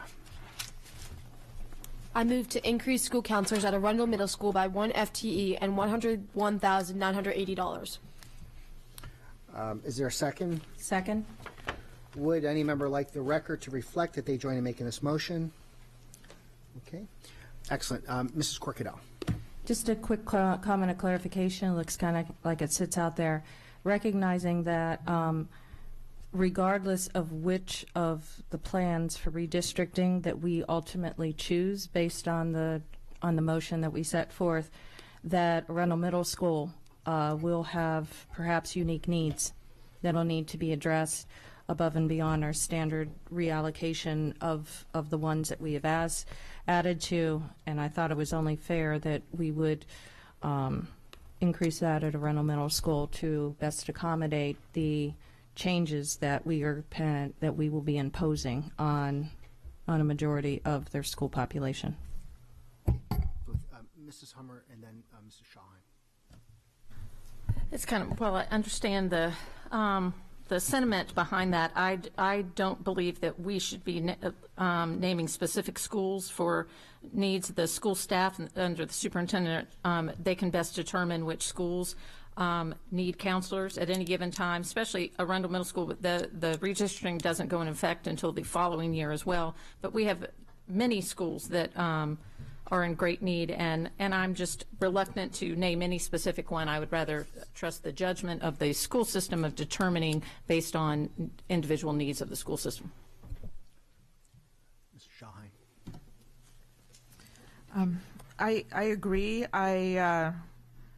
I think that the placement of school counselors is best left to Dr. Arlotto and his team, and so I have a friendly amendment to strike Arundel Middle School and just increase another 1 FTE for school counselors. Mr. President, I would be willing to amend that to accommodate the concerns set forth, if so inclined. Great. Seems like that same spirit, same intent. Any other board questions or comments? Ms. Urea. I'm very glad I heard that friendly amendment because that does fall, in my opinion, under Dr. Arlotto's judgment. But although I do support mental health and the need for counselors, I just can't support one more, being that we've already asked for a huge chunk. So.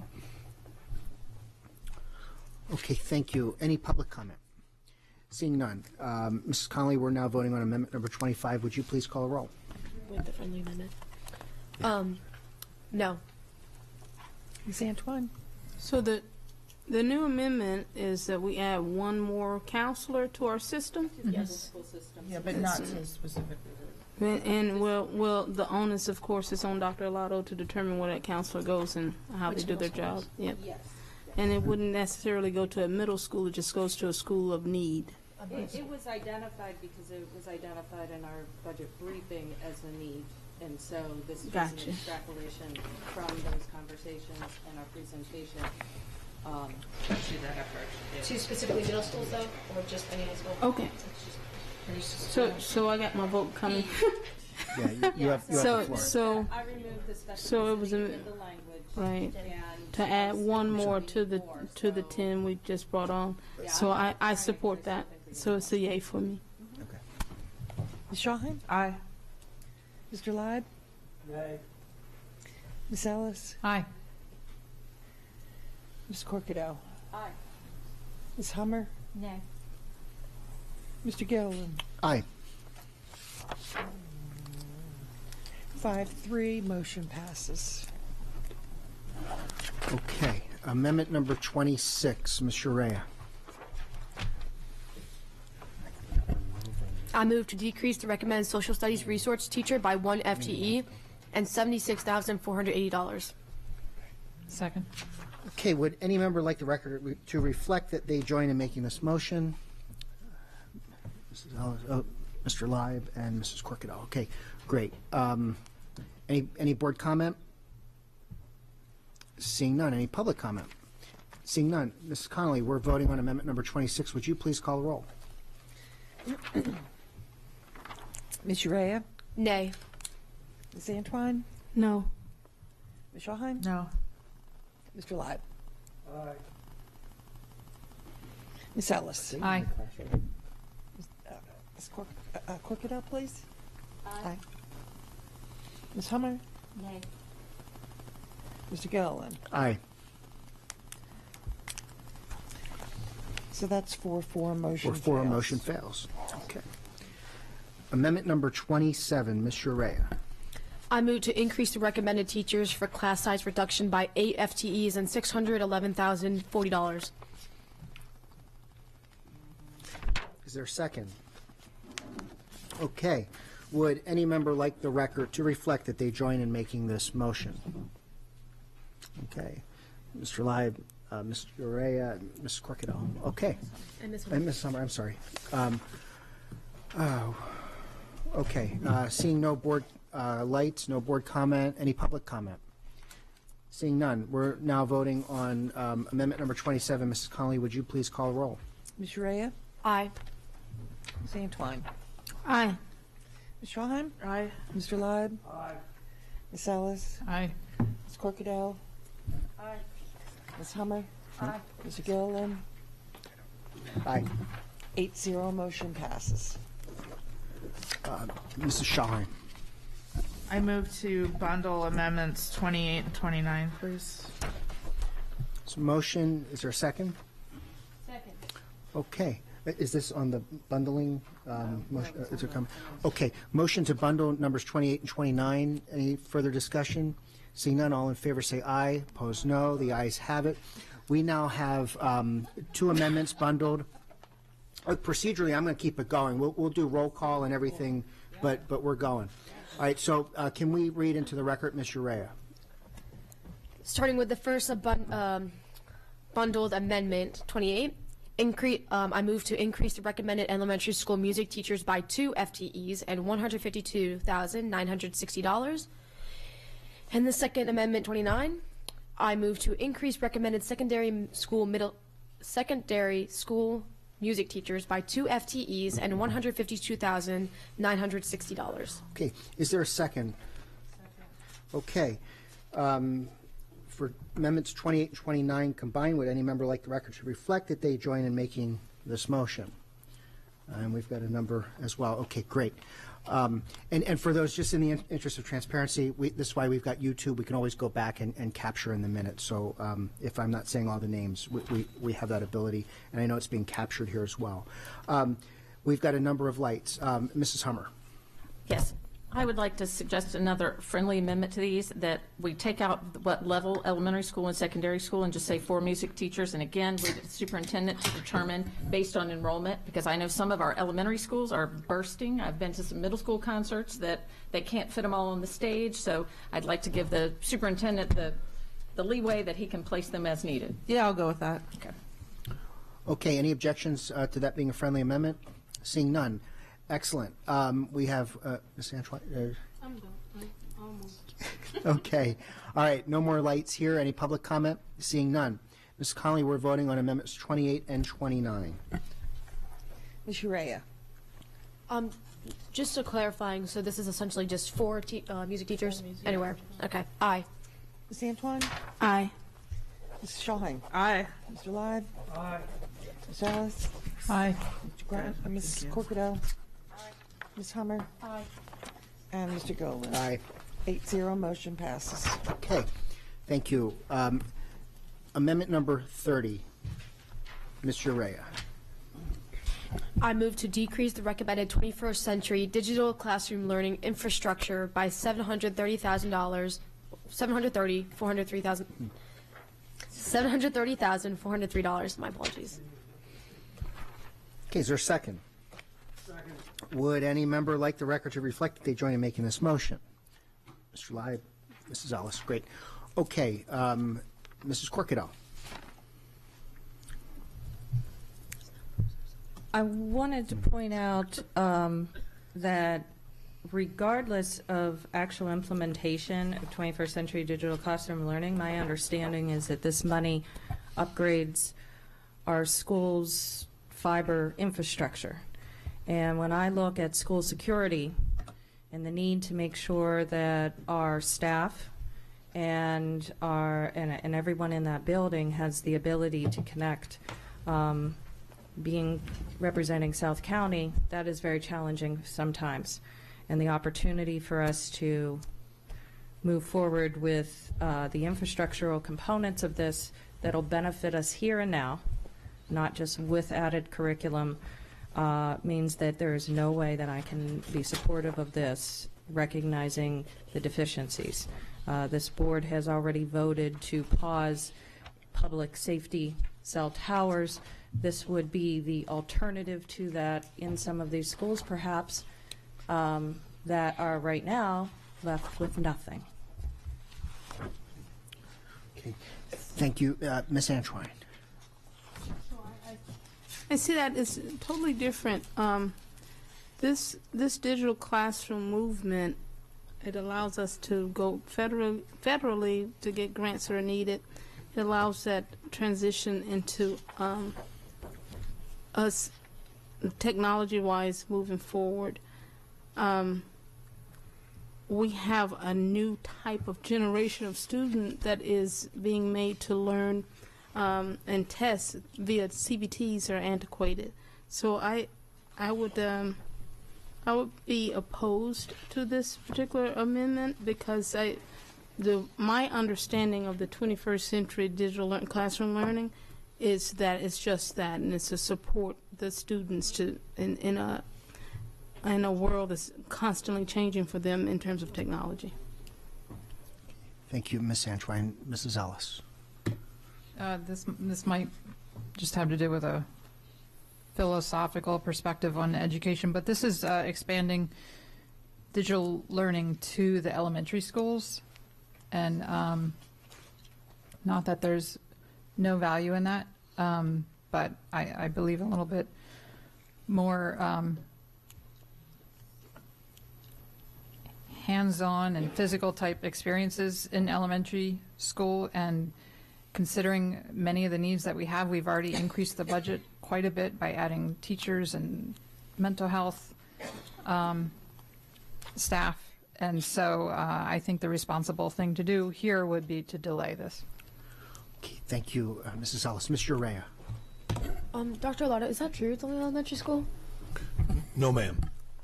As we reviewed during the budget workshop, we went over this line item, and what is being recommended is something just north of $1.4 million and includes 7 positions. What is being recommended here is almost to cut that in half, in essence. But this is not for elementary digital learning. No, ma'am. This is for building our infrastructure. So this includes positions to help with digital safety in terms of students accessing the internet and the infrastructure that we have here at Central Office. It includes staff that can help teachers implement digital learning across all classrooms. So this is well beyond just elementary school. It's not built just for elementary school digital learning.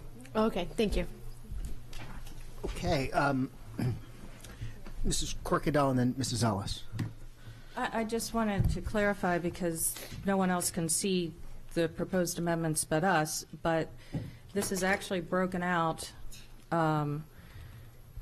So the next amendment also addresses the same thing that I specifically requested of the members who were proposing us to not bundle this, because this particular piece, as I said, for me, this is about school security, and this taking this opportunity to increase that infrastructural component is important. And this is, I believe, the dollar value that's roughly parsed out for that. And so that is, so I would just caution, because some people were starting to bleed over into comments that are actually more relevant to amendment number 31, that this portion is a different component of that bigger line item than the other. So Mr. President, could we possibly help facilitate the conversation? that would be appreciated with my time. I will yield the rest to. So to pick up on Ms. Corkadell's comment, so the 21st Digital Century Curriculum suite of program enhancements includes an infrastructure component, and then it includes a personnel and professional development and curriculum component. So we have now concluded, or with this final year, we will conclude the build out of the countywide high-speed, high-security underground data connectivity element. So that essentially will be completed at the end of the upcoming fiscal year with the support of the county through that partnership. We have already built out internally to the building. So everything I just talked about is external to the building. We have built out internally the capacity to maximize that newly installed high-speed, secure, underground, robust infrastructure at our elementary and high schools. That is completed. The superintendent's recommendation would then allow us to have the routers, the hubs, the switches, the higher speed wiring, and the antenna infrastructure in the elementary schools to bring the elementary school throughput for things like digital curriculum, but also for security, for food and nutrition services, for everybody else that rides the data backbone, to bring the elementary school levels up to the same throughput as our secondary schools already are. But knowing that we have 77 elementary schools and that would be a big financial lift, the superintendent's recommended that we install that infrastructure in the elementary schools, but do it in 25% of our elementary schools per year for the next 4 years until they're all built out to the same capacity. So amendment number 30 does not have any personnel costs in it. It is all hardware, wiring, and infrastructure to do 25% of our elementary school footprint. I hope that helps, sir. It does. Tremendously. And if I may just ask a follow-up clarifying question.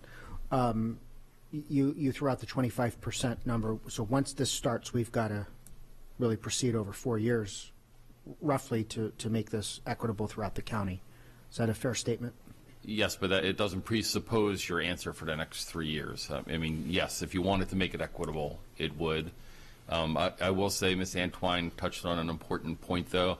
Much of this hardware is E-rate eligible.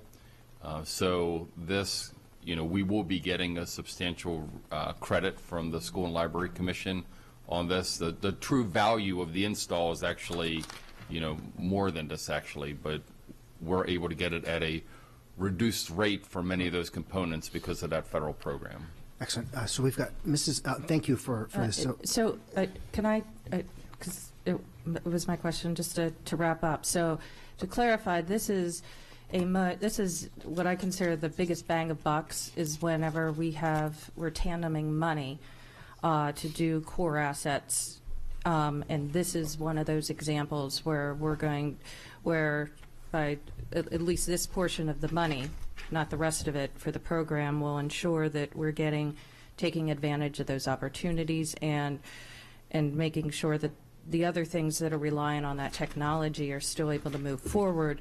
And I know that school security and advancement of it includes, in an ideal world, an ability to have those connections that we currently do not. Right. Depending on which piece of hardware it is, and I gave you sort of a laundry list, some of those hardware components we can buy at 50% less than what the market value is of that because of the discount we get through that federal program.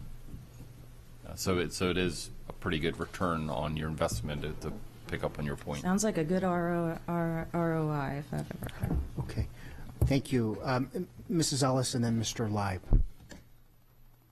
So just to clarify, this is for the elementary schools. And I'm reading the amendment, program enhancement, sorry, not amendment, program enhancement in the budget request.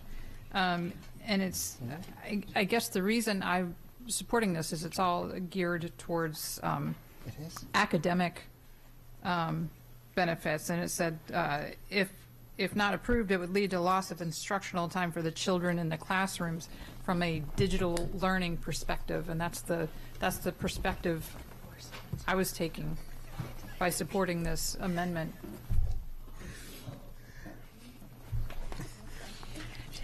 Thank you. Mr. Leib. Mr. Saknovich, what is the status of the wireless networks in our elementary schools today? So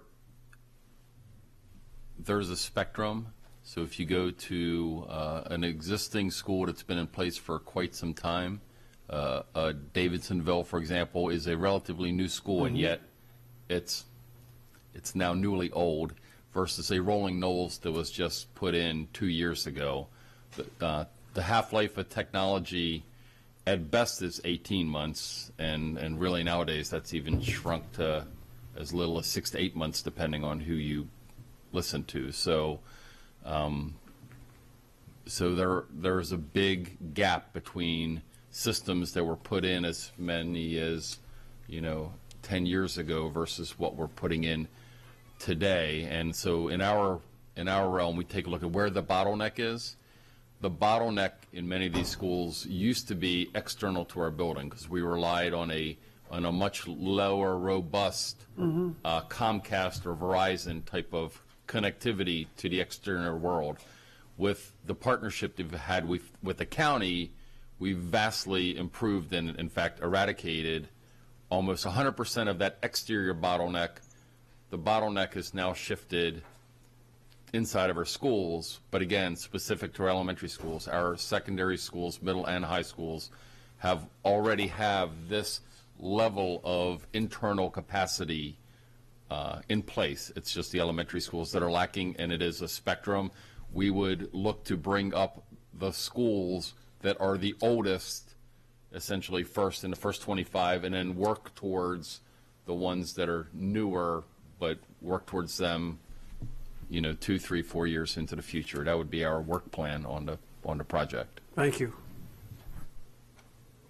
Okay, thank you. Seeing no further board lights up here, any public comment on this? Seeing none. Mrs. Connolly, we're voting on amendment number 30. Would you please call the roll? Mr. Rea? Ms. Rea? Oh, no. Ms. Antoine? No. Ms. Schallheim? No. Mr. Leib? Aye. Ms. Ellis? No. Ms. Corkadell? I'm sorry. No. Ms. Hummer? No.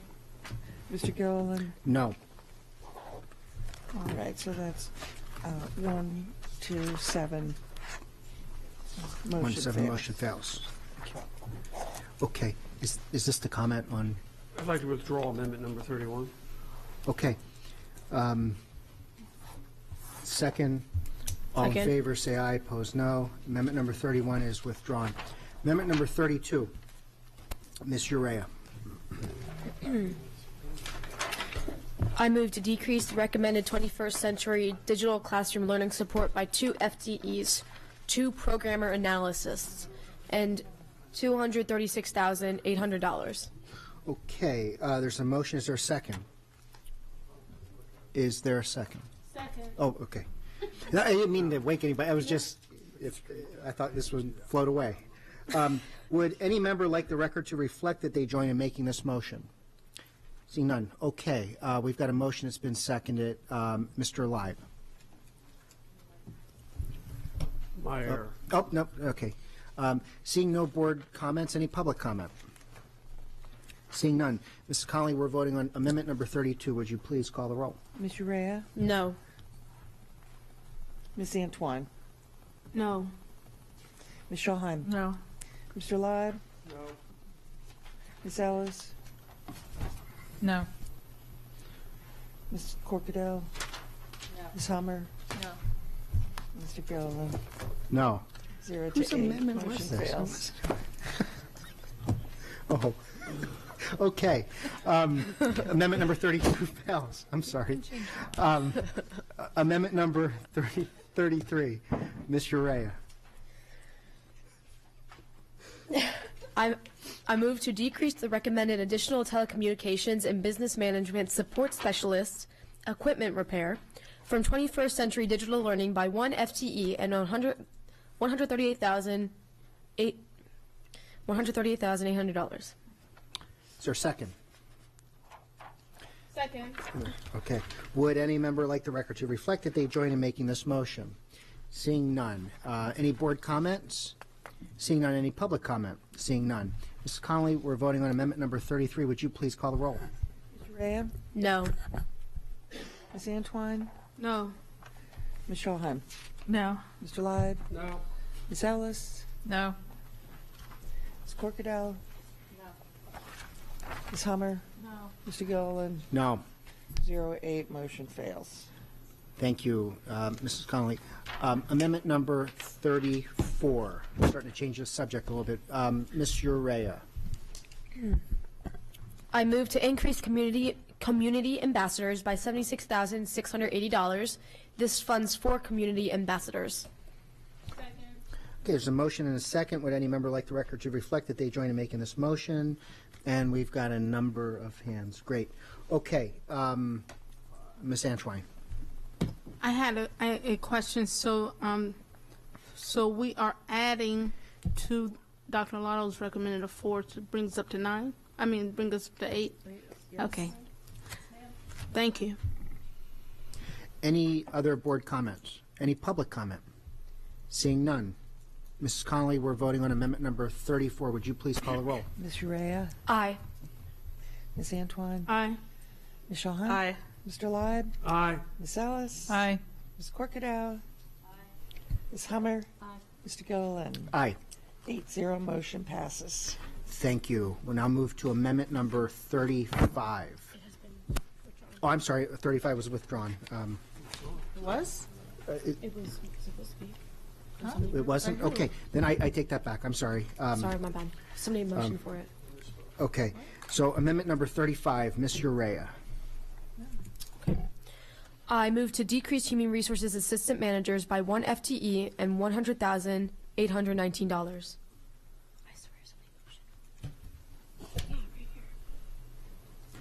Oh, yeah, somebody did, that was withdrawn. Oh, that is my apology. It was 36. Okay, you okay, meant so we're 36. good, okay. Right, No worries. It's okay. No, sorry, okay, no problem. So The next one. with 36 will be withdrawn. So amendment number 35 is on the record. It's been read. There has been a motion. Is there a second? My apologies. Second, okay. Board discussion, Mr. Live. I'd just like to note for the record that this is an existing position and is occupied. Mrs. Hummer. Yes, I would like to know, because this is to eliminate a position and basically fire an existing employee, how did this suggestion come about that this position was not needed? If anyone can share that rationale.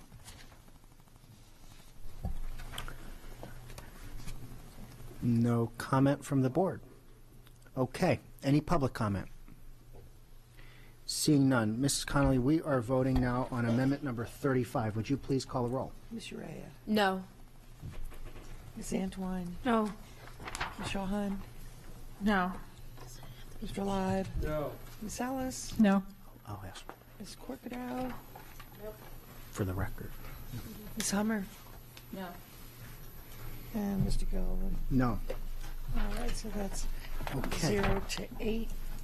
Motion fails. And we're withdrawing 36? Yes, we've got a motion to withdraw amendment number 36. Is there a second?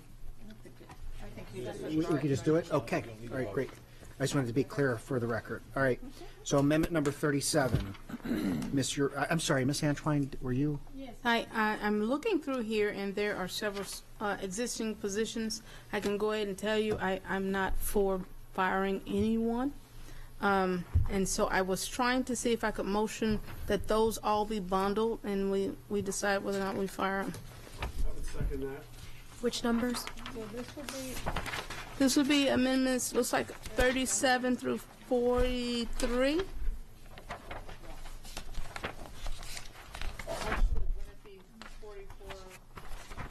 those are recommended ones, not. Yeah, so 44 is getting into new. Okay, so this is to bundle, so a motion's been made to bundle 37 through Looks like through 43. Is there a second? Second. Mr. Gilliland, could I? Yes. You may want to just motion to withdraw them and vote on withdrawal. Okay. Let's do and I that. can withdraw the no, motion no. if that Bundle if that first. works. They're not my motion. They're not I'm just making mine. a suggestion that someone may want to do that. Okay. So then I'll recess the motion pending someone. Some of wanting to them might have withdraw. been mine, and I'll withdraw them if that's the will of, seems like that's the sentiment, so I'm happy to withdraw. I just want to make a suggestion, sorry, number 37 is a vacant position, so that would not Oh, result in a firing. Just pointing that out. I think that's the only one, but just pointing that out. It is currently vacant because somebody's moved to a different position. We're in the process of advertising and hoping to interview and hire for that position. Okay. So just so we're clear, so there was a motion. Is that motion been withdrawn? That motion's been withdrawn. If the position is currently vacant, then I think we should So from what I'm Amendment 37 separately. what I'm understanding is vacant because someone left the position, but we're actively recruiting for that position, which means people may have put in applications with the expectation that they'll But we be wouldn't hired. fire someone. I'm just pointing out, it's not the same thing. I'm just pointing out that you don't necessarily want to consider them the same way. We can separate it. I just want to, when it comes to hiring, firing, recruiting, or otherwise, I kind of want them bundled so we can vote on Let me suggest this, then, in the interest of time, let's vote on Amendment 37, then bundle 38 through 43, okay? Or withdraw, yes. Okay, so Amendment number 37, Ms. Urea. I move to decrease the alternative education, student support services, secretaries by 1 FTE and $62,100. Is there a second? Okay. Would any member like the record to reflect that they join in making this motion? Seeing none. Any board comments on this amendment? Seeing none. Any public comment on this amendment? Mrs. Connolly, we're voting solely on amendment number, I'm sorry. If I could just share, so that the board is aware, while, again, it is a vacant position, and we're in the process of advertising and hiring to fill that position, this is a position of one. There's one person that supports, as a secretary, alternative education. Okay. Mrs. Connolly, we are voting on amendment number 37 only. Please call the roll. Ms. Urea? No. Ms. Antoine? No. Ms. Schulheim? Knowing that it's just the one secretary for the whole department, no. Mr. Leib? No. Ms. Ellis? No. Ms. Corkadell? No. Ms. Hummer? No. Mr. Gilliland? No. That's 0 to 8. Motion fails. That could have been bundled. All right. Miss, for comment, Ms. Urea. I would just caution the board members before trying to fire anybody. I know I personally haven't met with all departments, so I can't speak for any department that I haven't met with. I don't know what you do. I know it's very pertinent to the school system. I have met with some departments, though, and I know that secretaries are very important to these departments. And as a board member, speaking for myself, I can't speak for other board members, but knowing that I haven't met with all these departments, there's no way I can say that I have the right mind to fire anybody when I don't willingly know what they do. So I would caution the board members to make sure you make an educated decision whether or not you're trying to determine the career of somebody else. Thank you.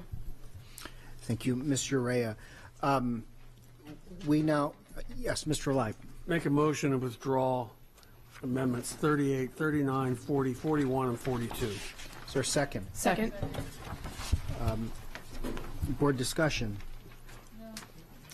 Seeing none, all in favor say. Mr. President, number 43 is of the same variety, so if you wish, you could add that. Okay. I did have 43 written down, I just didn't say it. Okay.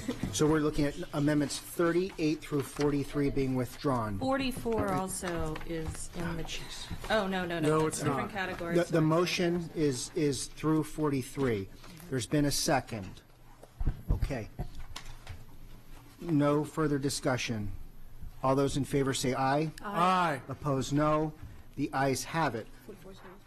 Amendment number 44 separately was withdrawn. So I just want to make sure that we're following protocol here.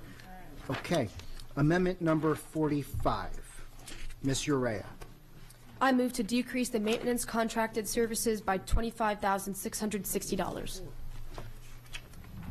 there a second? Would any member like the record to reflect that they join in making this motion? Seeing none. Mrs. Hummer. Yeah, this is one that I don't feel that in any way I would be qualified to say we need less in contracted services for maintenance, because I know that we have to call in specialty people all the time for different oil cleanups or things like that when they come, and I would not want to be the one to making the decision saying that we don't need this. I think that the staff knows very well what they need when it comes to bringing in things that our staffs can't handle right on there. So I would be opposed to this amendment. Thank you, Mrs. Hummer. Mr. Leib.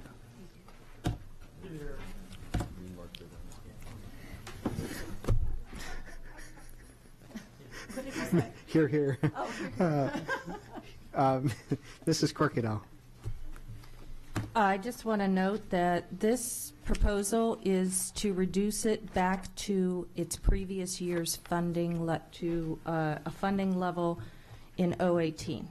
The school system was able to manage with that dollar value, and I understand there's flexibility, but I also understand the dollar value is small enough that if we needed to go acquire different permits or other types of things similar of that nature, that we could probably finagle it.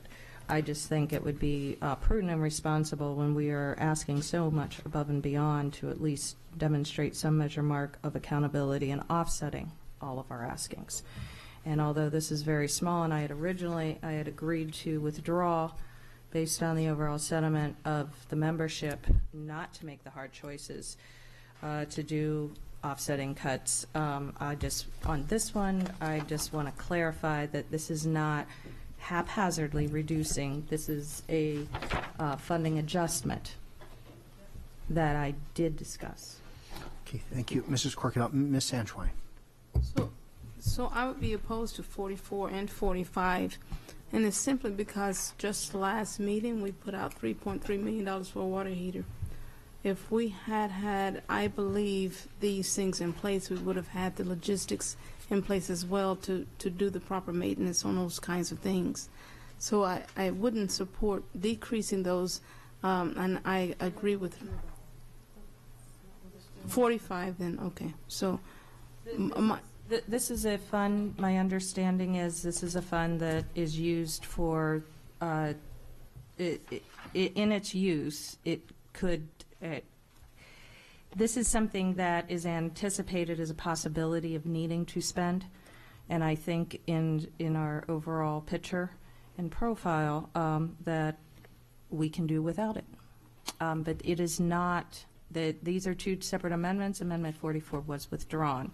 That is a Gotcha. different aspect of the budget that compared to this particular line item. It does not affect the janitor's ability to work on our HVACs and other such things.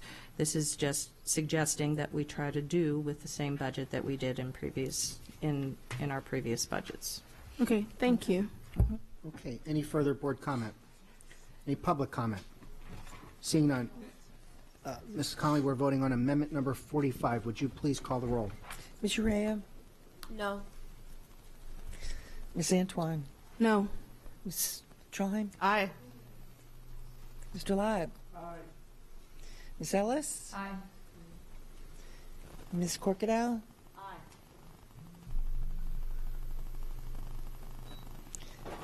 Ms. Hummer? No. Mr. Gilliland? Aye.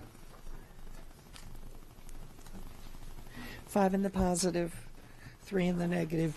Motion passes. Thank you, Mrs. Connolly. Amendment number 46. Ms. Urea. I move to decrease human resources advertising by $27,000. Is there a second? Would any member like the record to reflect that they join in making this motion? Seeing none. Mrs. Hummer. Yes, we are putting forth a budget that is, we're asking to hire well over 300 new FTEs in this, and on top of the normal turnover that we have in any year, and we're going to need to be putting out there for more advertising. Plus, our advertising is becoming more digital and things like that, less of the job fairs, but more getting out there, and I think this is a multilingual as well, and we're asking for a lot, and we need to have the resources there to fill those positions we're asking for, and so I would be opposed to decreasing this budget. Okay. Thank you. Any further board comments? Any public comments? Seeing none. Mrs. Connolly, we're voting on amendment number 46. Please call the roll. Ms. Urea? No. Ms. Antoine? No. Ms. Schulheim? Aye. Mr. Leib? No. Ms. Ellis? No. Ms. Corkadow? Aye. Ms. Hummer? No. And Mr. Gilliland? No. So that would be 2 in the positive, 6 in the negative, 2 to 6. Motion fails.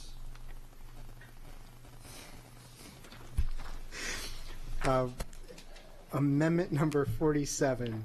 Ms. Urea. I move to add $250,000 to the Board of Education office for an outside consultant / audit to study departments or department as determined by the board in order to identify potential efficiencies in operations. Okay, motion's been made and seconded. Would any member like the record to reflect that they join in making this motion? And we've got pretty much full consensus. Okay. We've got a couple lights. Mrs. Corkadow and then Mrs. Hummer. I'm just going to remind everyone that we already voted to provide for scopes for this, and that the expenditure, the reason that I separated it out and not gave the larger chunk of the estimate, which I'm pretty sure I know goes to there and may actually exceed that Amendment 47 number, is because of the time, of the real time it actually takes to prepare an RFP, collect the data, get the information back, and all of the bids. So I would just like to just share that the amount encumbered, actually encumbered as a result of this, would not be realized till the FY 2021. And so I had set this up so as not to encumber monies unnecessarily. I would not be supportive of that, but because I believe also that the concept was already enveloped in the 48 that we voted, in Amendment 48 that we voted on in right after Amendment number 6 earlier.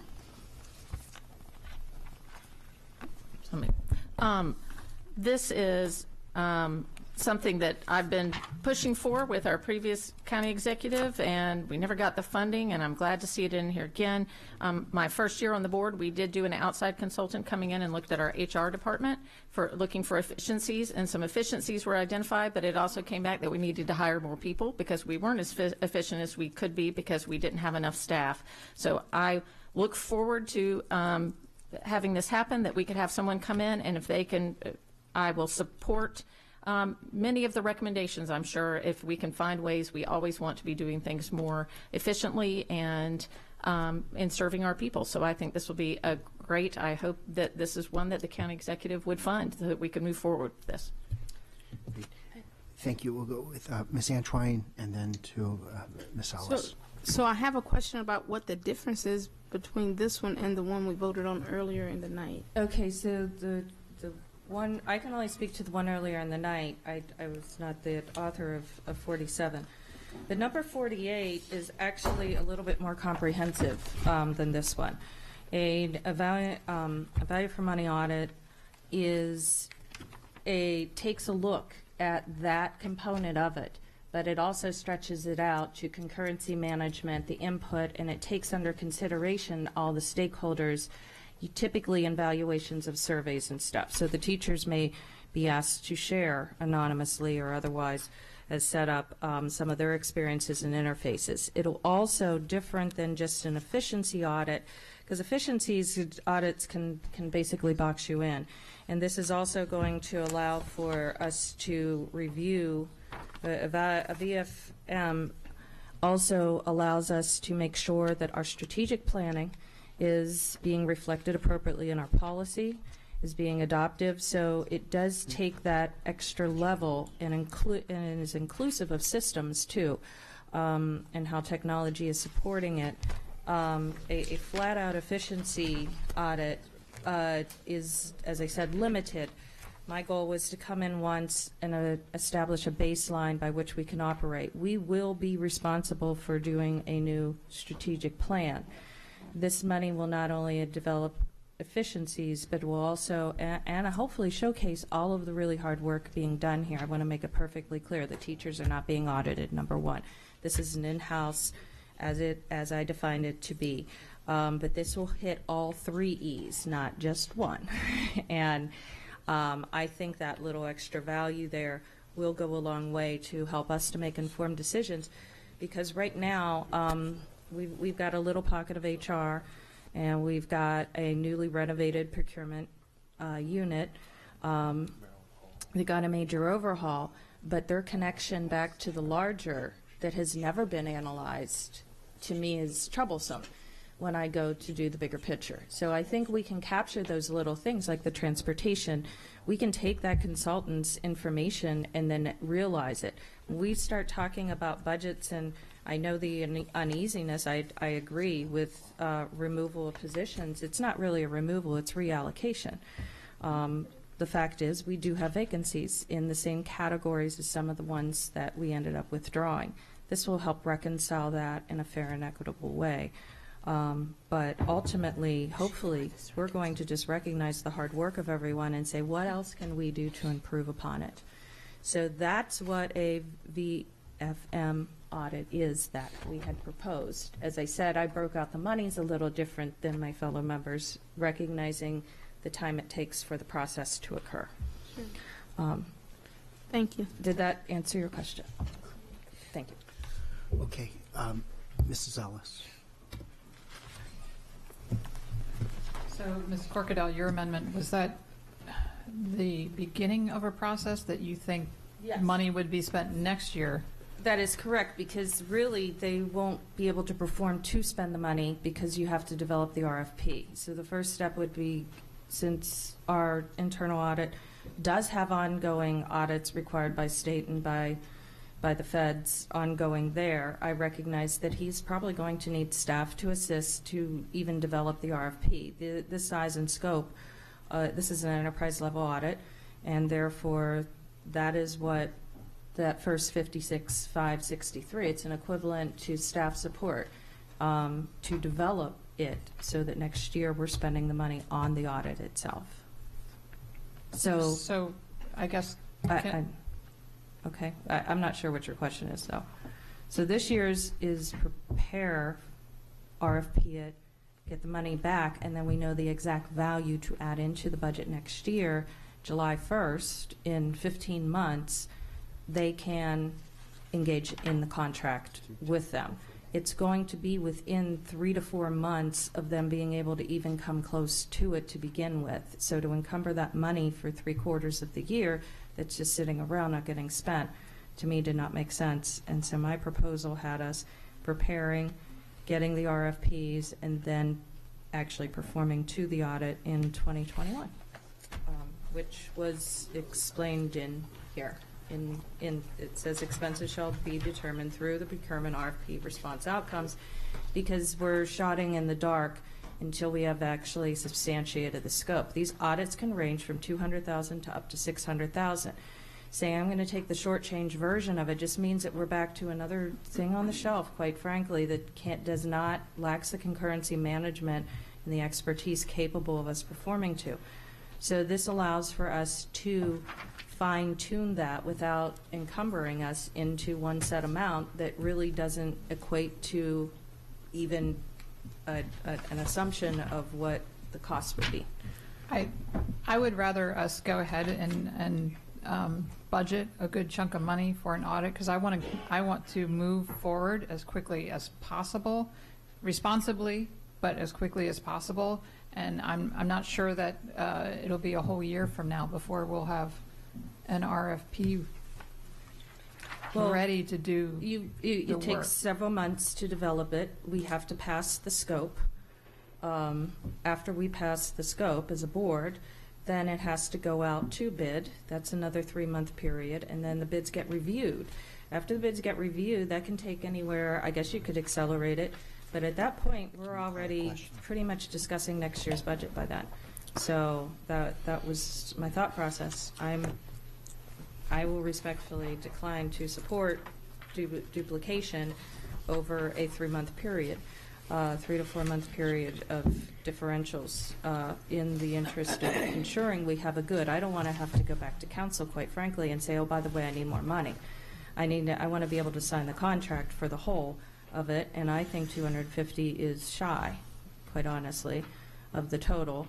And this also does not accommodate for the impact of the staff, which has, but it's already passed, so we're moving forward with it.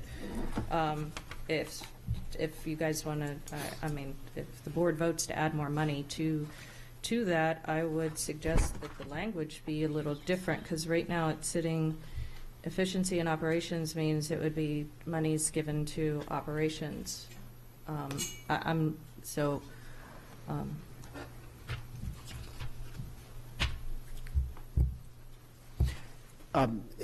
just for the record, when I read, in operations, I didn't necessarily interpret that as Alex Shaknovich operations. I interpreted that as school system operations, the system-wide operations. So that was my interpretation when I read that. And again, I don't remember who the maker of the motion was, but maybe that's getting technical for me at this late hour. Ms. Urea. I call the question. Thank you. So motion, second. All those in favor of ending debate say aye. Opposed, no. The ayes have it. Mrs. Connolly, we'll now vote on amendment number 47. Could you please call the roll? Ms. Urea? Aye. Ms. Antoine? Aye. Ms. Shawhan? Aye. Mr. Lyde? Yay. Ms. Ellis? Aye. Ms. Corkadell? Nay. Was that an aye? Nay. Nay. Ms. Hummer? Aye. And Mr. Gilliland? Aye. So that is 6 in the positive, 2 in the negative. Motion passes. Amendment passes. Thank you, Mrs. Connolly. Amendment number 48 has already been voted on, so we're now on amendment number 49. Ms. Urea. I'm sorry, Ms. Schallheim. Oh, got it. Okay, thank you. I'm sorry. No worries. I move to decrease human resources management consulting fees by $20,000. Is there a second? Okay, would any member like the record to reflect that they join in making this motion? Mrs. Schallheim, Mrs. Corkadell. Mrs. Schallheim. So in my lengthy conversation with Mr. Sheknovich, it was brought to my attention that this money isn't always used. So it's like a rainy day, it's like padding. So therefore, because we're adding so much, I know that this is a small amount, but it's still 20 grand. So that's the reasoning behind it. I'm not, without knowledge, just slashing this. We had this conversation, and so that's why I made the amendment. Yeah. Okay, Mrs. Hummer. So over the past few years, the school system, we've faced a pretty big financial crisis with our internal insurance fund because of decisions that were made by county government and other things. And Aon, the insurance experts, they were crucial into helping us right that ship and in getting the long-term thing for our benefits. So we had a rainy day and we needed to use them, and they were, as I said, they were vital to that. And hopefully we are in solid footing and move forward, but I think that is well worth the rainy day fund to keep that in there. To having gone through that as the board for the past couple of years and knowing how vital they were, I would rather keep that little insurance policy back there for us. If we don't use it, great, but if we need it, we're set. Okay.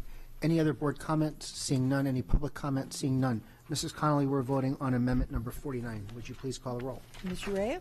No. Ms. Antoine? No. Ms. Schallheim? Aye. Mr. Leib? No. Ms. Ellis? No. Was that a no? No. It was a no. Ms. Corkadell? Yes. Ms. Hummer? No. Mr. Golan? No. All right, that's 2 in the positive, 6 in the negative. 2-6. Amendment fails. Amendment fails. Brings us to amendment number 50. Ms. Urea. I move to increase Office of Safe and Orderly Schools contracted services by $20,000 for 200,000. I'm so sorry. By 200,000. I'm sorry. I'm so bad at numbers. I said it again. $200,000 for anti-bullying efforts. Is there a second? Second. Okay, would any member like the record to reflect that they join in making this motion? Seeing none. Okay, Ms. Antoine. So my first question is that they're saying the same thing, so I'm trying to see if these were my 50 and 51 were supposed to be my original. So with that being the case, so I would like to be able to read what I actually submitted as the amendment, and it's beyond anti-bullying efforts. The one was to increase safety and security, if I'm reading this correctly, and the other was to introduce anti-bullying tools for anti-bullying prevention. So I'm moving to request that we bundle these and vote on them together. Okay, so there's a motion. Is there a second? To bundle 50 and 51.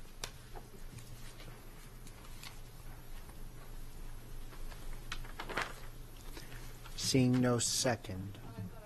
Oh, there was. I'm sorry. I apologize. So there has been a second. So we're now voting to bundle 50 and 51 at the amendment maker's request. All those in favor say aye.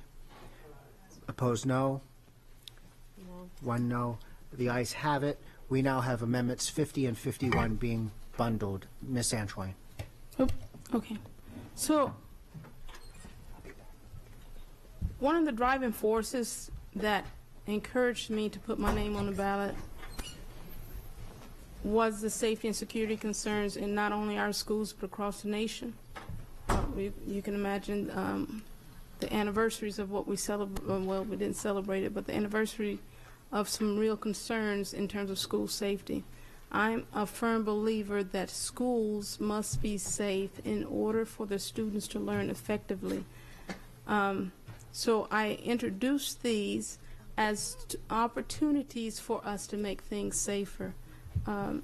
Specifically, our tools that we currently use for anti-bullying prevention are, I believe, not modernized enough to accommodate those victims that may be utilizing it and wanting to report. So I would like to introduce the opportunities for other tools like Text to Stop It and other tools that are out there that are state supported programs as well to be introduced into our school system. So that is the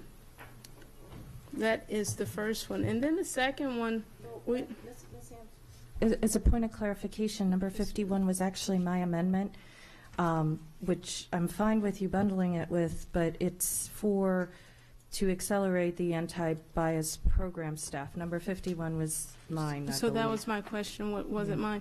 Because it didn't have the details of what I submitted, it was a little confusing. So I that's digress. what when I first looked at it, I said it couldn't be mine. So are you okay? And then it really is. It is what it is. It's specific to student services under psychological to increase the staff, to add, it's called anti-bias in the definition, but it was to add another program staffer to accelerate the bias training that's going on. That's and definitely so different. I'm okay with putting it in with the bully, but I'm questioning if you still want to bundle with me. Let's separate it. Now that I Okay, know it okay. wasn't one of Yeah, mine's. I mean, I'm fine either way, but just, I don't think it was what you thought it was, so I guess we're withdrawing that.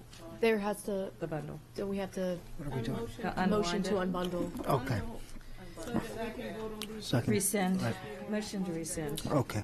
Awesome. All in favor, say aye. Opposed, no. We now have them unbundled. Amendment number 50 still? Yes.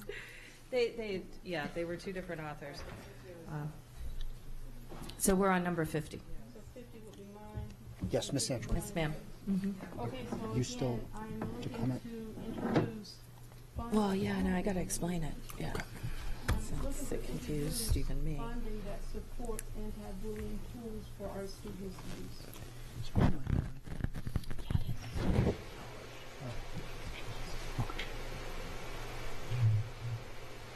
I was making sure your mic was on. I couldn't hear him.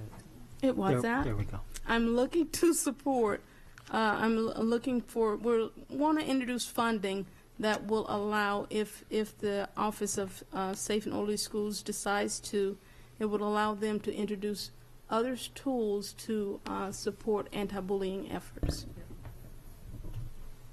Is that a motion? That is just an justification for number 50.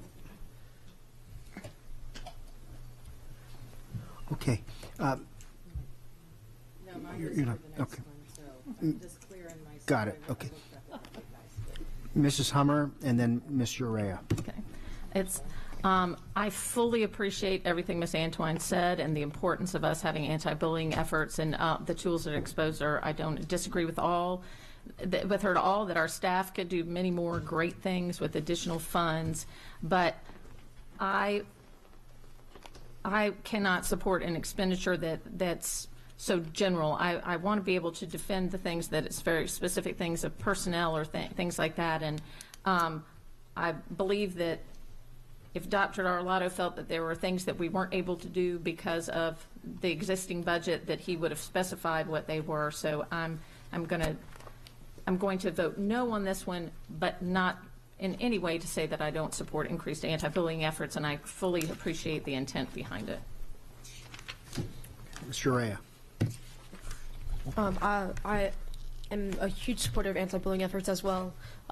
Ms. Hummer just asked my exact same question, so thank you. Mrs. Ellis?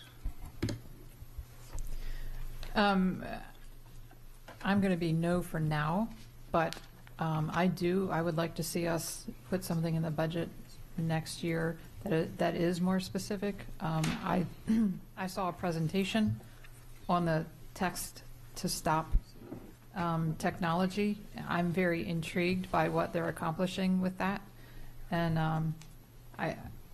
I think if we get our ducks in a row and everyone becomes a little more educated on that, we'll have more support next year.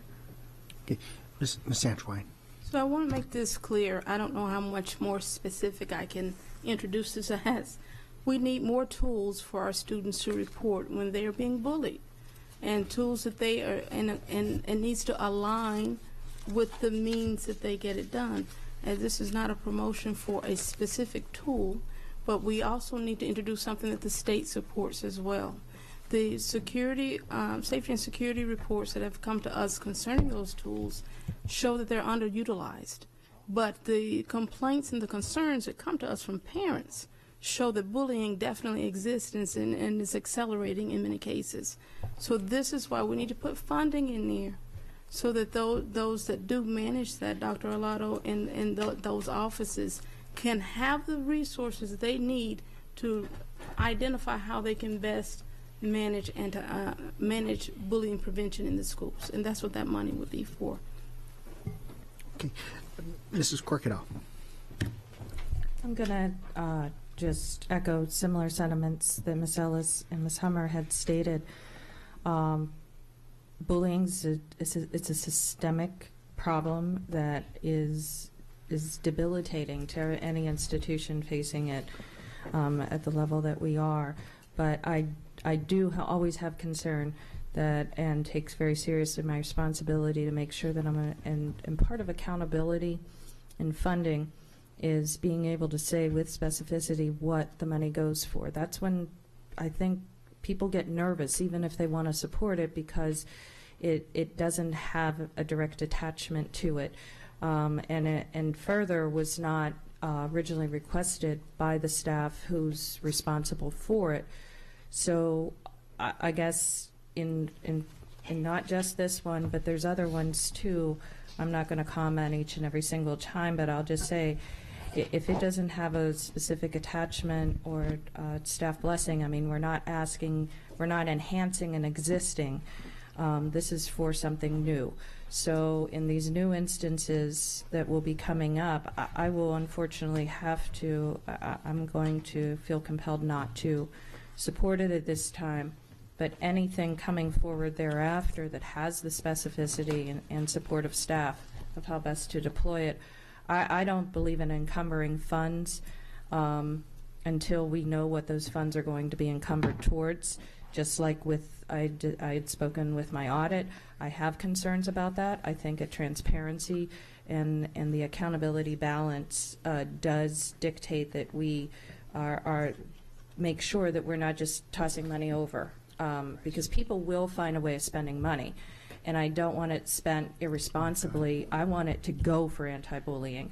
And I know that there are specific things out there and specific initiatives, so I would like to see them attached to them. So, Ms. Antoine, I appreciate your efforts, and not just this, but I know coming up in many other ones too. I just, at this moment in time, don't feel comfortable with that for the financial auditability component. Okay, thank you. Mr. Rea. For the sake of time, and I'm pretty sure we understand where everybody's at with this, I call the vote, or I call the question? Okay. Is there a second? Second. Okay. All in favor say aye. Aye. Opposed, no. The ayes have it. We now have ended debate, and we're going to vote on amendment number 50. Mrs. Connolly, please call the roll. Ms. Urea? No. Ms. Antoine? Aye. Ms. Shahheim? With the utmost respect for the spirit, no. Mr. Lyde? No. Ms. Ellis? No. Ms. Corkadell? No. Ms. Hummer? No. And Mr. Gilliland? No. All right, that's 1 in the positive, 7 in the negative. Motion fails. Fails. Thank you, Mrs. Connolly. Amendment number 51, Ms. Urea. Mr. President, before Madam Vice President reads that, Ms. Corcadell actually sparked a re-verification on our side, and there actually is an error in the document ahead of you. It was her amendment, and instead of anti-bullying, it should be anti-bias. Okay. And with everybody's permission, Mr. Mosier would change that for the record and up on a screen. Perfect, and we'll read it correctly as well. So, thank you. Ms. Urea. I move to add 1 FTE and $101,980 to the Office of Safe and Orderly Schools for anti-bias efforts. A second? Second. Okay, would any member like the record to reflect that they join in making the motion? Okay, Ms. Corcadell. Okay, Ms. Schallheim, Ms. Urea. Okay, Mrs. Corcadell. I'll be very, very brief, as Thank you. As pointed out by staff. This is a case where when I saw that there was no longer, I think there was a reduction in this unit by a half or 0.6, I can't recall off the top of my head, my apologies. I saw that as maybe an opportunity for us to accelerate the training that is in our budget book known as anti-bias. And in doing that, that is the staff, that's a staff show. So I wanted to increase that staff for that effort so that we can make sure that all of our staff has the tools to understand themselves, not just what they're teaching our kids about anti-bias behavior. May I? If I could, I can't offer a friendly amendment, but if I might suggest, because it's, right, I've recommended the whole budget, so I can't offer a friendly amendment to this.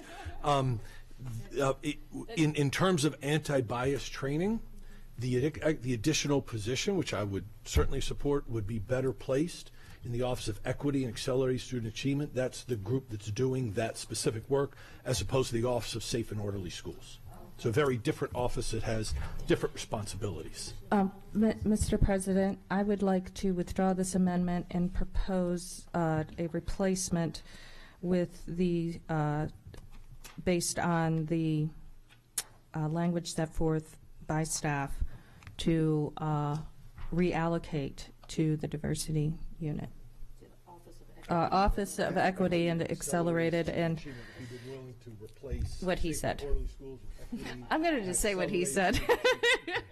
All right, That's so a mouthful. That's a revised. Yeah. That's a revised motion. Is there a Yes, second? it's a revised motion, Okay. still for the same purpose. Same purpose. Same Just purpose, really same revising the name, Uh-huh. keeping the. I'm always fiscal happy impact. to make sure it lands in the right unit. Okay. And my apologies. Thank you. Thank you. Any further discussion? Any public comment? Seeing none, Mrs. Connolly, we're voting on a revised Amendment 51. Would you please call the roll? Ms. Urea? Aye. Ms. Antoine? Aye. Ms. Schallheim? Aye. Mr. Leib?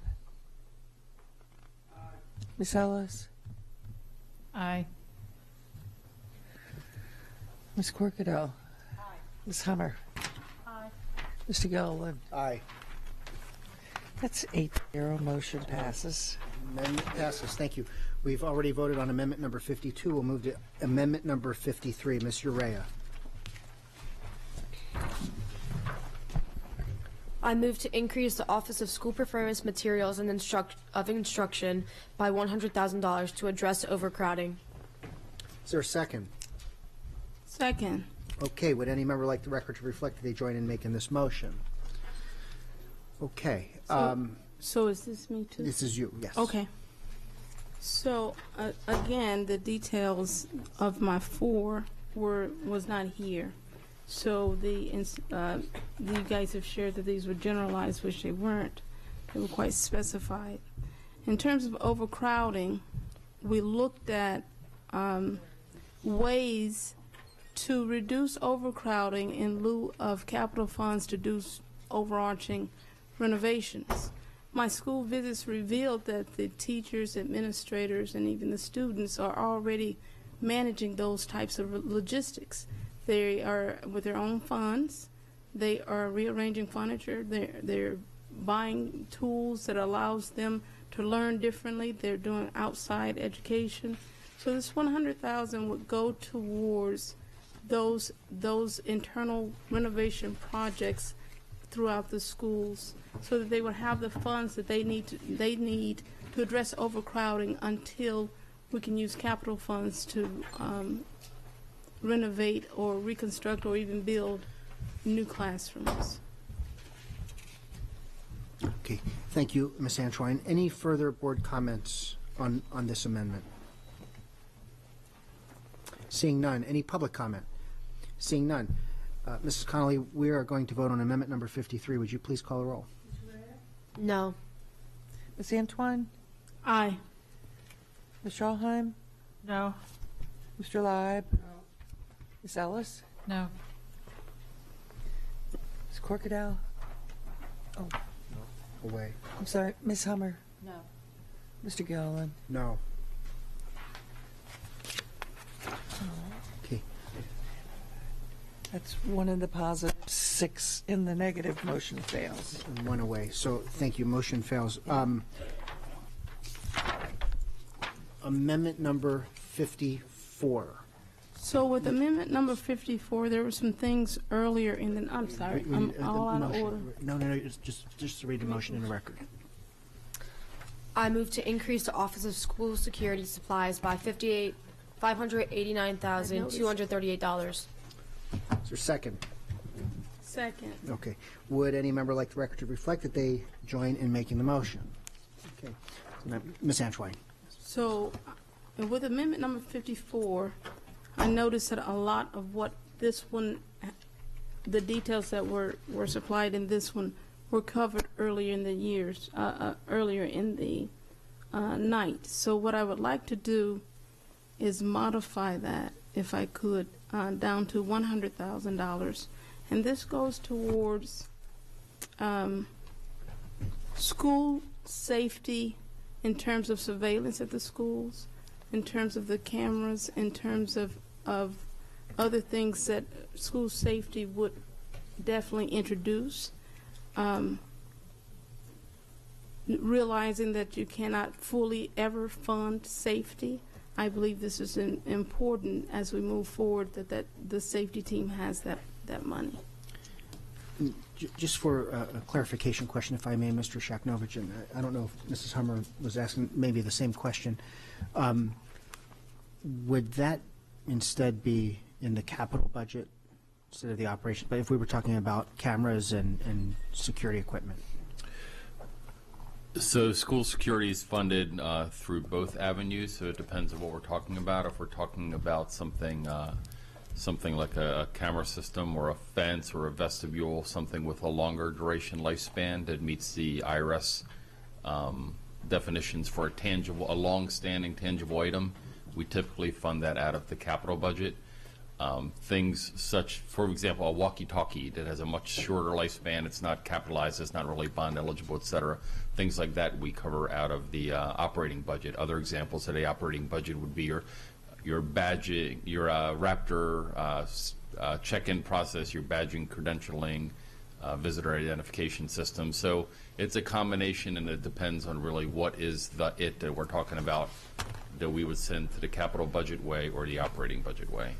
Okay, and then just to be clear, so if this amendment passes, you are restricted only to operating budget items, correct? We're not, the restriction is on the capital side. We have more, so we would treat it like pay-go against the capital items. Okay. Mrs. Hummer. It's kind of, I am all for anything that improves security. However, just about a year ago, I attended the press conference where the county pledged $15 million for us for security. Plus, we have the new Safe and Security Act that comes with large grants from the state that are coming in for specific security things. And so I feel like that we have an ongoing revenue source that we can tap into for this rather than add more than we already have existing in the budget, which is a significant amount. So. Mrs. Corkadell. School security is one of my top 3 priorities. I did get clarification from staff during our workshop if they felt that they could do more if I gave them more this year, and the answer, I believe, was no. So I'm going to rely on that as my guidance in this particular matter, not in absence of school security, but in absence of details. Okay. Seeing no further board comments, any public comment? Seeing none. Mrs. Connolly, we are now voting on amendment number 54. Would you please call the roll? Ms. Urea? No. Ms. Antoine? Aye. Ms. Shawhan? No. Mr. Leib? No. Ms. Ellis? No. Ms. Corkadow? No. Ms. Hummer? No. Mr. Gilliland? Aye. So that's 2 in the positive, 6 in the negative. 2-6, motion fails. Thank you, Mrs. Connolly. Amendment number 55, Ms. Urea. I move to increase Office of School Security contracted services by $100,000. Second. Second. Okay, would any member like the record to reflect that they join in making this motion? Seeing none. Ms. Antoine. So since I made the amendment from 54, and I thought I requested that 55 be removed earlier, but I am motioning that that we withdraw Amendment 55. Okay, great. All in favor say aye. Opposed, no. The ayes have it. Amendment 55 is withdrawn. Amendment number 56. Ms. Urea. I move to increase the Office of Equity and Accelerated Student Achievement Materials of Instruction by $10,000. Is there a second? No second. Amendment fails. Amendment number 57. Ms. Urea. Wait. Let's back up. So I'm looking to bundle 56 and 57. I'm sorry. Okay. Shoot. Procedurally, what do I do? Okay. Let's do this. So we'll reintroduce, if you would say so move. All right. Not Ms. Antoine. Ms. Antoine cannot reissue it. For the sake of Ms. Antoine, I will motion to reintroduce Amendment 56. Second. Okay, great. I will second. Second. Discussion. Seeing none, all in favor say aye. Opposed, no. All right, the amendment's been reintroduced. Now, Ms. Antoine, is there a different motion to bundle? Yes, I motion to bundle 56 and 57. Is there a second? Okay, discussion. Seeing none, all in favor say aye. Opposed, no. The ayes have it. We now have amendments 56 and 57 bundled into one. Ms. Antoine. So these are the specified line items that you guys referred to earlier. I was looking at the 2018 costs and expenses from this office, and I believe they could do with a $40,000 increase rather than the decreases that were recommended. Okay, and Ms. Antoine, if I may, just so we read into the record number 57, which hasn't been read yet, Ms. Urea. The second amendment that is being bundled is Amendment 57. I move to increase the Office of Equity and Accelerated Student Achievement Professional Development by $30,000. Okay, thank you for that. So we've got Amendment 56, increasing MOI by 10,000, and 57 increasing PD by 30,000. Okay. Wait. Did we second both? We need to second both? Second. Okay. Ms. Antoine, further discussion? No, sir. Okay. Any other further board discussion? Any public, I'm sorry, Ms. Shawheim. I have a question. Do we know why it went down so drastically between 2018 and FY19 from almost 30,000 to 6,000? Was it? Do we have a specific? So it was that those funds were redirected to fund the community ambassadors because we knew we were losing the the grant from the city of Annapolis. So we redirected funding within Dr. Gillen's budget to fund those positions. So if you had the money, it would obviously be used to this. There's things they could have done with that money, but they were trying to save community investors. Got it. Thank you. Okay, any further board comment? Seeing none, any public comment? Seeing none. Mrs. Connolly, we are voting on bundled amendments 56 and 57. I'm sorry, one question, Ms. Urea. I don't know who this question would be directed to, Dr. Arlotto or Ms. Gillens, but I support this, but rather than just giving a dollar amount, is there anything that you think would be better for us to direct our money towards? Dr. Arlotto. These two amendments, 56 and 57, were not discussed with me in advance of tonight, so I'm not really sure what is meant by materials of instruction for this office or professional development. Obviously, those are budget categories, and so I'd have to sit down with the team to see how they would want to spend the additional money. If the board wants to go ahead and approve that, I'm certain that we could sit down with Dr. Gillens to find an appropriate way to spend the money, but it wasn't something that we had planned for. Okay, I understand. She's all smiles. No, I could see it from here. I understand she'll take the money. I was just wondering. I don't have anything. So to answer your question, I don't have anything specific to offer you as to how that money would be spent. It's just not something we've discussed up to this point. I wasn't aware of these. Okay, so you don't have any specific things. It's just okay. Thank you. Okay, back to the vote. Mrs. Connolly, this is the bundle 56 and 57. All right, Ms. Urea. Aye. Ms. Antoine? Aye. Mr. Alheim? Aye. Mr. Lott? Aye. Ms. Ellis? Aye. Ms. Corkadow? Aye. Ms. Hummer? Aye. And Mr. Gilliland? Aye. All right, 8-0, motion passes. Okay, thank you. Amendment number 58, Ms. Urea. I move to increase the Office of Partnerships, Development, and Marketing Community Event Supplies by $1,000. Is there a second?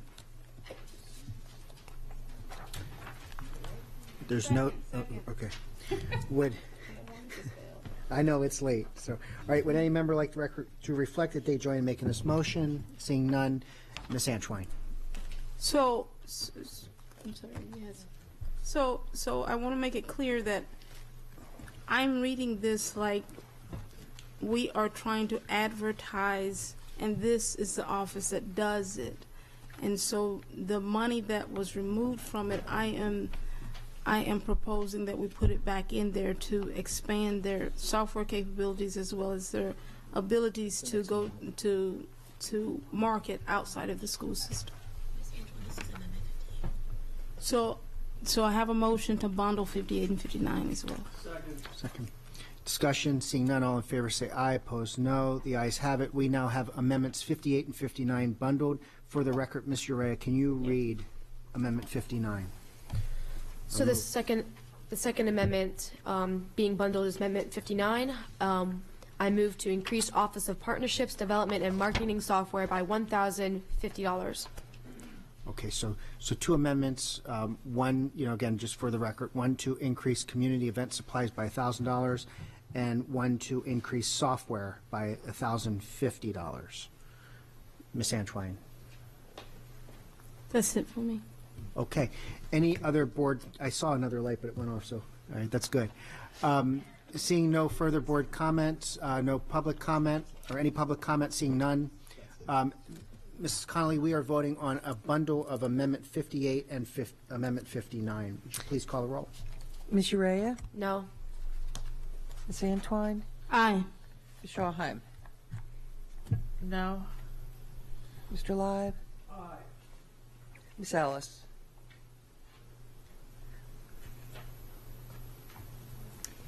No. Ms. Corkadow? No. No. Ms. Hummer? No. Mr. Gilliland? No. Okay, that's 5, I'm sorry, 2 in the positive and 5 in the negative. Motion fails. The numbers don't add up. Sorry. 2-6. 2-6. Okay. Thank you. 2 in the affirmative, 6 in the negative. The amendments fail. Amendment number 60, Ms. Urea. I move to increase the Office of Professional Growth and Development, professional development by $40,000. Is there a second? Seeing no Second. Second, okay.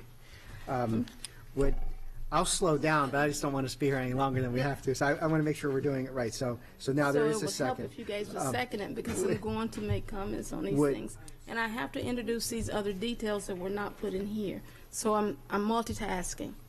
So I appreciate that. Thanks, guys. Okay, would any member like the record to reflect that they join in making this motion? Seeing none. Ms. Antwine. Okay, so in this case, it was for the Office of Professional Growth and Development, but it addresses the need for more assistant principals in our school systems. This $40,000 would go to as a placeholder for internal growth and development for teachers and specialists interested in becoming administrators.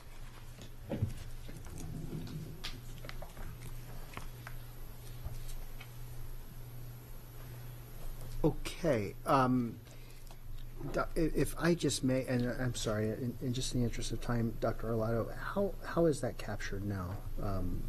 You know, an emerging AP, you know, how are they getting that professional development, or at least guidance to make that career change? So we've got a process by which several different offices, but primarily the Office of Professional Growth and Development, along with the Office of School Performance, support that administrative pipeline. So teacher to AP, AP to principal, and so on. And so we've got some mechanisms in place, some courses that they can sign up for, some professional development that they can engage in, where we are trying to create some of that pipeline, which is, I think, what you're referring to. What we call that administrative pipeline, teachers into the assistant principal pipeline. So some of those programs already exist, and so we're glad to, if the board sees fit, to add $40,000 to that. I'm certain that the Office of Professional Growth and Development could make good use of it. Okay. Any further? Thank you for that. Any board comments? Any public comment? Seeing none, Mrs. Connolly, we're voting on amendment number 60. Would you please call the roll? No. Aye. No. Ms. Ellis? No. Ms. Corkadell? No. Ms. Hummer? No. Mr. Gilliland? No. All right, that's 1-7. Motion fails. Okay, amendment fails. Amendment number 61, Ms. Urea. I move to increase career and technology education by $20,000. Second. Would any member like the record to reflect that they join in making this motion? Seeing none, Ms. Antwine. So these next amendments are in the curriculum and instruction area. It is meant to increase those subject matters. So I am making a motion very carefully with the results I'm getting tonight. But I want to, I would like to be able to bundle, it looks like 61 to 72. Second. Second, right. All right, okay. So there's a motion to bundle Amendment 61 to Amendment 72. And then just, can we get a second? Second. All those in favor say aye. Aye. Opposed, no. The ayes have it. Just for the record, Ms. Urea, starting with Amendment 61 you read, starting with Amendment 62. Ooh, okay. Starting with the second bundled amendment, I move to increase environmental literacy and outdoor education by $20,000. The next is I move to increase high school English language arts by $50,000. Moving to Amendment 64 is I move to increase elementary reading by $200,000. The next, I move to increase English language acquisition by $20,000. The next is I move to increase music by $100,000. I move to increase Office of Instructional Technology by $10,000. And I move to increase signature programs by $50,000. I also moved to increase International Baccalaureate program by $20,000. And I moved to increase Performing and Visual Arts by $100,000. I also moved to increase Science, Technology, Engineering, and Math, STEM, program by $200,000. And lastly, I moved to increase Advanced Learner programs by $20,000. Okay. So I did want to say that, on Amendment 60, I'm sorry. No. So where it talks about outdoor education, that was actually for Arlington Echo. 62. 62.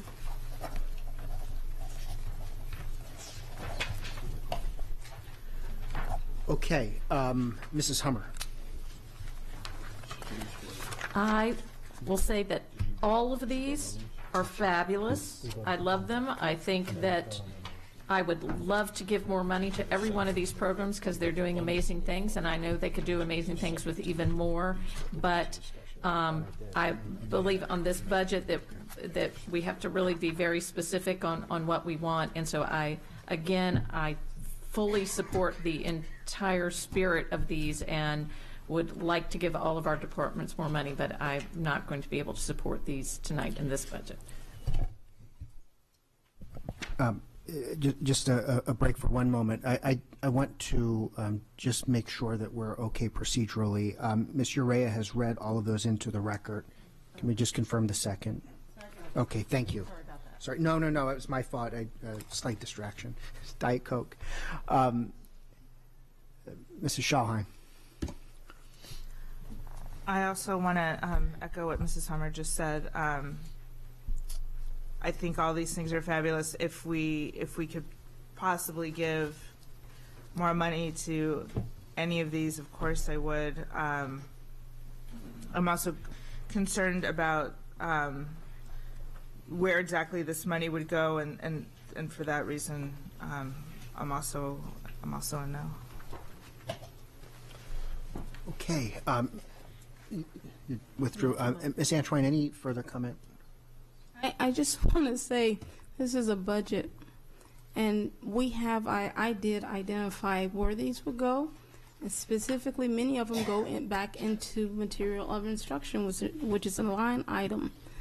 However, I see the consensus here and the motivations behind it. I will want to go onto record to say these programs are important, and they are the essence of education.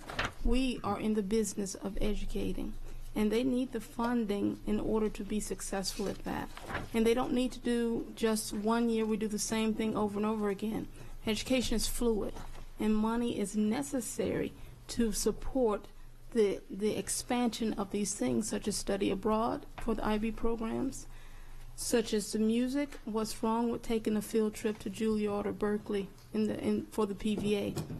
For other programs that are out there, they need that funding. We advocated strongly for robotics, but we're looking to not support STEM. It looks to me as though we're not considering those things. But I do take offense that I took the time, as a person experienced in budgeting, to specify things, and you all are saying it's not specified. So I would like to go on record to say that those things are specified, and I will also say that I believe if those areas got this money, they would show you in 2019 how they utilized it. Thank you. Okay. Ms. Urea.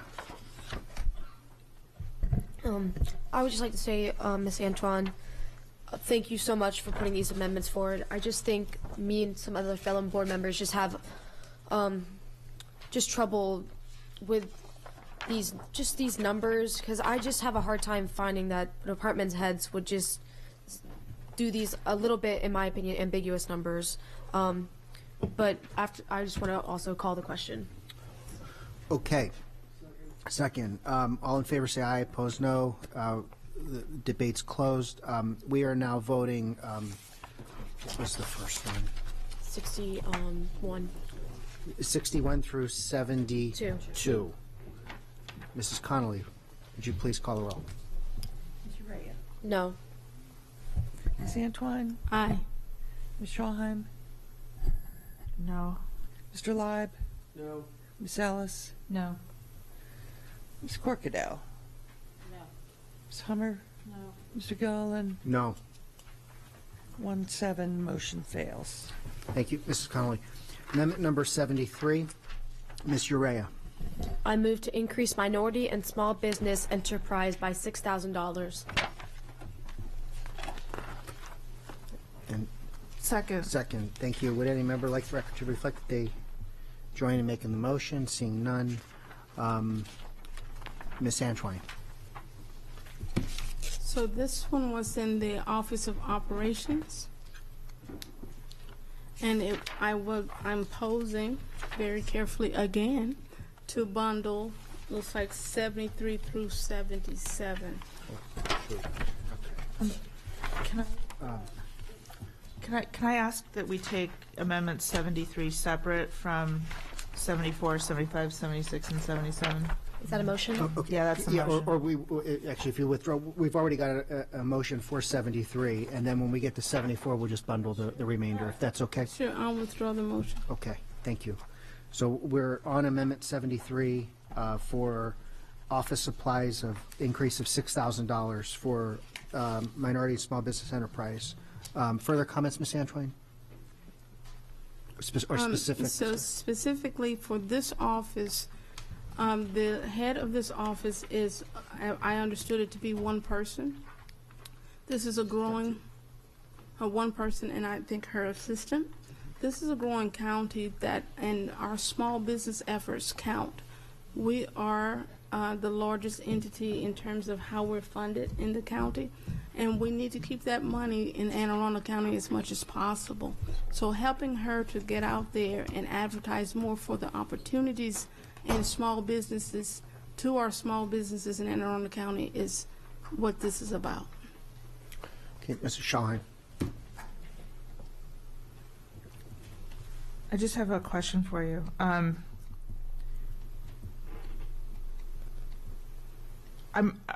I support adding money to this department for sure. Is office supplies the line item that you're committed to? Because to me, office supplies are like paper clips and pencils and whatnot. Would it be better served in like professional development or I'm not sure what else, but or creating a marketing line item? Would you be supportive of those? Yeah, but it's that's the line item first.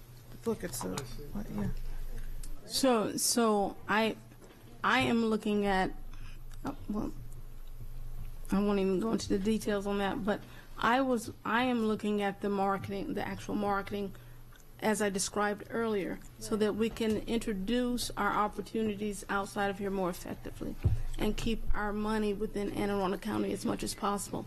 Anne Arundel County is huge for small businesses, and often they default to maybe the federal or state opportunities, not knowing that they have so many opportunities here in Anne Arundel County.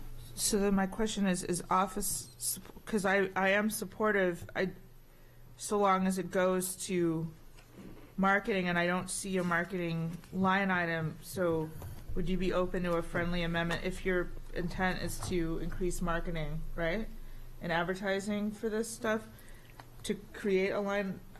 Because I'm afraid that office supplies is like pens and paper and stuff. Can I suggest before you start to make a friendly amendment, Mr. Shaknovich may have a. Yeah, I had a question before we get to there. Okay.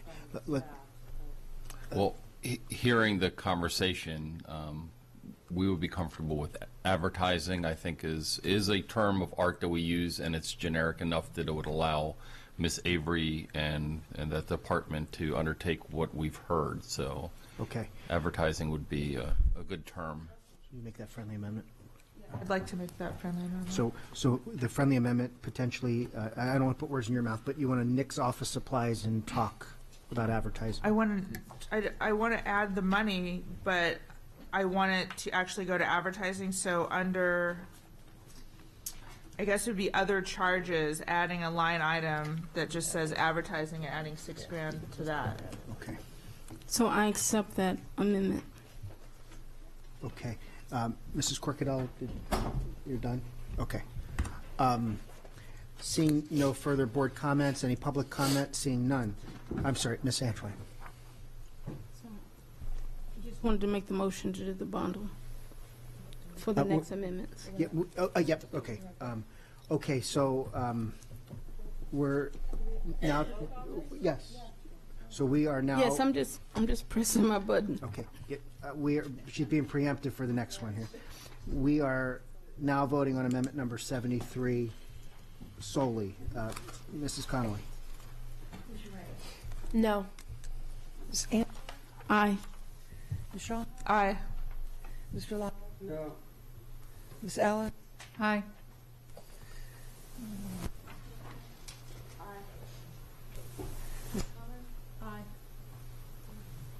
And Mr. Gilliland? Aye. So that's 5. I think 6-2. Okay, thank you. Now, we've got a bundle motion. Ms. Antwine. So as I'm looking through this, I would like to withdraw some first, Okay. as requested earlier. I requested to withdraw Amendment 75 before we go into the bundling, and Amendment 76. Okay, and I'm sorry, if that motion was made earlier, I'm sorry if I missed it. So I didn't have those law. So we're withdrawing, motion has been made and seconded to withdraw 75 and 76. All in favor say aye, opposed no. Okay, we're now on Amendment 74. So these are under the Chief Operating Officer. In my dealings with, I want to do the explanation and then I'll do the bundle. In my dealings with you all, I am seeing how you go above and beyond to ensure that we understand the operations of our school system. I heard you when you said, okay, we have to do this, we're doing that, or we're doing otherwise.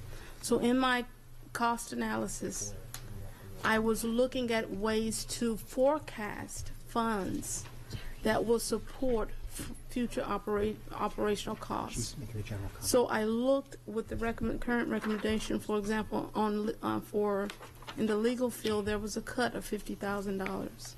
I am proposing that we put that back in there. The Office of Finance and Purchasing, I want to support them as well, but I requested to withdraw that because it was brought to my attention that those may have been decisions by the department heads with the superintendent as costs that they were willing to forego. So then on to the facilities division. It is my understanding that our custodial support only works part-time. So this would allow us to advertise more for more custodial support.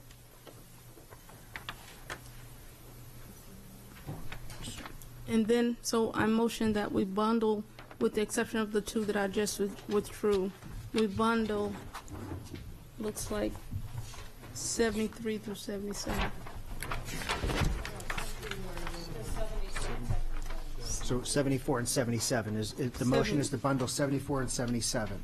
Second. Second, all in favor say aye, opposed no. Okay, now to read them into the record individually, Ms. Urea. Amendment 74, the first bundled amendment. I move to increase legal services for $50,000. The second is Amendment 77. I move to increase facilities division by $10,000. Second. Okay. Would any member like the record to reflect that they join in making this motion? Seeing none. Ms. Antwine. I'm ready to vote. You're okay. Yep. Mrs. Corkadell, I was coming around. Yeah, I just had one clarification.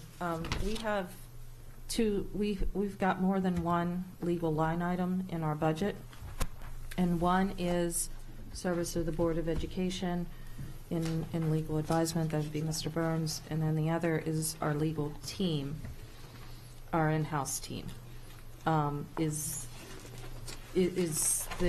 Could you clarify which it's for, if you? So if you look at the actual recommendation, you'll see the line item where it was a 50. And forgive me, I did not bring my entire binder with me tonight. But you'll see you'll see under it's under. Page 210.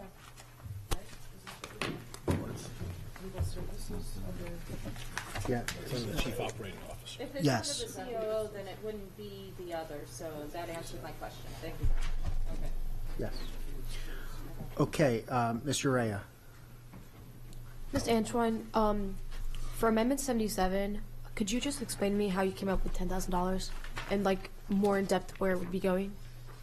So this is looking at the opportunities to advertise more.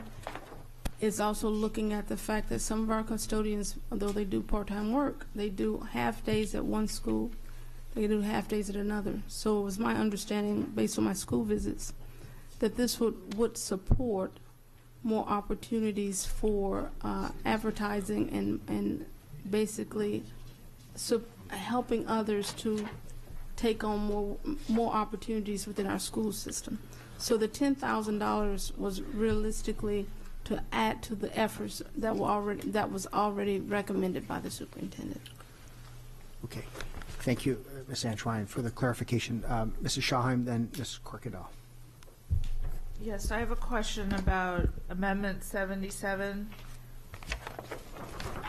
If we're looking at the 217 and the page 217 and the binder, I don't see an advertising line item. Are you suggesting like the other one, like adding a line item somewhere for advertising? Is that what you were thinking, or? So if we were to line item this particular effort, it would go under maybe other materials and supplies. Okay.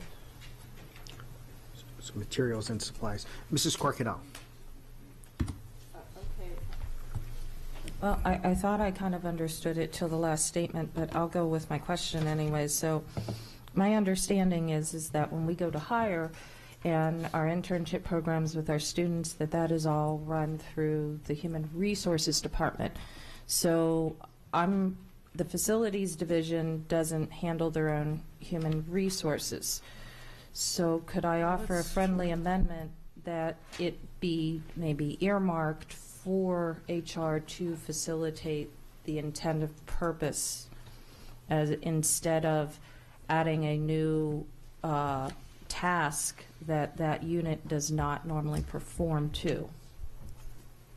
So it was my understanding that fell under facilities, but if it does not, then I would be willing to put that back into money that we already voted on earlier in the night, and I'll withdraw that particular amendment. Okay. So you're withdrawing 77. So so what I'm understanding from you is they don't that your office doesn't handle the hiring and under facilities, the hiring of the custodial support. So HR is the umbrella organization that does the recruiting, does, sort of the initial onboarding. Now, when it comes down to interviewing, and it doesn't matter where it is, but let's talk facilities. HR will go out, get a pool of candidates, they'll pre-screen them, et cetera. They will give that pool of candidates to the facility division or the operation division or the maintenance division. That division does the interviews, and then they recommend a candidate. Having done the interviews, we recommended Miss X or Mr. Y. They then give the recommendation back to HR, and HR handles all of that transactional stuff. So HR is on the front side and the back side. Every department head simply does the interview piece kind of in the middle, and HR is the agent for everything else. Understood. So I got two motions based on what you just shared. Thank you for that. One is to unbundle, if I could, Okay. the two that we have on the table, and then I would like to withdraw 77. I second. Okay.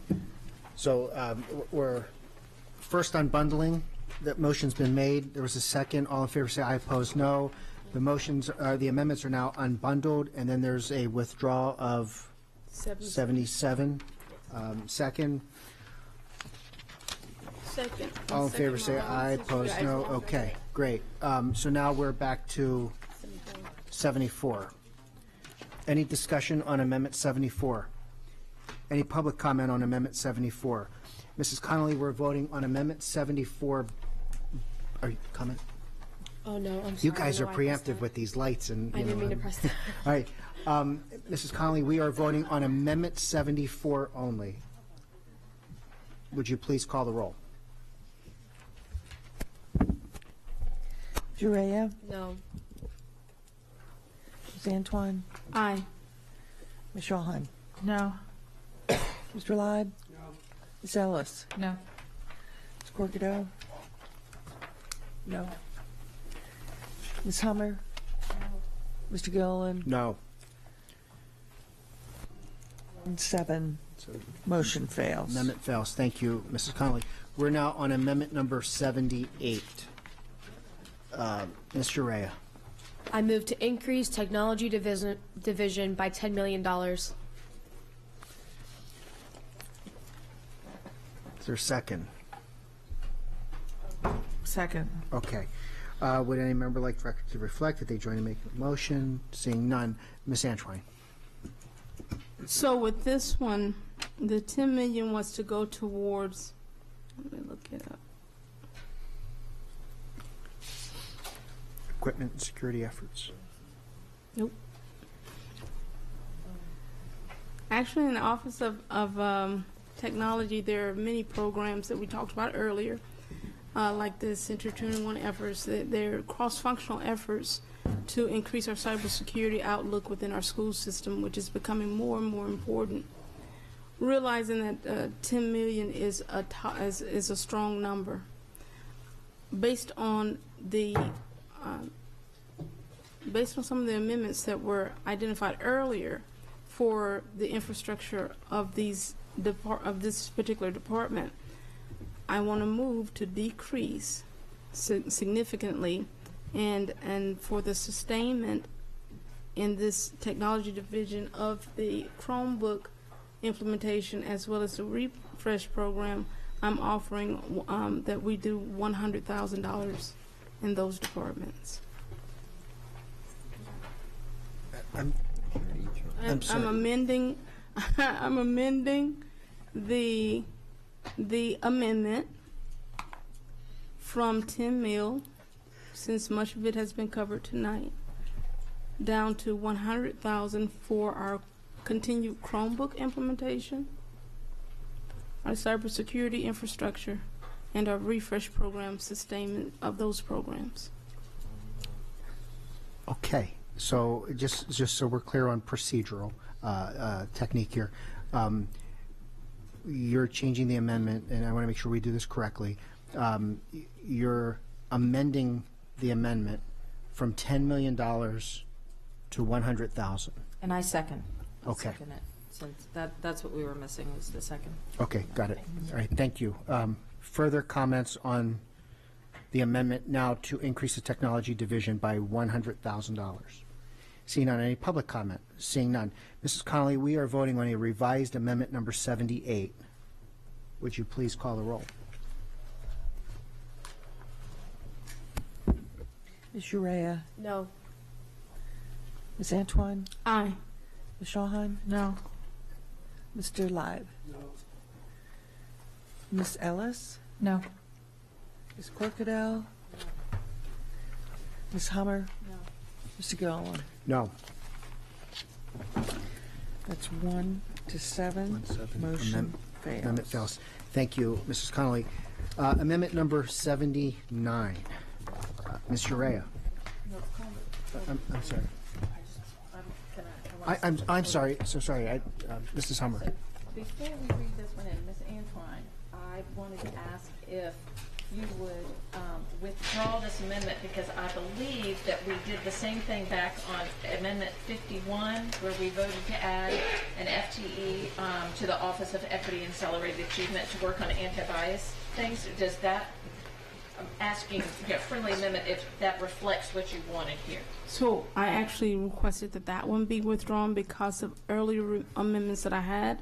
No, 51 we voted on and passed. What I'm saying is I had already requested that one be withdrawn earlier before tonight's meeting, because I had other amendments that basically said the same thing.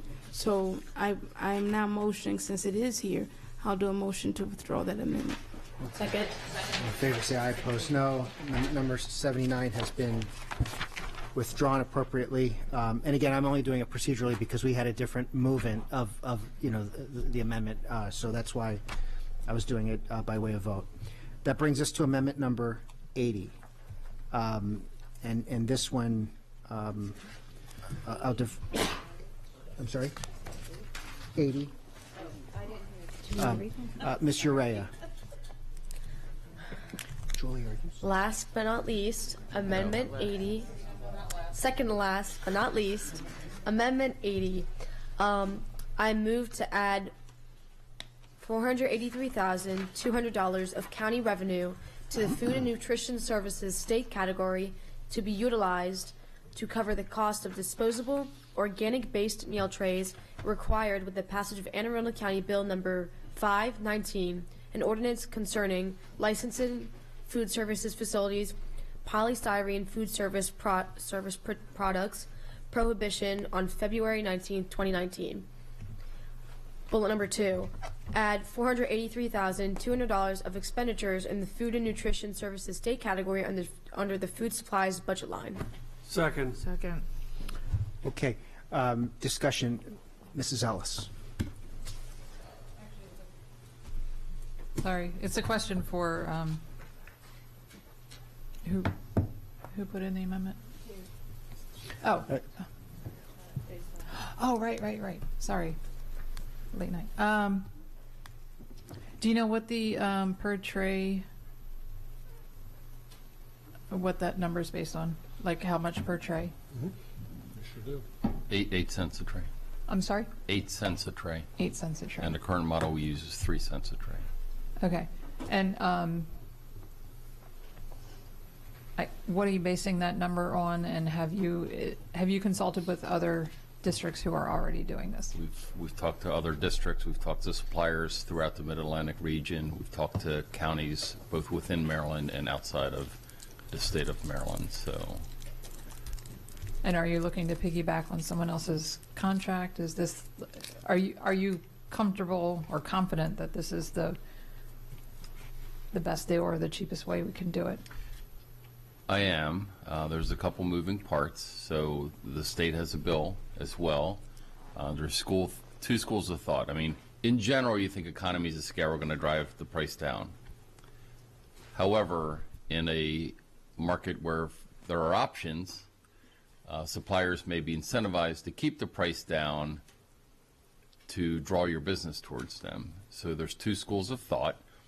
As more of these bans pass, or the state passes a statewide ban, economies of scale will prevail and prices will come down. Or conversely, some of those market inducements have disappeared because now it's a mandate, and suppliers may actually not be as easily persuade to lower prices. They may actually increase costs because they no longer have an incentive to compete for your business. Your business is now required.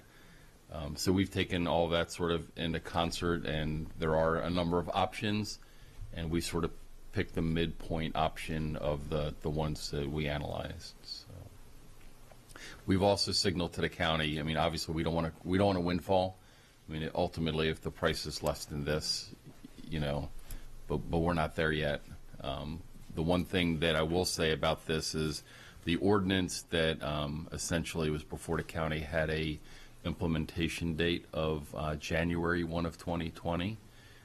We indicated to them that our business practice is best when we start the school year off and then run the school year consistently that way. So although we would have the option of potentially waiting till mid-year, we feel it's much better to actually exhaust our existing inventory of the polystyrene trays between now and June. We'll restock with the new units, and we would much rather train our staff as well as bring the school children on board day one, right after Labor Day, and start using the organic product immediately.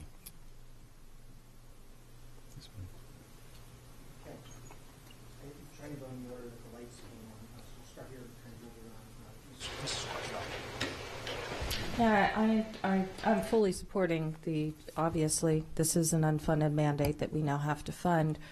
I'll just express my disappointment that the council did not recognize that we were already midstream in our budget and that we are the #1 direct hit as a result of this financially. And I'm hopeful that the council will recognize that and not cut this, because right now we have potential of them cutting this because it's not been approved and it's brand new this year. So I hope that the council will follow through in the second part of their mandate and make sure that they are not funding this at the expense of some of the other programs that we have expressed merit for and have that level of respect. The new council just took in, and months later, I would have preferred this to be a discussion involved a little more interaction after this first budget cycle. So I just wanted to go on record expressing my disappointment that when unfunded mandates come down the pike, that there are consequences to that, and I would hope in the future that there would be a little more consideration on the timing and the support efforts so that we don't have to make choices.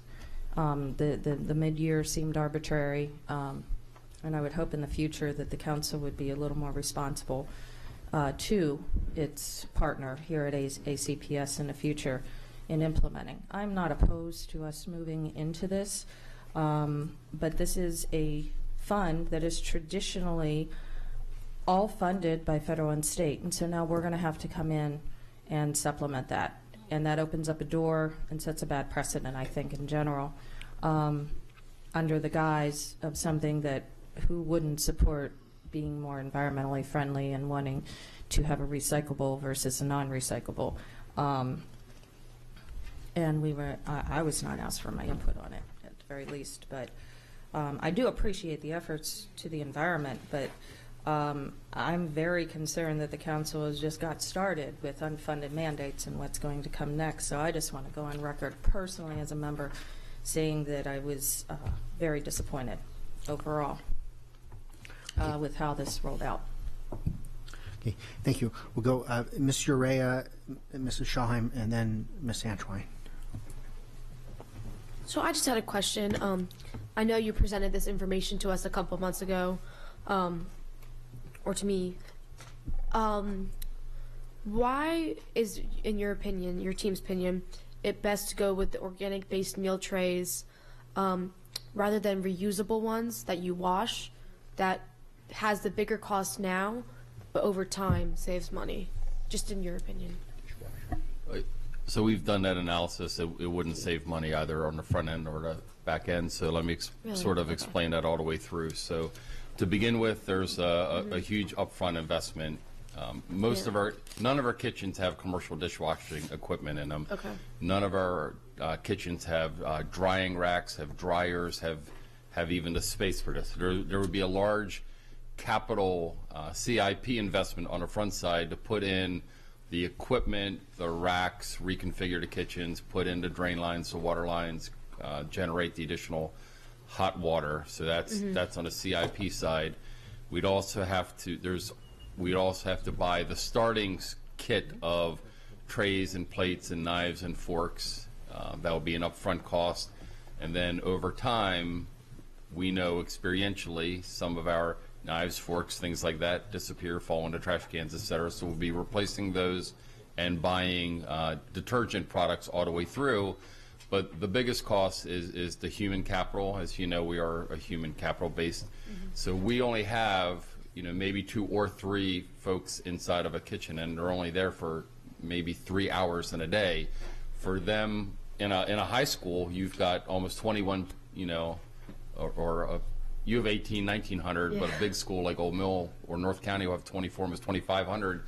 For them to serve 800 or so, 900, students at a lunch shift and be able to either have enough dishes to keep going or have to wash 800 or 900 kids worth of dishes in about 5 to 10 minutes before the next lunch shift comes in, it creates sort of an impracticality, and it would be a large human capital expense because we'd have to bring on many more people to handle washing thousands of pieces of dishes. So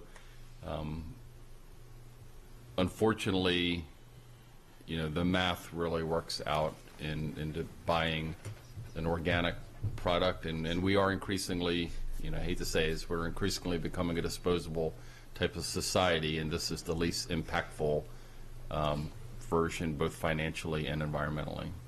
Okay, thank you. That answers the question. Thank you. Ms. Urea, if I could just follow up with your question in the interest of efficiency. So had we decided to go with a staff reusable tray, we would have been having to implement that in its whole, renovate a bunch of schools in order to deploy that. So we really didn't have a choice based on the timeline that was provided by the council, because we would have had to gone in and renovate the kitchens if we wanted to go with anything but what we have to do. So even if it were more efficient, we still couldn't perform to it based on the ordinance that was passed by the council in its format, correct?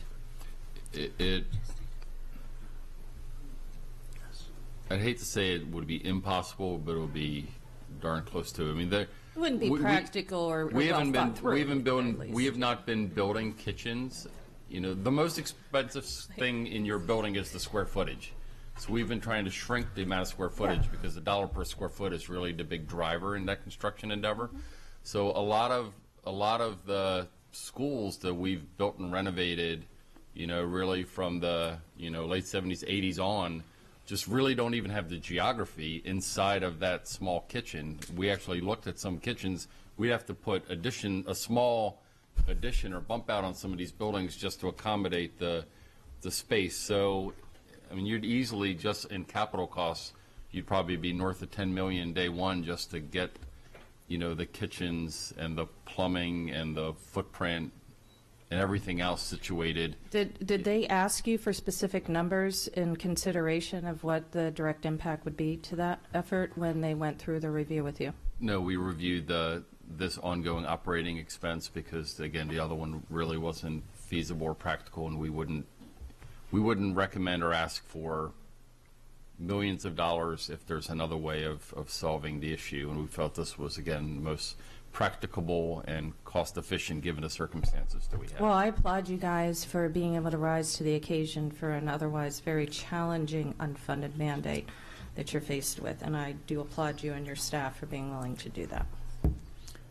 Okay, thank you. We'll go with Ms. Antwine and then Ms. Shaheim. So I just had a question about, and I thank you for the explanation on the first one. So then on the second bullet, if the first one is actually abiding by the new reg, could we not move the second one into the next school year rather than coming up with about $1 million at this time? No. So this is, I have to have expenses match revenues. So I'm going to have $843,000 coming in and $843,000 going out. So it's a balance. So they offset each other. To offset it. Okay. So it's realistically only $483,200. Correct. Yes. Not $966 Absolutely. or so. Okay. Thank you. I have to have my ledger balance on both sides. Both columns have to balance. So. Wonderful. Thank you. All right. So I have a question regarding piggybacking on surrounding counties. So I'm sure you're well aware that Montgomery County has had this in place for a while, and I'm sure you're also aware that their cost per unit is perhaps lower than what you've earmarked here. So if that were to be the route we would go, and if we were to get 5.5 cents per unit, say, what would the remainder? Would the remainder go into the general fund, or would it go back to the county? Like, how would that work? Well, they're using So what they're quoting is 5.5% model is the flimsiest version of the three.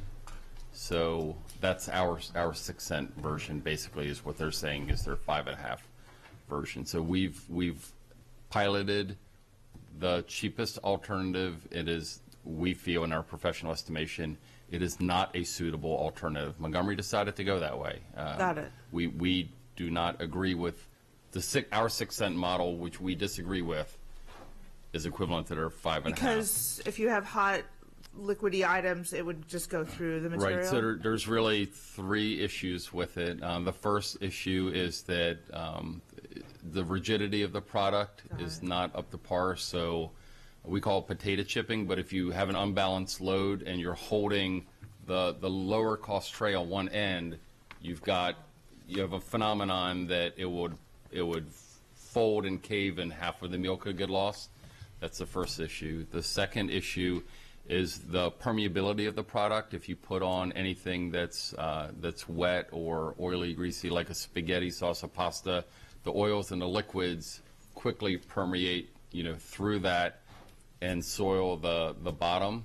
So it would go onto somebody's clothing, it would go onto the work surface, it would go onto the table.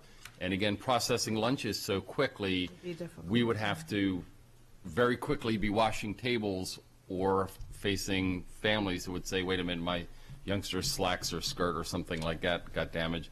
But I think the biggest thing, and for those of you to know me, I don't really have a touchy-feely side, but this is what was explained to me. The youngsters were essentially averse to the lowest cost product. And we know students' habits are if they think something's like yuck or ugly or participation rates will go down, and the students had sort of this visceral reaction to that lowest cost product, and they just didn't like it. And we don't want to put them in a position where I'm not going to eat school lunch because I don't like this yucky tray. So we think the middle priced one really hit all 3 of those concerns. It's the most durable, it's the least permeable, and the students and food nutrition services staff had no objections. And you to obviously have a supplier because you priced it out. And We've touched multiple suppliers, and that's currently we think that's a comfortable number. And again, we don't want to make a windfall. If it's less, if it winds up being less, we'll true it up with the county and ask for less money. Well, great, thank you. And I call the question. Okay. There's a motion to end debate. Second, all in favor say aye. Opposed, no. The ayes have it. We now have a vote, Mrs. Connolly, on amendment number 80. Aye. Ms. Antwine? Aye. Ms. Schallheim? Aye. Mr. Lyde? Aye. Ms. Ellis? Aye. Ms. Corkadell? Aye. Ms. Hummer? Aye. Mr. Gilliland? Aye. 8-0, motion passes. Thank you. And we've got amendment number 81, which is our last, I believe, but do we have text of that? Oh, perfect. So, Mr. President, what we prefer, maybe Mr. Mosier could just, it's up on the board, maybe he could just read it as a starting point. We think we've caught some of the sentiments, but then we can wordsmith it a little bit. And I'm sorry, it's the late hour and my eyes at this point. Can you do like 120% or so? Or just at the bottom right. Well, I'm not that bad. Thank you.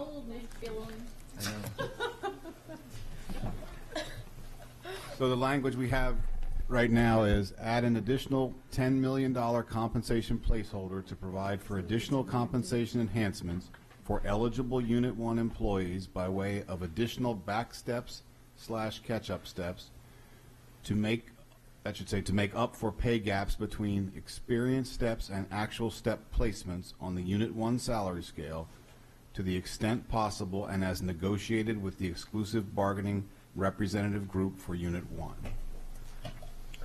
Second, if there's a motion, I don't know. Second. So it's been moved and seconded. Board comments, Mr. Rea. Just on the impact, can we change it to fiscal year 2020 or 20, whatever it's supposed to be, instead of 22? Just doing this on the fly. Thank you. Of course, I just want to make sure we're in the right year, so thanks. Ms. Antwine.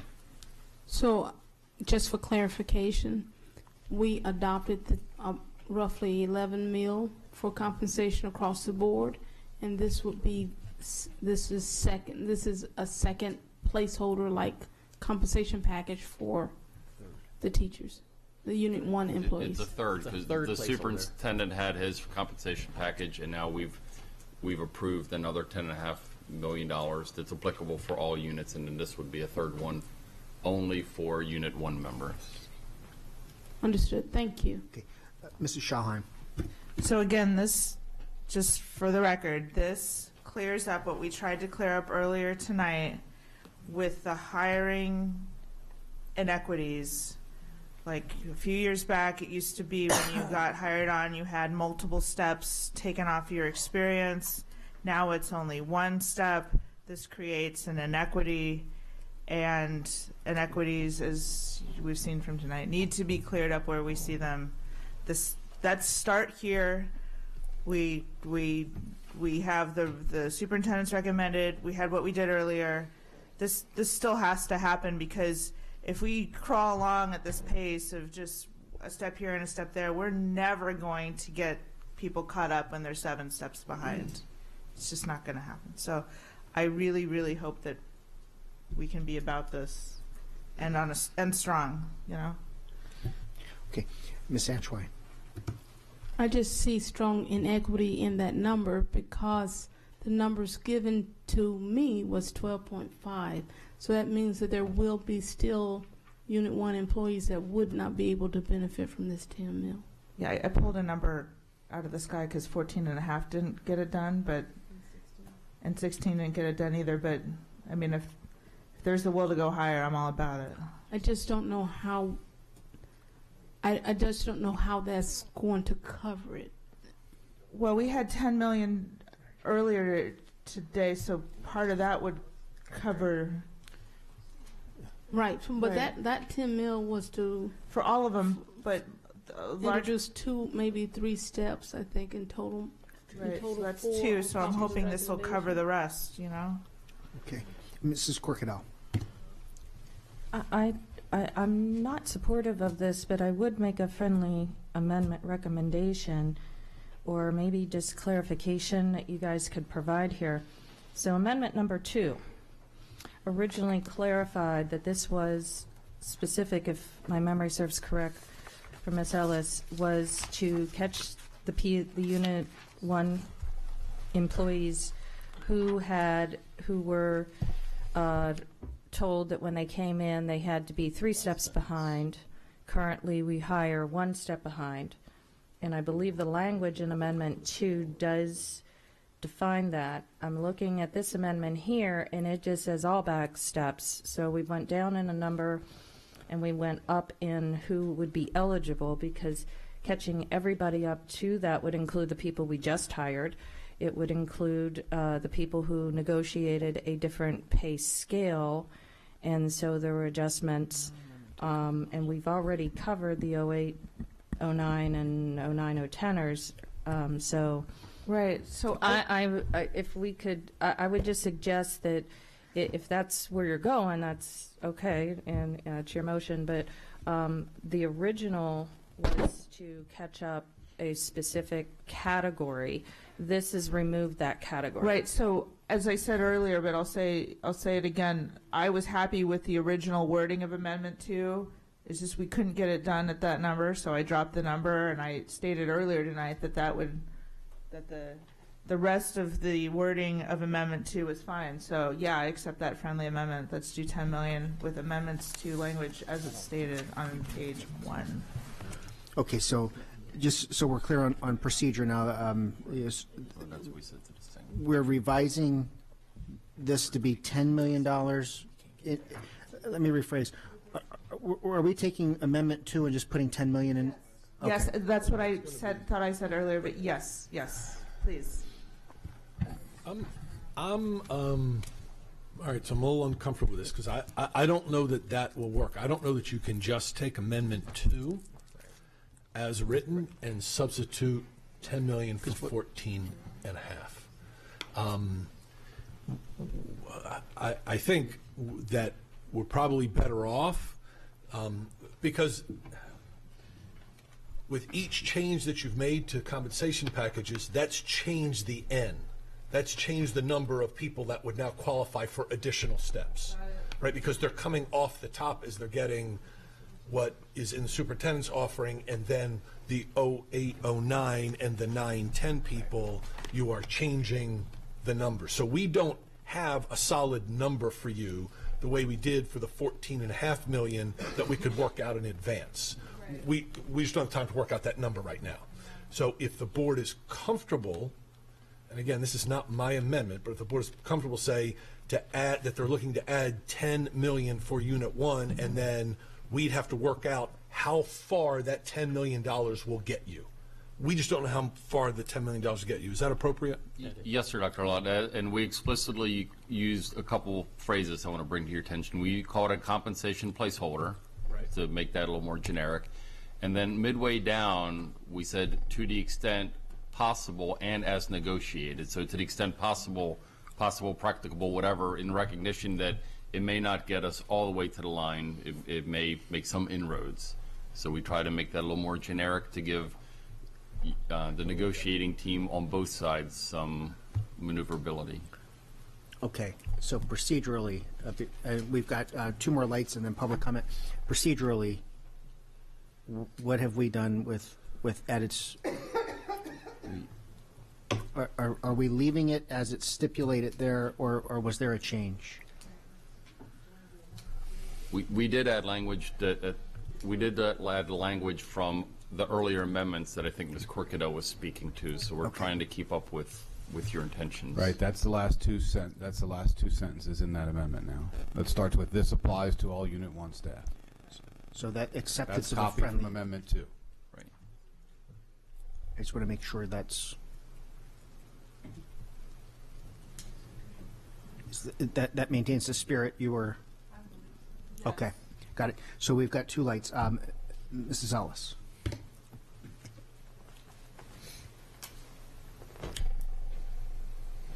I can only go back and reiterate what I said earlier, which is that I feel very passionately that we are in a place right now that we haven't been before, and I don't believe we will be again. And while I am very happy that we got anywhere with make-up steps this evening, we have we're perpetuating, I believe, the inequity in the way this was done, and I believe that this is going to take us a long way towards getting where we need to be, which is total equity. If we don't make a big impact right now tonight, I'm very concerned about how we're going to get there. And again, there are things coming down the pike that are going to impact our ability to do this. So I did not want to pass a budget this much in excess of the superintendent's recommended budget tonight.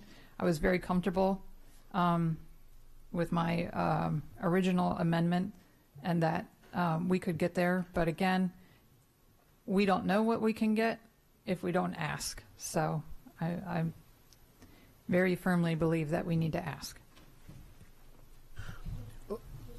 Yes, please. So I definitely, as you saw in that 16 mil, it would have covered the 14 mil as well as the back steps that we voted on tonight. However, it was shot down. And for us to add another 10 mil, based on what I've heard from you all tonight, that just wouldn't align with what your intention would be. I also want to put in there that I don't know how many, and that was my question earlier, who that covers, how many people that covers, and then therefore we introduce more inequity if we move forward with just 10 million, which is about $2, maybe even $4 million short of the number that was given to us to make people whole.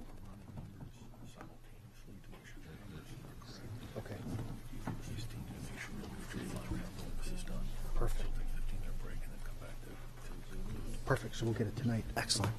Okay, did you want to speak now, or? Okay, so let's do public testimony, and we'll just start. Ms. Wilkerson, Secretary of Assistance. We all are being affected at this. I've said this before.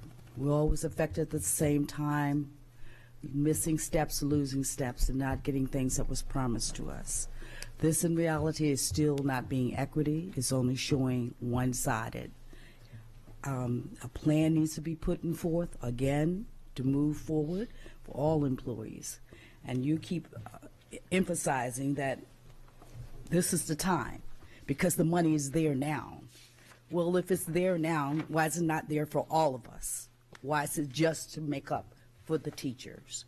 If this is the time of the essence, if this is the essence right now, and you want to take this opportunity, and then if there's no money available, or supposed to take, we're supposed to take the comfort that, okay, you tried and that was your intent, was just a good intent. Ms. Ellis, you're making me feel that you know something that we all don't know, that there's money there. If there's money there, and this will be approved, then everyone, all, should be compensated, not just one group. I oppose your amendment. I just want to reiterate that this is there was a hiring practice that several steps were taken off someone's experience in the past for teachers. Now that hiring practice has been revised to just be one step behind. So this is to remove that hiring inequity, and I don't think that this affects the other bargaining units in the same way it affects Unit 1, because you're not coming in, and please correct me if I'm wrong, to Units 2, 3, and 4 with X number of years, and then being docked 1 year, and then being put on the scale, but a few years back it was 2 or 3 or whatever it was in the past. So, and now it's 1. So that's the reason for the singular unit, and that's to answer your question. If I could just, Ms. Schulheim, clarify for the public, and there's not many folks left, but I understand where you're going with this. I think others in the room do as well. But let's make sure that the public understands that what you've just said is not AACPS or the board or HR imposing these reductions in steps. This was negotiated with the bargaining unit. This appeared in, and so we as a school system, you as a board, your predecessors, were simply abiding by the contract, the negotiated agreement, not that Anne Arundel County Public Schools was imposing and taking steps away versus years of service. It was negotiated. And I think that's an important thing for the public to understand.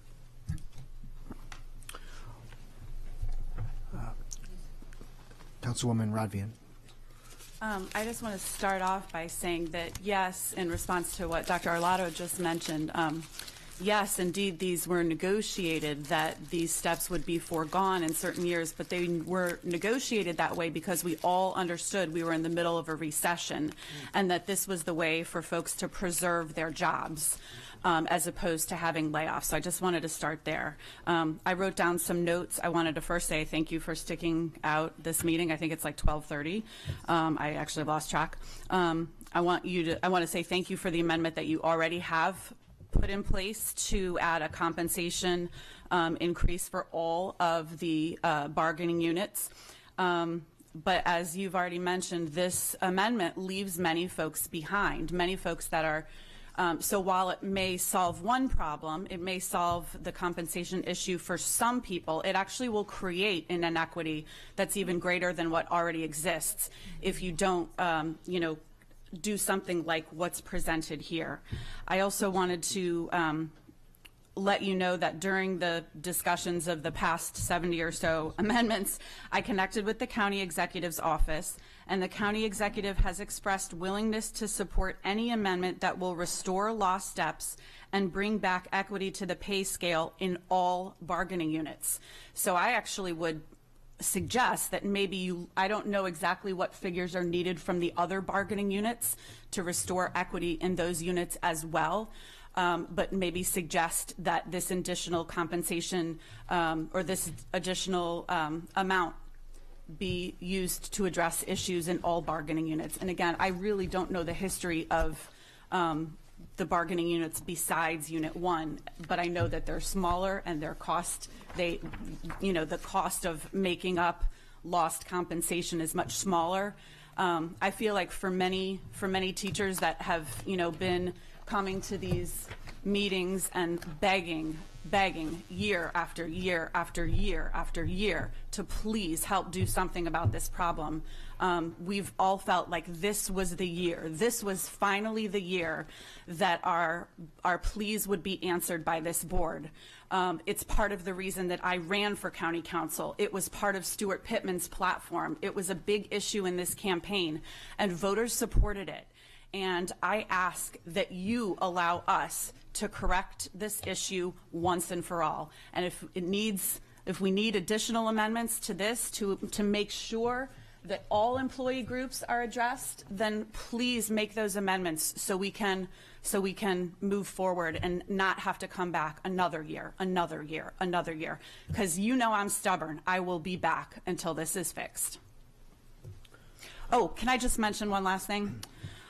This is only for Unit 1, but one of my teacher colleagues took as much data as he could possibly find and calculated the total cost of teachers that were 3, 4, 5, 6, and 7 experience steps behind to move them to 2 steps behind at roughly $12.2 million.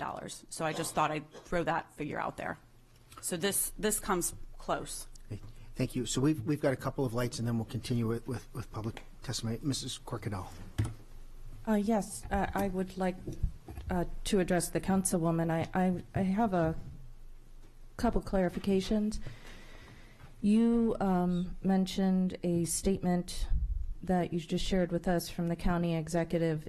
Did he ask you to act on his behalf in making that statement to us? So I was in communication with his legislative director and asked him, may I make this statement?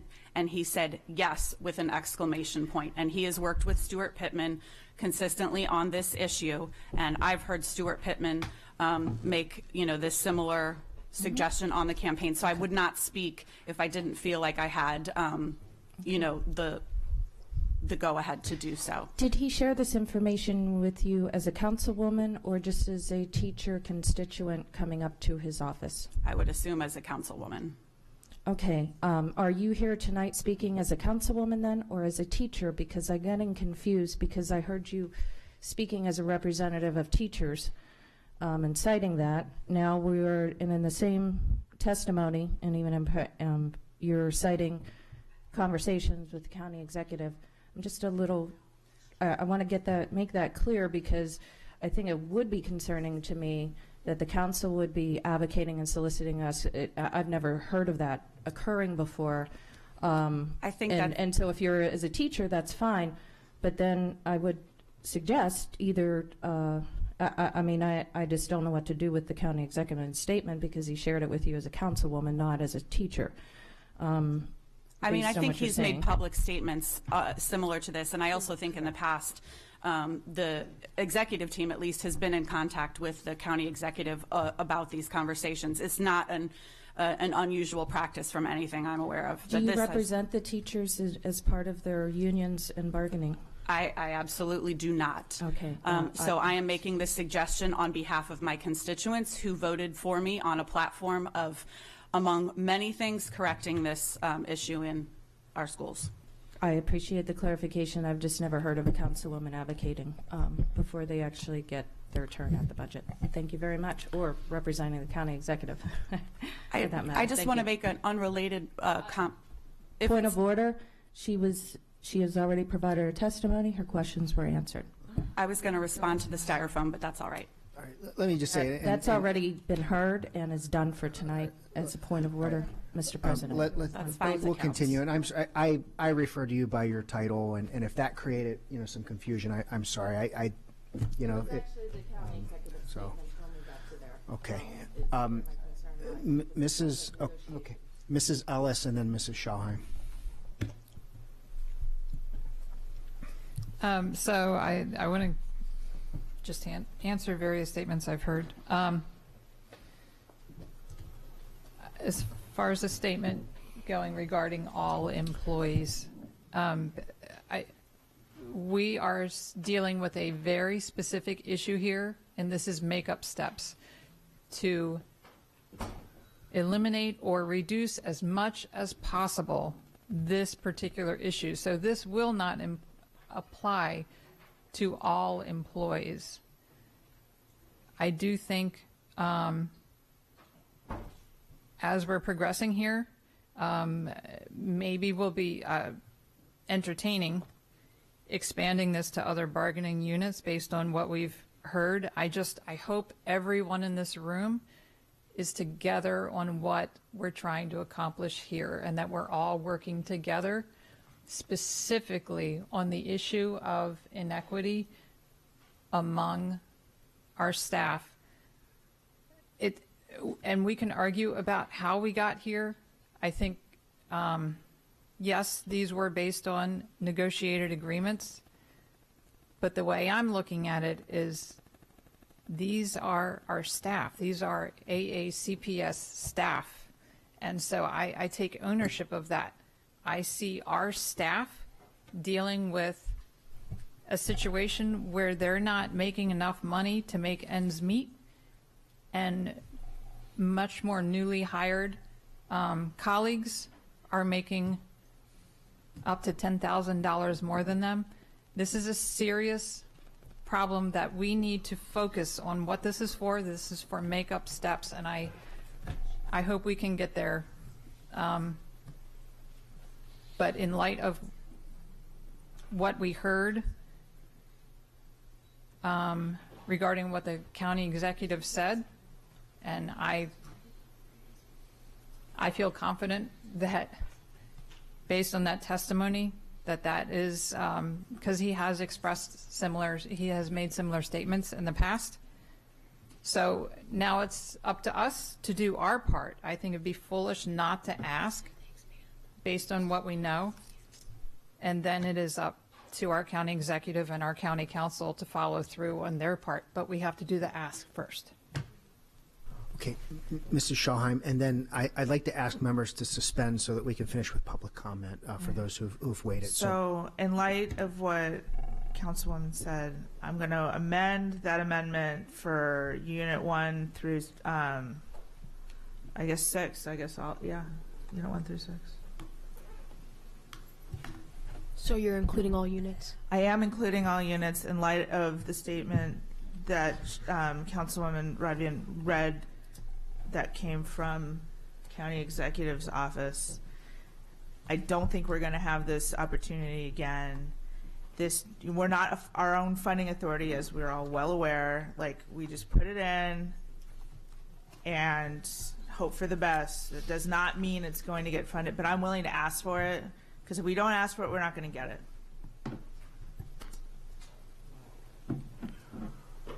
Okay, so I just want to clarify, are you amending this? No, okay.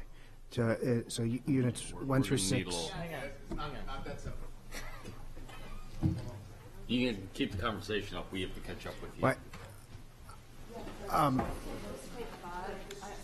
Because we're going to have to take a recess for about a half hour momentarily. Because then they have to count. So I don't want to take 2 recesses because we're not going to be here until, all right. Okay. Give these guys a minute. Yeah. Hold on, guys. I think we've had a great night. I don't want to lose this on the last amendment. These guys need a few minutes to fix the text. What I would like to ask board members, because we've had a group stay here with us. Mr. Myers, you've been waiting, so please. Thank you. Usually I'm at school at 5:30 in the morning, so this ought to be an interesting attempt. But I wouldn't have missed it for the world. It's been wonderful. I have to say that if we can include, if the time is now, this is the time to make the plea for everyone to be caught up as much as possible. I don't think that it just would not look right to have the inequities between all the job groups that would exist if we just stayed with the initial thought of only Unit 1. They deserve it. I'll support them to the nth degree. But for my people, I have to say they deserve it also. The same inequities that teachers face, the administrators who have been and still are teachers face, to not include them in this would be demoralizing. And I would hear about it to no end. And I will promise you that you will have a stack of letters that would rival any other unit expressing their concern about how this was handled. So please take that into consideration. Include all units when you request your funding. Thank you. Okay. Let me suggest this. Superintendent has been talking with some of the staff. We're going to need to recess for about 15 minutes for them to give us a final tally. I'm trying to avoid us having to recess twice. So, another minute or so. Terry, can I make a statement? Yes, please. Miss Ellis. I just want to make a statement based on Mr. Myers.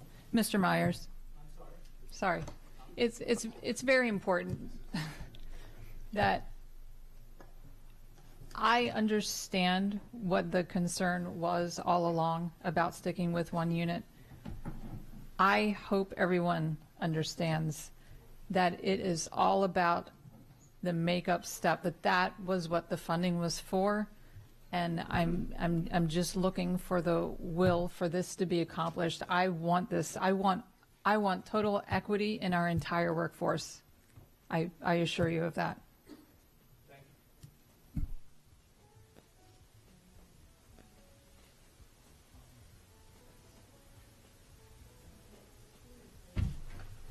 I'll hold my comments. I'm after so the sorry. amendment. Okay. I'll hold to after. Okay.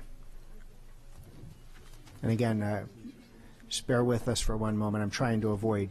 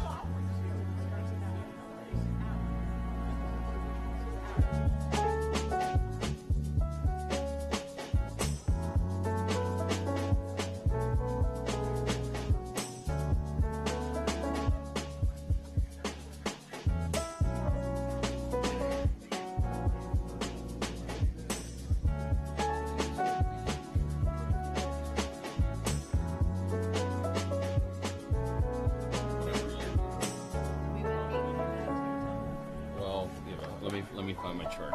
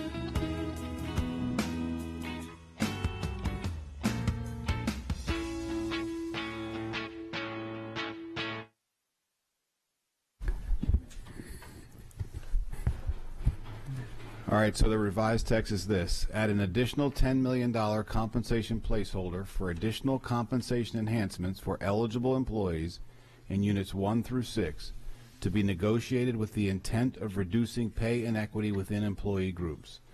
This applies to all Unit 1 through 6 staff who did not receive contracted step increases or step equivalents and/or were hired at a step lower than 1 year below their years of experience.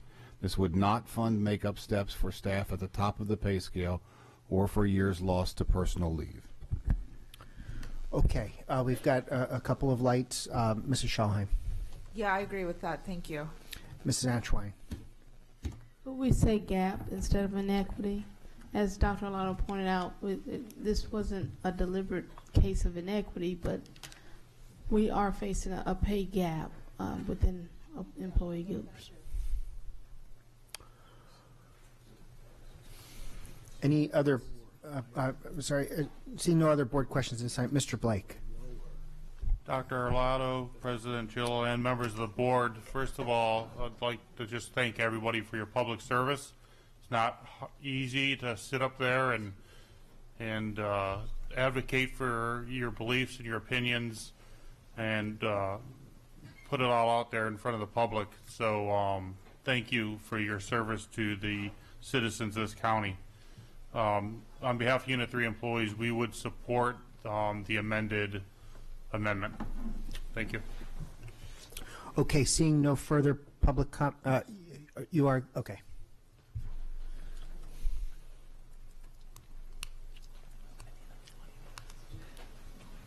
Hi. The sentence, Unit 4, 1 through 6, staff who did not receive contracted step increases. Contracted? I'm not sure. Dr. Lotto? I'm assuming that's referencing negotiated agreements, Okay. right? And so the step scales are within negotiated agreements, and so I'm assuming that's what that's referencing. Is that what that's right? Is contracted step increases, those that are within negotiated agreements. Okay. Step equivalents, I know what hard is. Okay. Step Is that any Okay. any testimony, or you're good? Okay. All right. Seeing no other board comments or lights, Mrs. Connolly, we are voting on amendment number 81 as revised on screen. Ms. Urea? No. Ms. Antwine? Aye. Ms. Schalheim? Aye, always. Mr. Libe? No. Ms. Ellis? Aye. Ms. Corkadell? No. Ms. Hummer? No. Mr. Gilliland? Aye. 4 in the positive, 4 in the negative. Motion fails. Amendment fails. Okay. At this point, 20 minutes. any other amendments before us? Last call. Any other amendments? Seeing none. The staff is going to need 20 minutes. If they come in more quickly than that, we should just be ready. So I just ask members to stay by as we recess briefly. Thank you.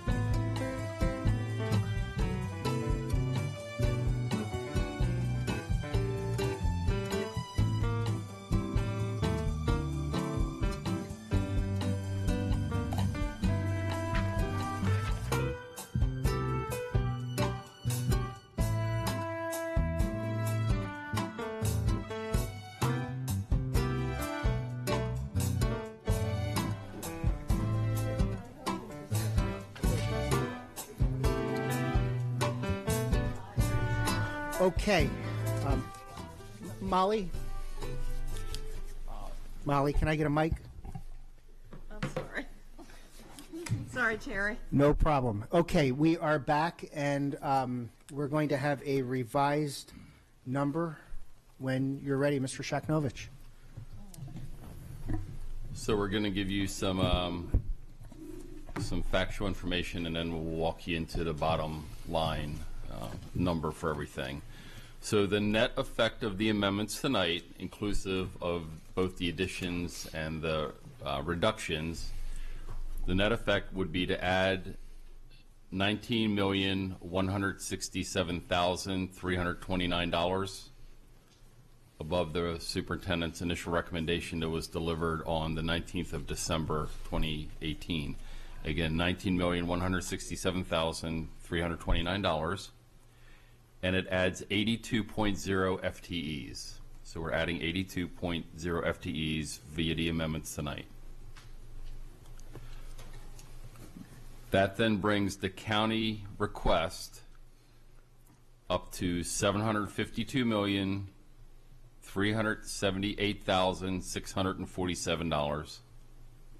Again, the county request would be $752,378,647. The year-over-year increase to the county, then the request would be $65,238,147. So the year-over-year county-only increase would be $65,238,147. So the budget we're going to be adopting tonight, prospectively, Mr. Gillen, so this is the number for your record for the cover page then, is $1,276,352,592, and I'll repeat that. 595. Oops. So $1,276,352,595. It's a total request. Okay. The total FTEs then will be 377.6 FTEs. Again, 377.6 FTEs. The overall increase, cumulative of everything, restricted, unrestricted, all sources, the overall increase is $92,681,095. Again, $92,681,095, and that translates to a 7.8% all-in year-over-year increase. Wow. So are you able to read that? But again, the figure that you're going to be voting on tonight, Mr. Gilliland, will be that $1,276,000 number. That's the 276 million number. Sorry. So we're going to make a motion to adopt. Okay. No, because okay. So procedurally, where we are, we've already voted on the capital budget. We're just doing the operation, the operating budget at this point. And Ms. Urea is going to make a motion to adopt the amended number. So at this point, Ms. Urea. I move to adopt the amended budget of $1,276,352,595 with a total of 377.6 FTEs. Second. Any final board discussion? Seeing none. Mrs. Connolly, would you please call the roll? Ms. Urea. Aye. Ms. Antoine. Aye. Ms. Schallheim. Aye. Mr. Live. Aye. Ms. Ellis. Aye. Ms. Corkadow. Aye. Ms. Hummer. Mr. Gilliland. Aye. 8-0, motion passes. Oh, shoot. Thank you very much, and again, thank you everybody for hanging out here. The next general meeting of the Board of Education will be on Wednesday, March 6, 2019 at 10 a.m. The next meeting of the Policy Committee will be Wednesday, March 13th, 2019 at 1 p.m. Is there a motion to adjourn? Okay. All in favor, aye. Opposed, no. We are adjourned. Thank you.